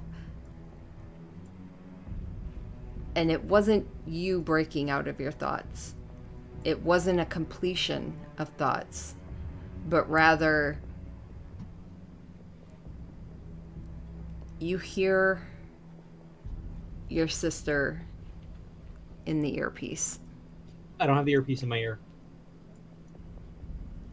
Oh, you took it out? Yeah, I took it Yeah, out he last took it out at the first Okay. time. Yeah. and put it in my put it in my pocket. Okay, then disregard. You managed to come out on your own. And you slip out. Where do you want to go? Well, first he's going to say to himself, when did I become a monster? And ooh, doggy, what am I going to do? Okay. So, let me understand this. I took off my armor.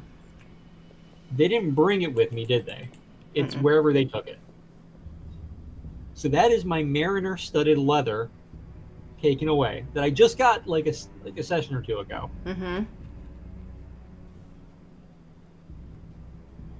So I can't swim the way I wanted to. So I can't go in the water.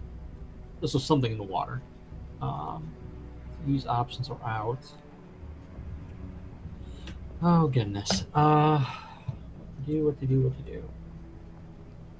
I don't have pass without a trace. I don't have leather armor.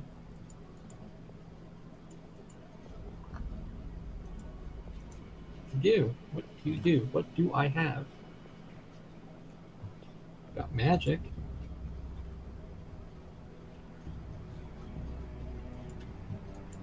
got magic. Can I do that?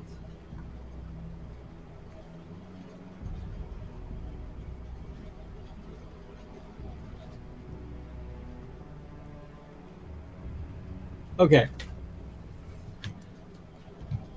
I'm gonna ask Rule of Cool or DM's purview. If I threw Talon and it ended up somewhere, could I still activate Genie's vessel and pull myself into where Talon is? Because it doesn't say either way, and I don't know if the wording really like allows it. Because the wording of Genie's vessel, bottled respite or respite rather, is you can magically vanish and enter your vessel, which remains in the space you left. So if I threw it and it's in a certain area, and I go into it, would it stay there? And I can only use this like, what is it? Once per long rest. So I can't like cheese this as like a teleporting thing.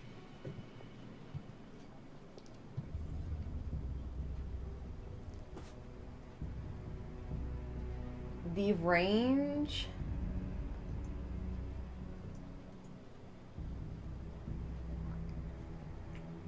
It just says reach. So,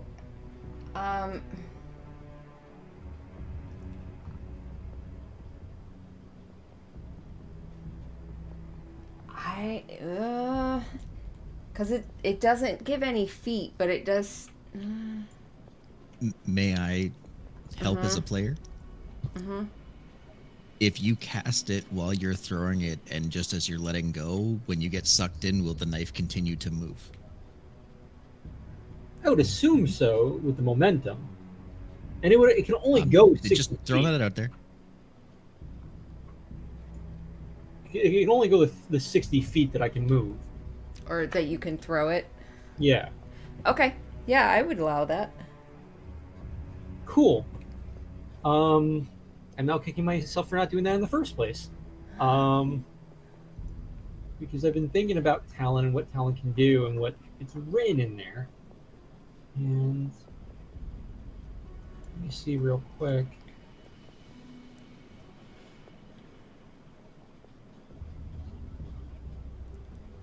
Yeah, that one's got some weird wording choices, doesn't it?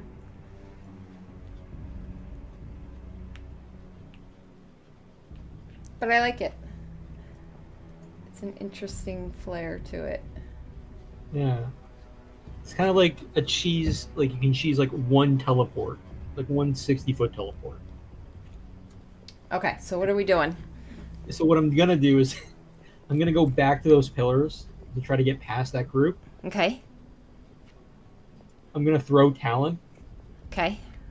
into the wall behind them. Okay. So Cast. let's start with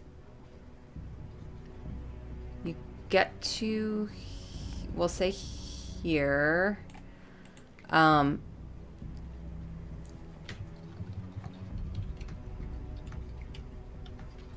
So roll your first stealth check.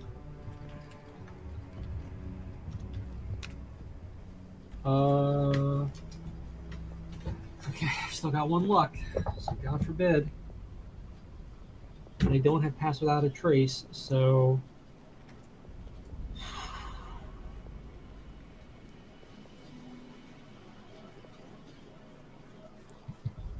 okay. Still. 16. Okay.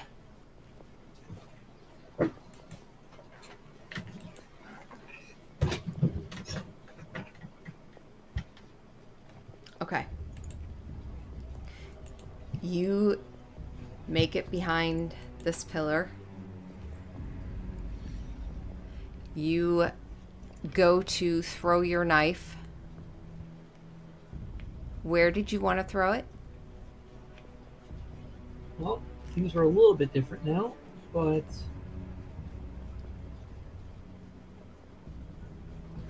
right here. Okay. I was hoping I could get it into a wall, but I'm 5 feet short, so.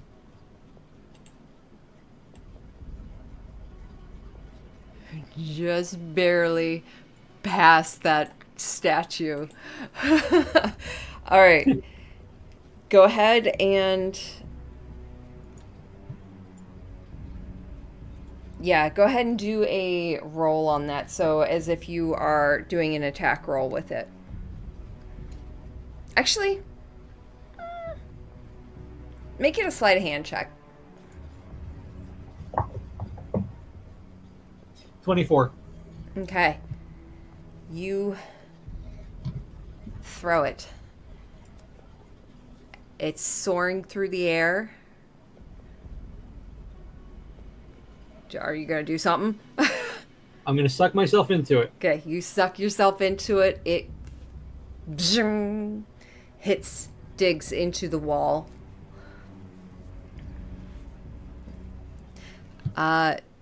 You find yourself within the peaceful area of your patron.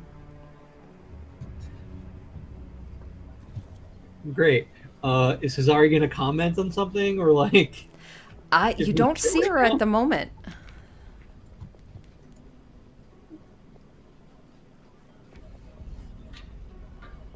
Liam is just gonna. Thank God I can't deal with that right now. I can't deal with being like lectured right now. And he is going to stealthily, now that he's behind these guards, get out of Talon and try to move move from where he is into that like corridor. Okay. You're going to come out of the knife right there. I mean, what else can I do? I can't move the knife anywhere. Okay. Because I'm not out there, and unless like they pick up the knife and take well, actually, I can be in here for 8 hours. I don't want to deal with Hazari.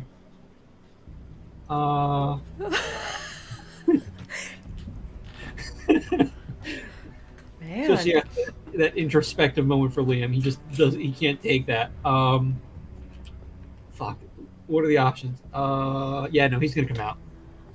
Okay.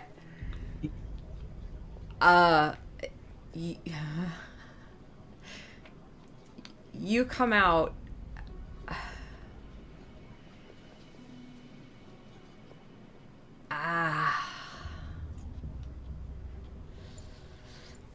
Okay.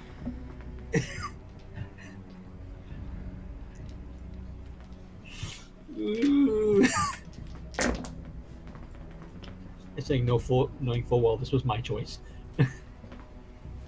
Yeah. This one and this one immediately call out and notice you. And they see you and just, how did... Before they can even say draw anything, weapons. Before they can even say anything and do anything, Liam is going to quickly, now that he's got Talon in his hand, cast Control Winds and just blow a gust at them to get them away. And he's going to run. Okay, which way? North. I'm sorry, so Control Winds... Oh, sorry, the wind is going to be pushing them south, and he's going to run north. Okay. So where does the wind start from? From here. From where you're at. Okay. Yeah. So you pop out of here. Wind immediately... How wide of a thing is it? It is 100-foot cube. Okay. And I'm in the center of it. Okay. So, and then do these people need to make strength saving throws, or do they just have a disadvantage, or? They have disadvantage on their attack rolls. Okay. And since I'm making it a strong gust against them, they have to spend an extra foot for every foot they move. Okay. So with that, we're going to have you roll initiative. Ah, fuck.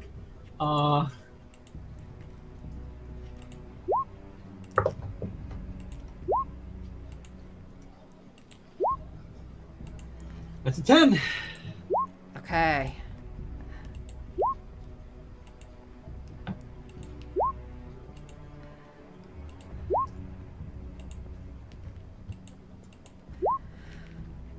Okay. A lot of guards. It's a lot of guards. Okay, let me add you to the turn order. Add. And you got 10.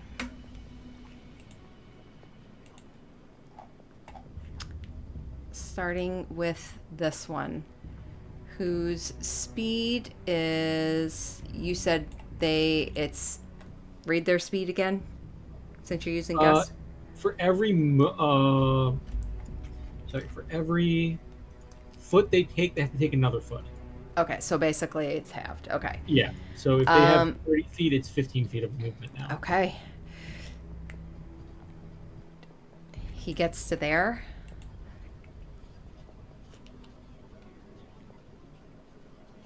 And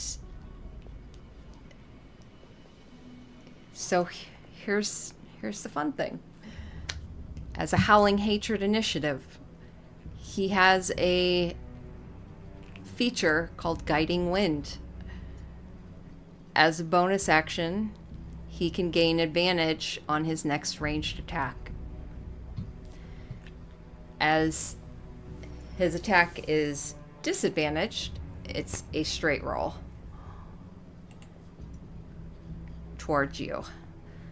So he's pulling out 2 daggers, and he's going to throw one. Fuck it, totally misses. That is his turn. This one down here, 5, 10, 15. Same exact thing. That's an 18. That definitely hits. All right, so 5 piercing. That's his turn. You're up, Liam. Liam is.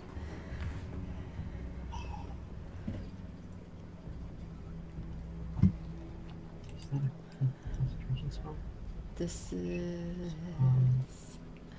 Let's do a little more. Do this one.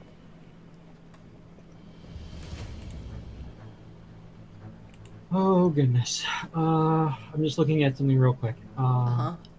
Yeah. Okay. For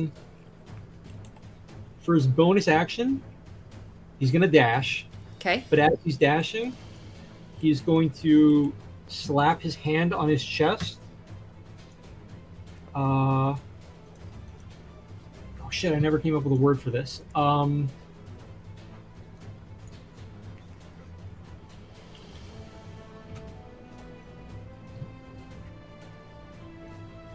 He's gonna slap his hand on his chest and just say, I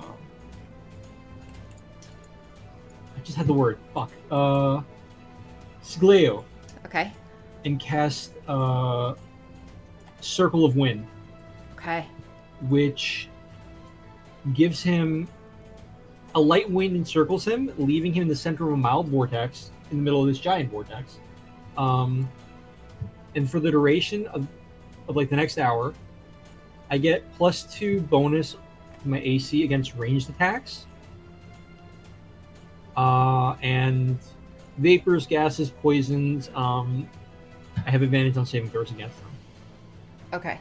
Is that a part of your feature, or is that a spell? That is a pact spell, 2nd level.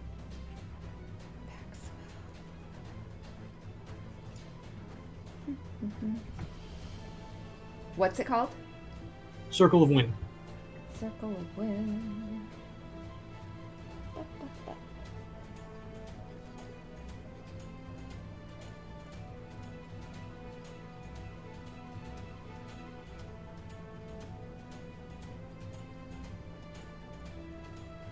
Why am I not seeing it on here?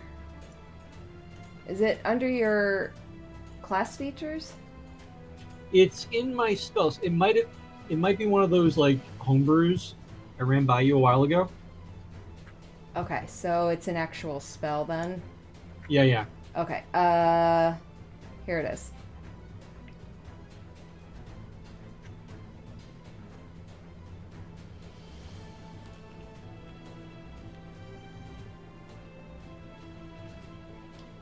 Okay, great. Also, I need you to roll me a Constitution, or yes, Constitution saving throw.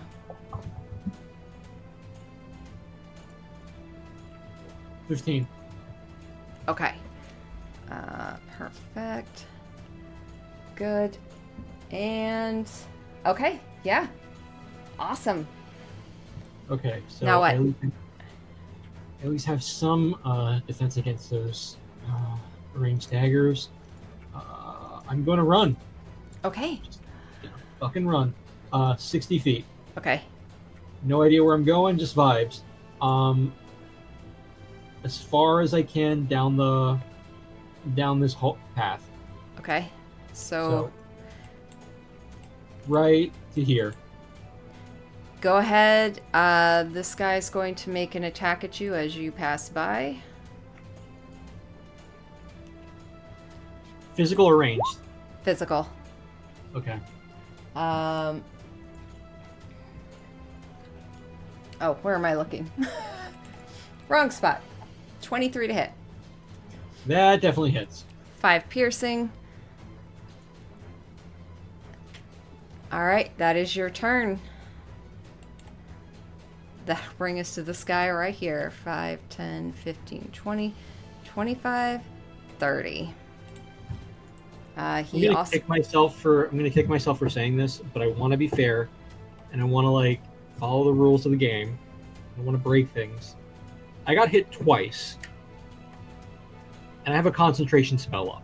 Yeah, that's the first one. What the first saving throw was for that. Okay. Did I do that right? Is that supposed to be a wisdom? No, it's Constitution. Yeah, it's Constitution. Okay, thank you. Yeah. Okay, yeah. So yeah, you succeeded on the first one. This guy comes up and around right next to you, and he's going to make a hit. If you want to go ahead and roll another Constitution saving throw.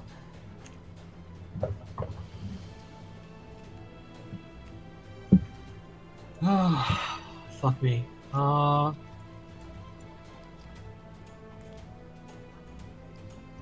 it.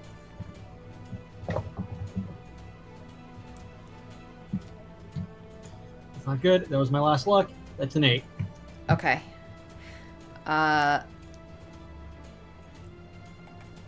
Control Winds comes down. This one makes a swing at you. Ooh, 22 to hit for 3 piercing. Same guy? This guy hadn't swung at you yet. Oh, because he took it in. I was running by him. So Yeah. it left me up Yeah, you were running by the other guy. Okay. That is that guy's turn. That'll bring us to this one down here. 9, 10, 15, 20,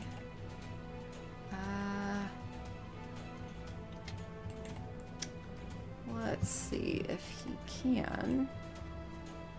Nope, he cannot. Okay, that is his turn. Not 5, 10, 15, 20, 25, 30. Runs here, and he's going to make a dagger attack at you. He misses for a 6. That is his turn, as the two of them who know they are meant to guard this hallway shore up against each other. Okay. Bring us to this guy down here. Hi, hurry. And is he close enough? He is. Just barely. He's going to make a ranged attack with his dagger at disadvantage. Ooh, but that's still a 19. Why is it a disadvantage? because he's far enough away. Gotcha. I thought it was because of like you thought Aegis made them No. have a disadvantage. I was like, no, it just gives me +2 AC. Yeah. So 5 piercing.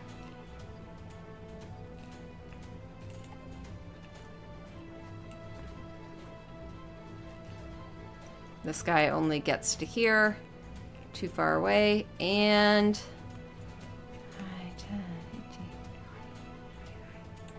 he will also make a dagger ranged attack at you. Ooh. Well, actually, I don't think his are.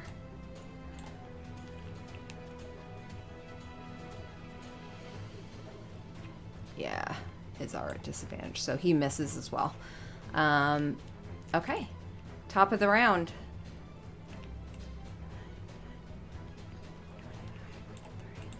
Another ranged dagger attack. Ugh, 6. He misses. Next one. Oh, that's this guy.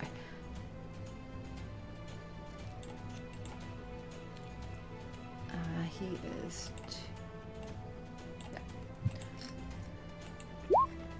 that's a 7. He misses. You're up, Liam.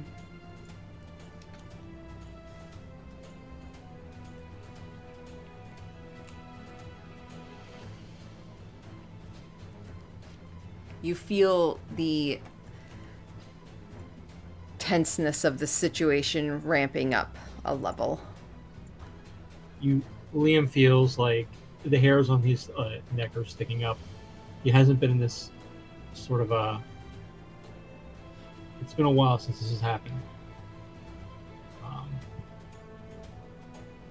Only thing he's thinking is he has to get out. He needs to get away. Unfortunately, I don't have any spells that let me do that. No, but remember, as a rogue, you got your cunning action, so you can dash as your action and dash as your bonus action. You could go super fast. You could disengage too, but just know that you can like dash essentially twice on a turn if you don't attack. You just got to keep running.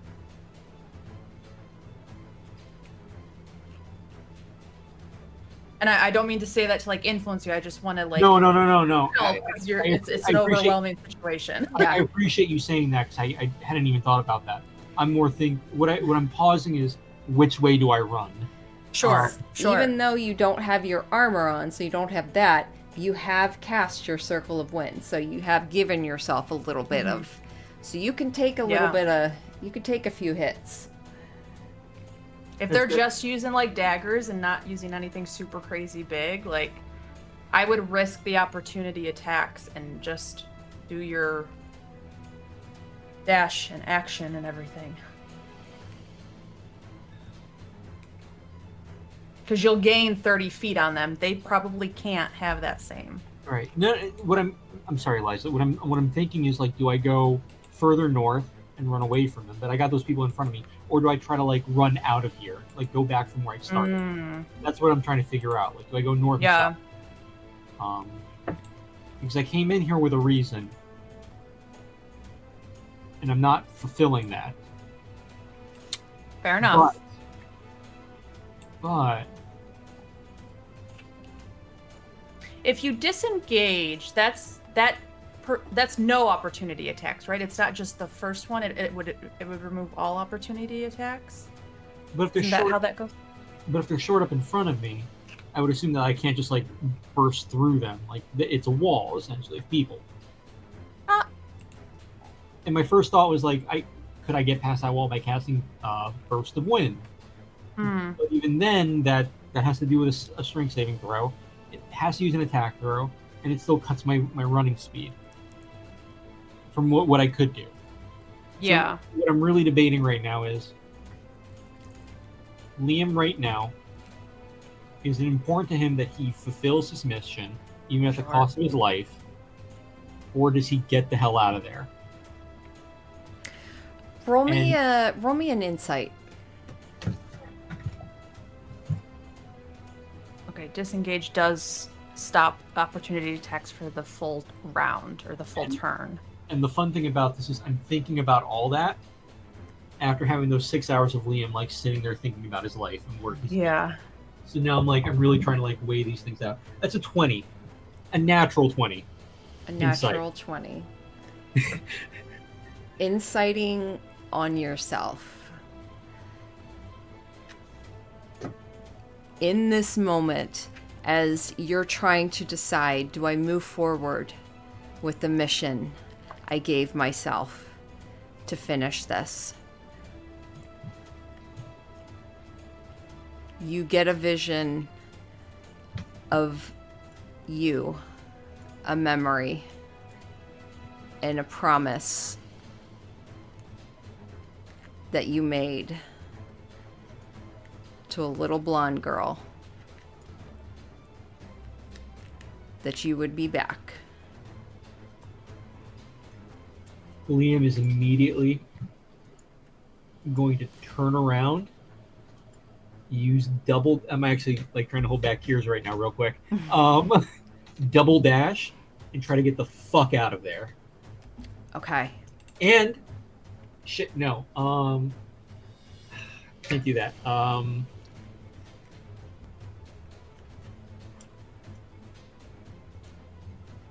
As I'm double dashing, would you let me throw an item away as I run? Like just toss something out? Yeah. This isn't something to hurt them. This is just trying to get rid of something. I mean, is it something you have to unlatch or dig for? No, it's something that I've had. If it's, you know Okay, what? Yeah, it's good. Okay. It's fine. Okay, I'm gonna double dash and I'm going to throw Wind Vane away from me. Okay. And I'm gonna use that as bait. That's where I'm asking. Wind Vane's like a big old object inside of your Yes. Jonathan. Yeah, this is why I was like, would you let me do that? Because this is just like me baiting them away from me. I think you need to decide whether you want to run full bore or you want to take the time to dig in, and because you either have to go digging for it or you have to ask Jonathan to give it to you. And you either need to focus on running or you can run some pot and take this out, I think. I think that would be the fair. That's totally fine. That's what I was asking. Yeah. And immediately I was trying to be a little sneaky by asking, can I throw something out before doing it? Oh, you're okay. For my own reference, because I'm still trying to wrap my head around this double dash. Yeah. Does that give me 90 movement or 120 movement? I'm assuming 90. What your normal movement is? 30. 30. With a dash, that's 60. Mm-hmm. With a second dash, I'm assuming that just puts on another 30 on it. Correct. Yes. Yeah. Okay. So That's what I thought. 90. I didn't want to do 120. I wanted to be sure about that. Yeah. 90 made sense to me, but 120 was like running in my head. Okay, I'm going to run full tilt 90 feet south. Okay. So that'll get you right there.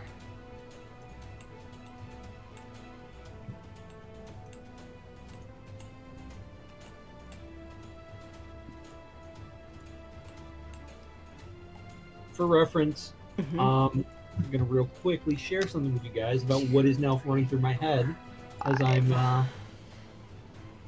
5 of these guys, while you're doing that, are going to make attacks at you. Oh. No, because you did double dash. This is the song that's running instead through my of head. disengage, right? Correct. Yes. Okay. Okay. Great. So 1.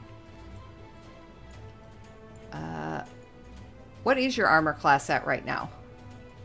13 naturally, 15 with against ranged attacks. Okay. All right.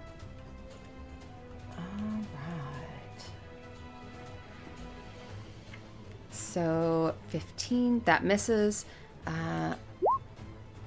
23 hits for 5 piercing. 2.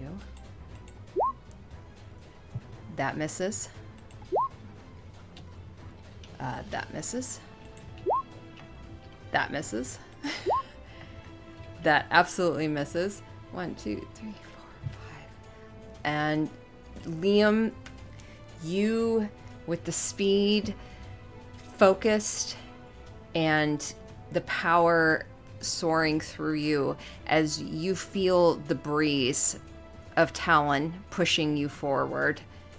You feel your speed as you move, run, run, run. You feel a couple slices, but you manage to dash and just bob and weave past all of these initiates who were not expecting you to come running back at the speed that you were.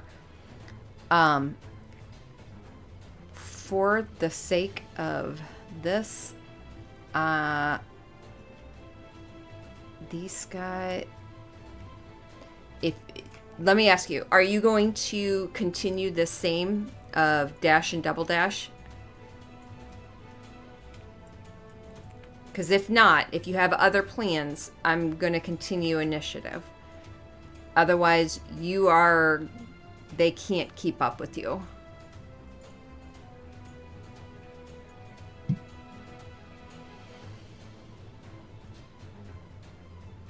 I'm not going to fight. I'm just wondering, like, am I going to run? No, it makes no sense to do that. He's just going to run the fuck out. Okay. All right. Bleeding a little bit from the injuries he has. A little more. He's even more haggard than when he started. But he's getting the fuck out of there. Okay. Running through the temple once again. This feels eerily familiar as you run, your feet slapping against the marble. You hear the voices calling out, echoing along this massive cavern. And you start to hear other voices start to join. The alarm has been sent. And you hear feet slapping against marble coming from all angles. Do you go out the way you came in?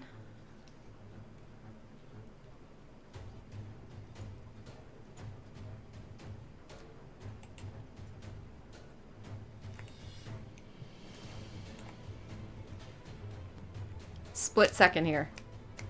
I know. Fuck, yeah. It's the only other way he knows how to get out. Well, you know that there is an entrance over here to the, where that is where you initially entered this temple way back when. Where was it? Over here. Hold on, I'm not seeing it on the map. Far right. Just go straight right from where you are now.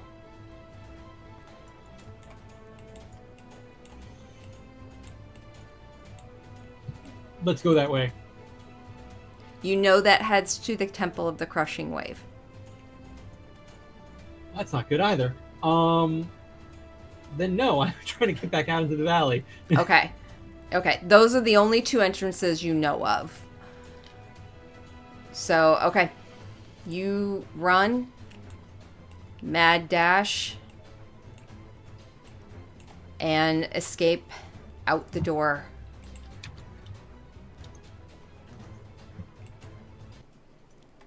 Back into the canyon. My God, Liam. You make DM so nervous sometimes. It's not intentional. No, it's great. It makes for a really great story as you head back into the canyon. As you do, you dart out. You start to run down Knife Point Gully. There is a brief moment of fear as you burst up the stairs and out into Knife Point Gully. of what you will find out here, of whether you'll see a massive demon and his hag. But as you come out, it's Hold empty. on, before you say that, I just want to say real quick. Liam's going to charge ahead. He's going to have that thought that he might run into a demon, but at least he knows the demon isn't done with him. Okay. Because the demon said that last session. Mm-hmm. So it's either the Howling Hatred, which is going to kill him, or the demon who at least has a use for him. All right. And you run. You run down Knife Point Gully and into the Sighing Valley. Where does Liam want to go from here? Well, first off, he's going to keep running until he knows no one is following him. Okay. Let me throw you onto the Sighing Valley map so that you can kind of remember where. So you came out right here. That is the opening of Knife Point Gully.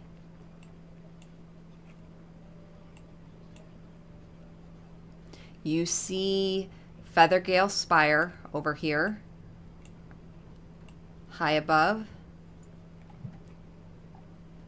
And you kind of see some familiar plateaus and such. You see at one point soaring high above these massive vultures.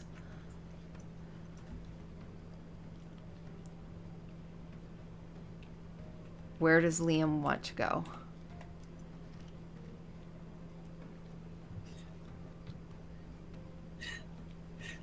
The past 3 sessions have just been Liam like getting fucked up. Just progressively more and more haggard and like injured and fucked alone. I'm just reflecting on that for a moment. This has all been like what, 2 days? Mm-hmm. Once he's sure no one's following him, he's gonna still be running, but he's going to. It is. Oh, by the way, it is pitch black out. It is nighttime. Yeah. So he's gonna keep running until he's sure no one's behind him, and once he's sure, it's gonna. I'm trying to struggle. I'm struggling to find the words to describe this, but it's essentially, you know how those people like they'll run, but their momentum carries them so much that even when they want to stop running, their body just keeps moving. So it's just sort of like they fall forward. It's gonna happen to him. Okay. He's just gonna into the ground. Stumbles, just kind of tumbles forward into this hard orange-red dirt and rock. Dust of it kind of filters up around you for a brief moment. You feel these multiple slices in your skin. The place where your eye used to be is pounding.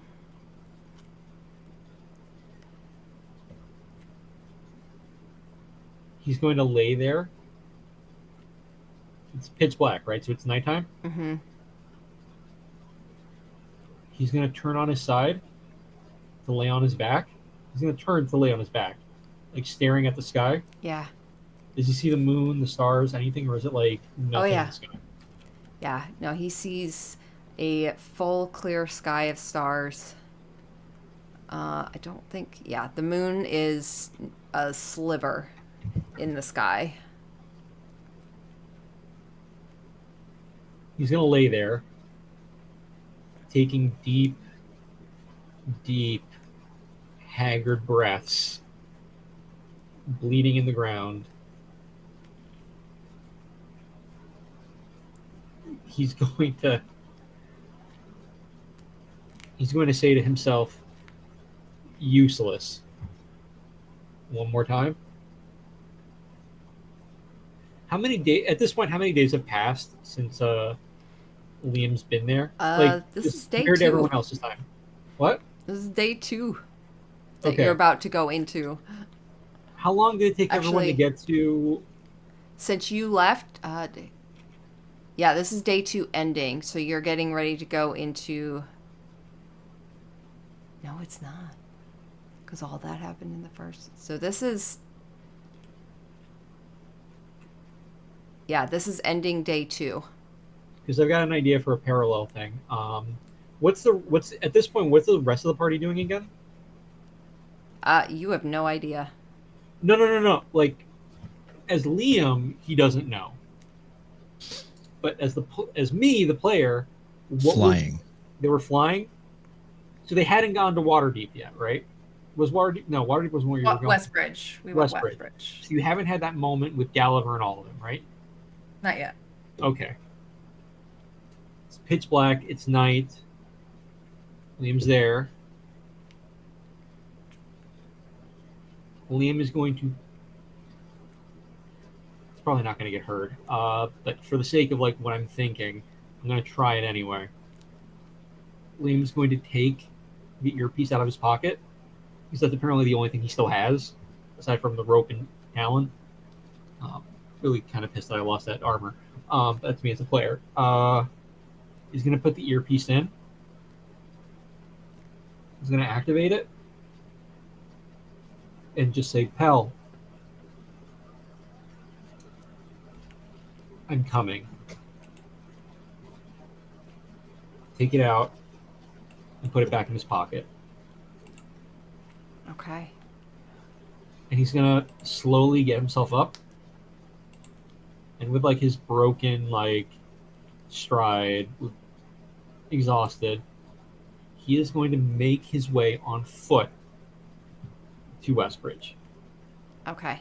Now, whether you want Pell to have heard that, and that's why Pell was upset at the dinner, I'll leave it up to you. But that's what I'm throwing out there. Okay. So, okay. Hestava would have been the one to hear that.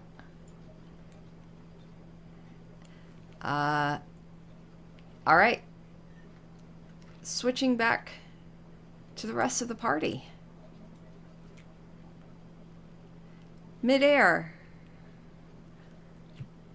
Heading towards the Also, just want to say for real quick, unless you decide anything else wants to happen, the rest of Liam's time that was spent between like while they were traveling doing all the other stuff and he was by himself, it's just him walking to Westbridge. Okay. All Timing wise, I'd probably say that's after we left. What, left Westbridge? Yeah. Yeah. Yeah.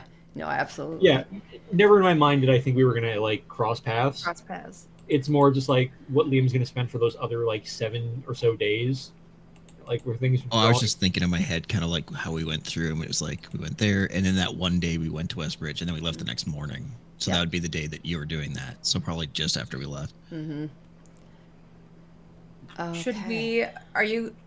Do you go on passive perceptions whether we heard Liam talking to the earpiece in the middle of the night? Because Nina's sleeping in it for sure. Oh, you kept I didn't- Rowan's? I Yeah, didn't want to okay. like say whether you guys heard it or not because I didn't want to mess with the timeline that you guys already established. That's was just okay. like- Well, we didn't do anything differently. Yeah. I think Nina would just Um, and I have a low passive perception. That's why I was going to offer that too. yeah, absolutely. And I'm wearing the other one, so don't ask me. You're wearing the other one, so you're okay. Wait. Who's got them? Because I show Liam, Hestava, Nina. So Parsonus no longer has one. Correct. Nathan has Parsonus's and I took Rowan's. Okay.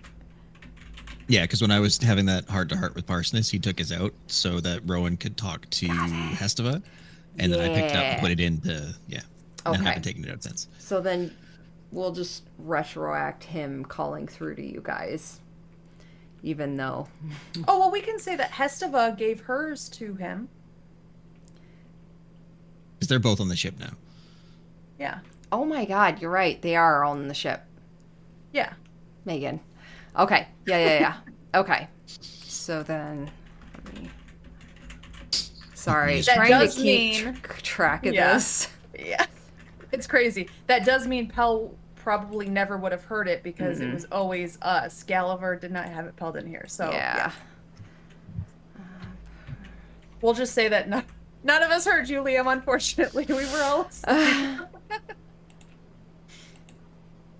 Okay.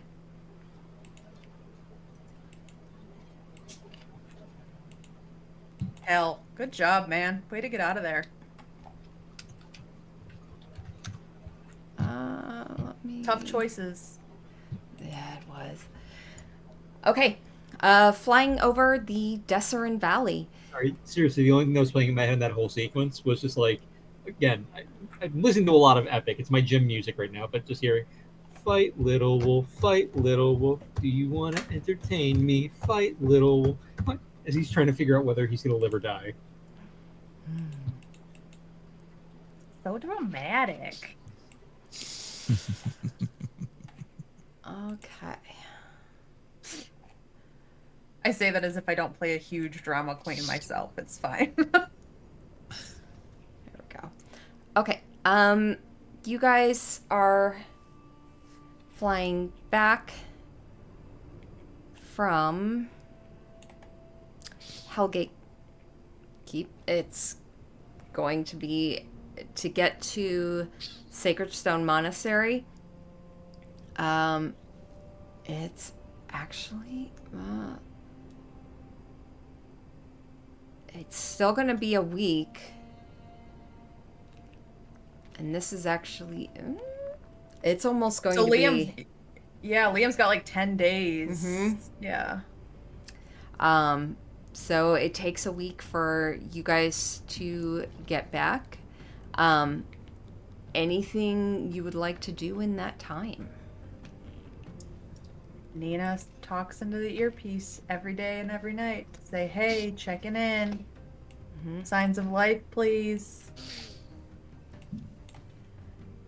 Liam's earpiece is in his pocket. He's just mentally one foot in front of the other. Get to Westbridge. 1 foot in front of the other. You made a promise. Do it. You useless bastard. Don't. Doesn't it only take like 3 days though?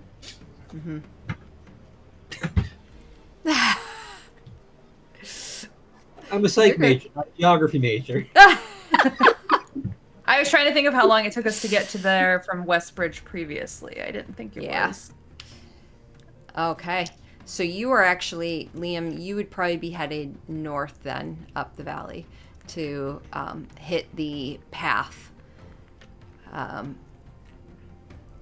The rest of you spend a week flying back towards the Sacred Stone Monastery.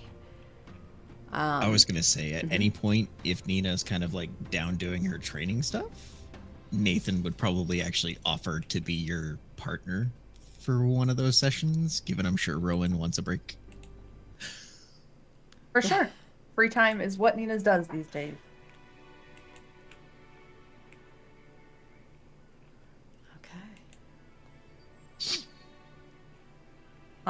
It's just like basic martial art training that she's doing. It's not anything fancy, but it's unarmed strikes. Yeah. She'd probably throw in some acrobatic shit, to be honest. Like firebender type wielding things, but she's not doing magic. Let me think about this. Actually, you know what? Roll it to hit, like a couple.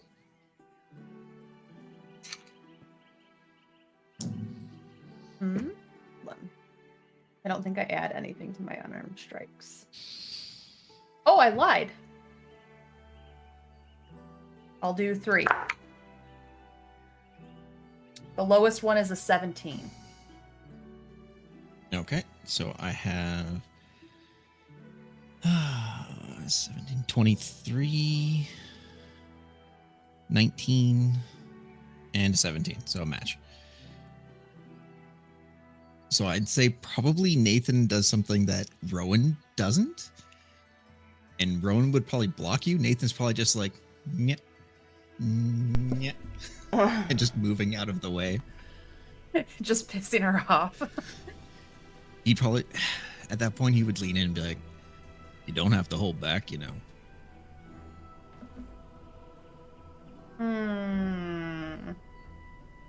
I think she tries to hit you in your face. Yep. And the 17 match, I'd say you probably hit because meets it beats it. Okay. Yeah, the highest one out of them would have been a 21. So, yeah. I think she does, and then the moment she does, she goes, ah! See? I'm working on not losing my temper, and that wasn't what I meant to do. He just smiles and looks at you. Really? I'm still waiting for it to hurt. I said don't hold back, and he just waves his hands at you. Why are you doing this? I'm trying to take this seriously. Because you need to blow off some steam, apparently.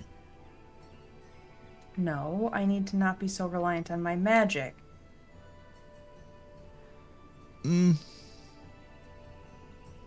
Okay. So, why do you feel like you need to be useful when you don't have magic? It's not about being useful. It's about not being somebody else's puppet. And my dad always taught me magic's one thing, but having control over your physical self is what keeps them at bay. Right. So I'm trying to not rely on my magic. Okay. But how does that stop the whole mind control thing? You know how sometimes I can take a really big hit and my spells don't waver? I can still stay flying or whatnot? Yeah, absolutely. Right. Well, I imagine that there's something similar with what they're doing. I can keep them out if I choose to will, and I can flex that, practice that. You're cutting in and out pretty badly. I don't know why. Still? Mm-hmm. Hello? Aye. Can that help? It's like you're talking, but it goes like into this kind of. It might be an internet connection and not a. Yeah.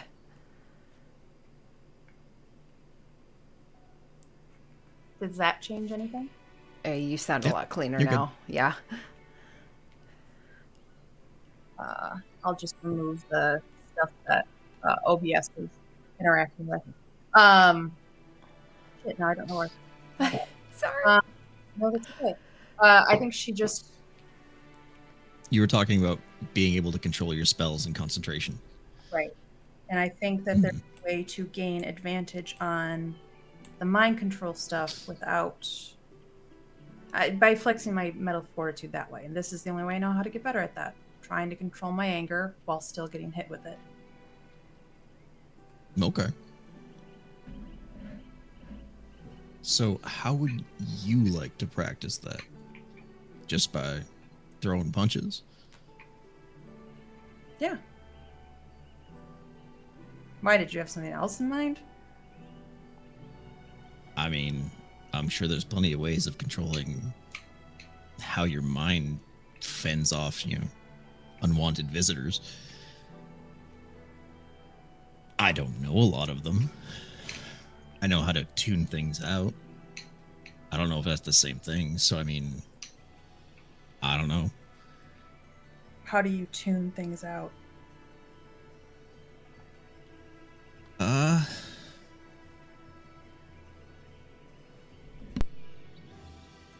I do the opposite of what I enjoy. Yeah, that's not a good way to explain it. Sounds horrible. I lock myself in a cage in my head. And when I'm in there, nothing can get at me. So I don't feel pain. I don't feel stressed or scared or panicked in a fight. I just lock it all away. I think she just stares at you for a really long moment. You make it so you don't feel anything? Pretty much, yeah.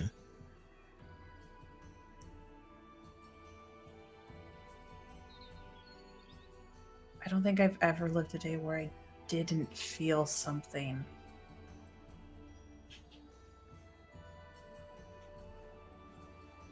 And it works for you to do that.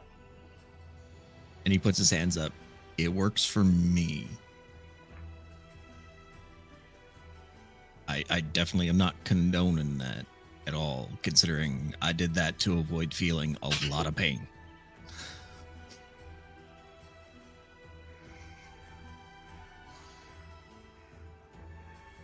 I guess the only scary part for me is losing the key. Right. Hate to see you stay locked in that cage. It happened once or twice. When I was actually in a cage, oddly enough. Hmm.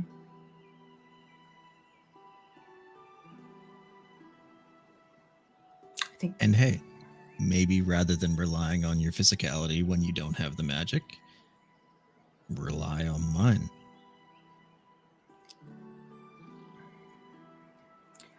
I appreciate the sentiment, but I don't think even if you were there, you would have been able to stop me from burning Chara and Rowan.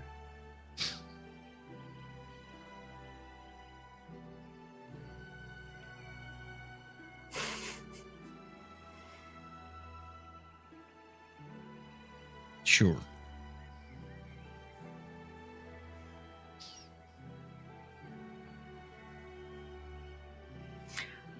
I don't need someone to save me. I just need someone to be there as I work on saving myself. That makes sense. But I'm not there to save you.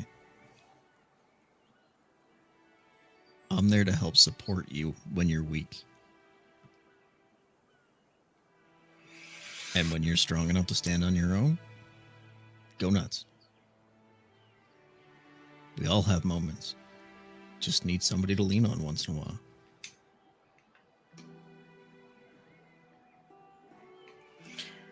All right. Well, right now I don't want to lean on anybody. I want to punch some things. Go nuts. And he leans over. That's if you can hit them. Yep, and she'd just go right back into a spar. Perfect.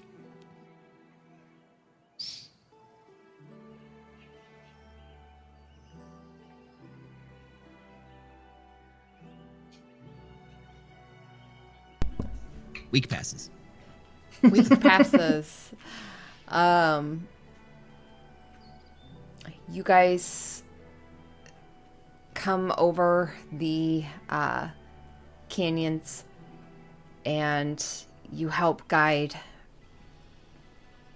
Parsonus in getting the ship to the... And it's odd. When you're on ground level, it's much easier. You can easily visualize the path you took. Seeing it bird's eye now and having to try and figure out the pathing, it takes a little bit of time,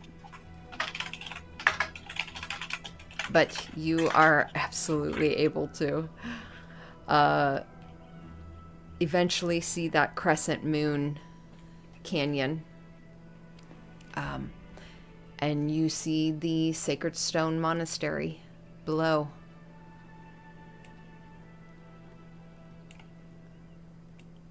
Parsoness would tell you there's no good place to sit down here. I can either let you rope down, or we can set down outside of this canyon. Or we can set up top, and you all can find a way down. What do you think provides the Manta Rose the most cover? We don't want another situation where your ship is in the line of fire. Agreed. Personally, I prefer up top. Quick and easy takeoff. Up top it is. All right. They would get it steered to the top of this plateau. You all wind up walking down, walking to the edge, looking into this kind of crescent moon. You hunch down and kind of quietly look down and into this crescent moon. As you recall from your last time here, that sound travels from one end of this canyon to the other. Very, like a whisper can be heard on the other side. So as you look down and see this stone monastery and decide how you're going to get down there and get inside, I think that's probably a good place to end it for tonight. Hell yeah. Sounds good. Ay, ay, ay. Oh, man. Okay. So, that'll be round 2 on the Sacred Stone Monastery for next session. Which, are we going back to like our original kind of every other? So it'll be the 14th? What's the... Yeah. So, Originally Yeah, would have 14th. been next week, yeah. the 7th, but if we're not doing that yet, it would be the 14th. Cool. Just making sure it's updated. If Yeah. we're shifting it like that now. Are you guys available? The 28th, I am out. Okay. So if we want to do, let's do the 14th, and then we can, from there, we can kind of Decide work which around. one's best. Yeah. Cool. Sounds good. All right, guys.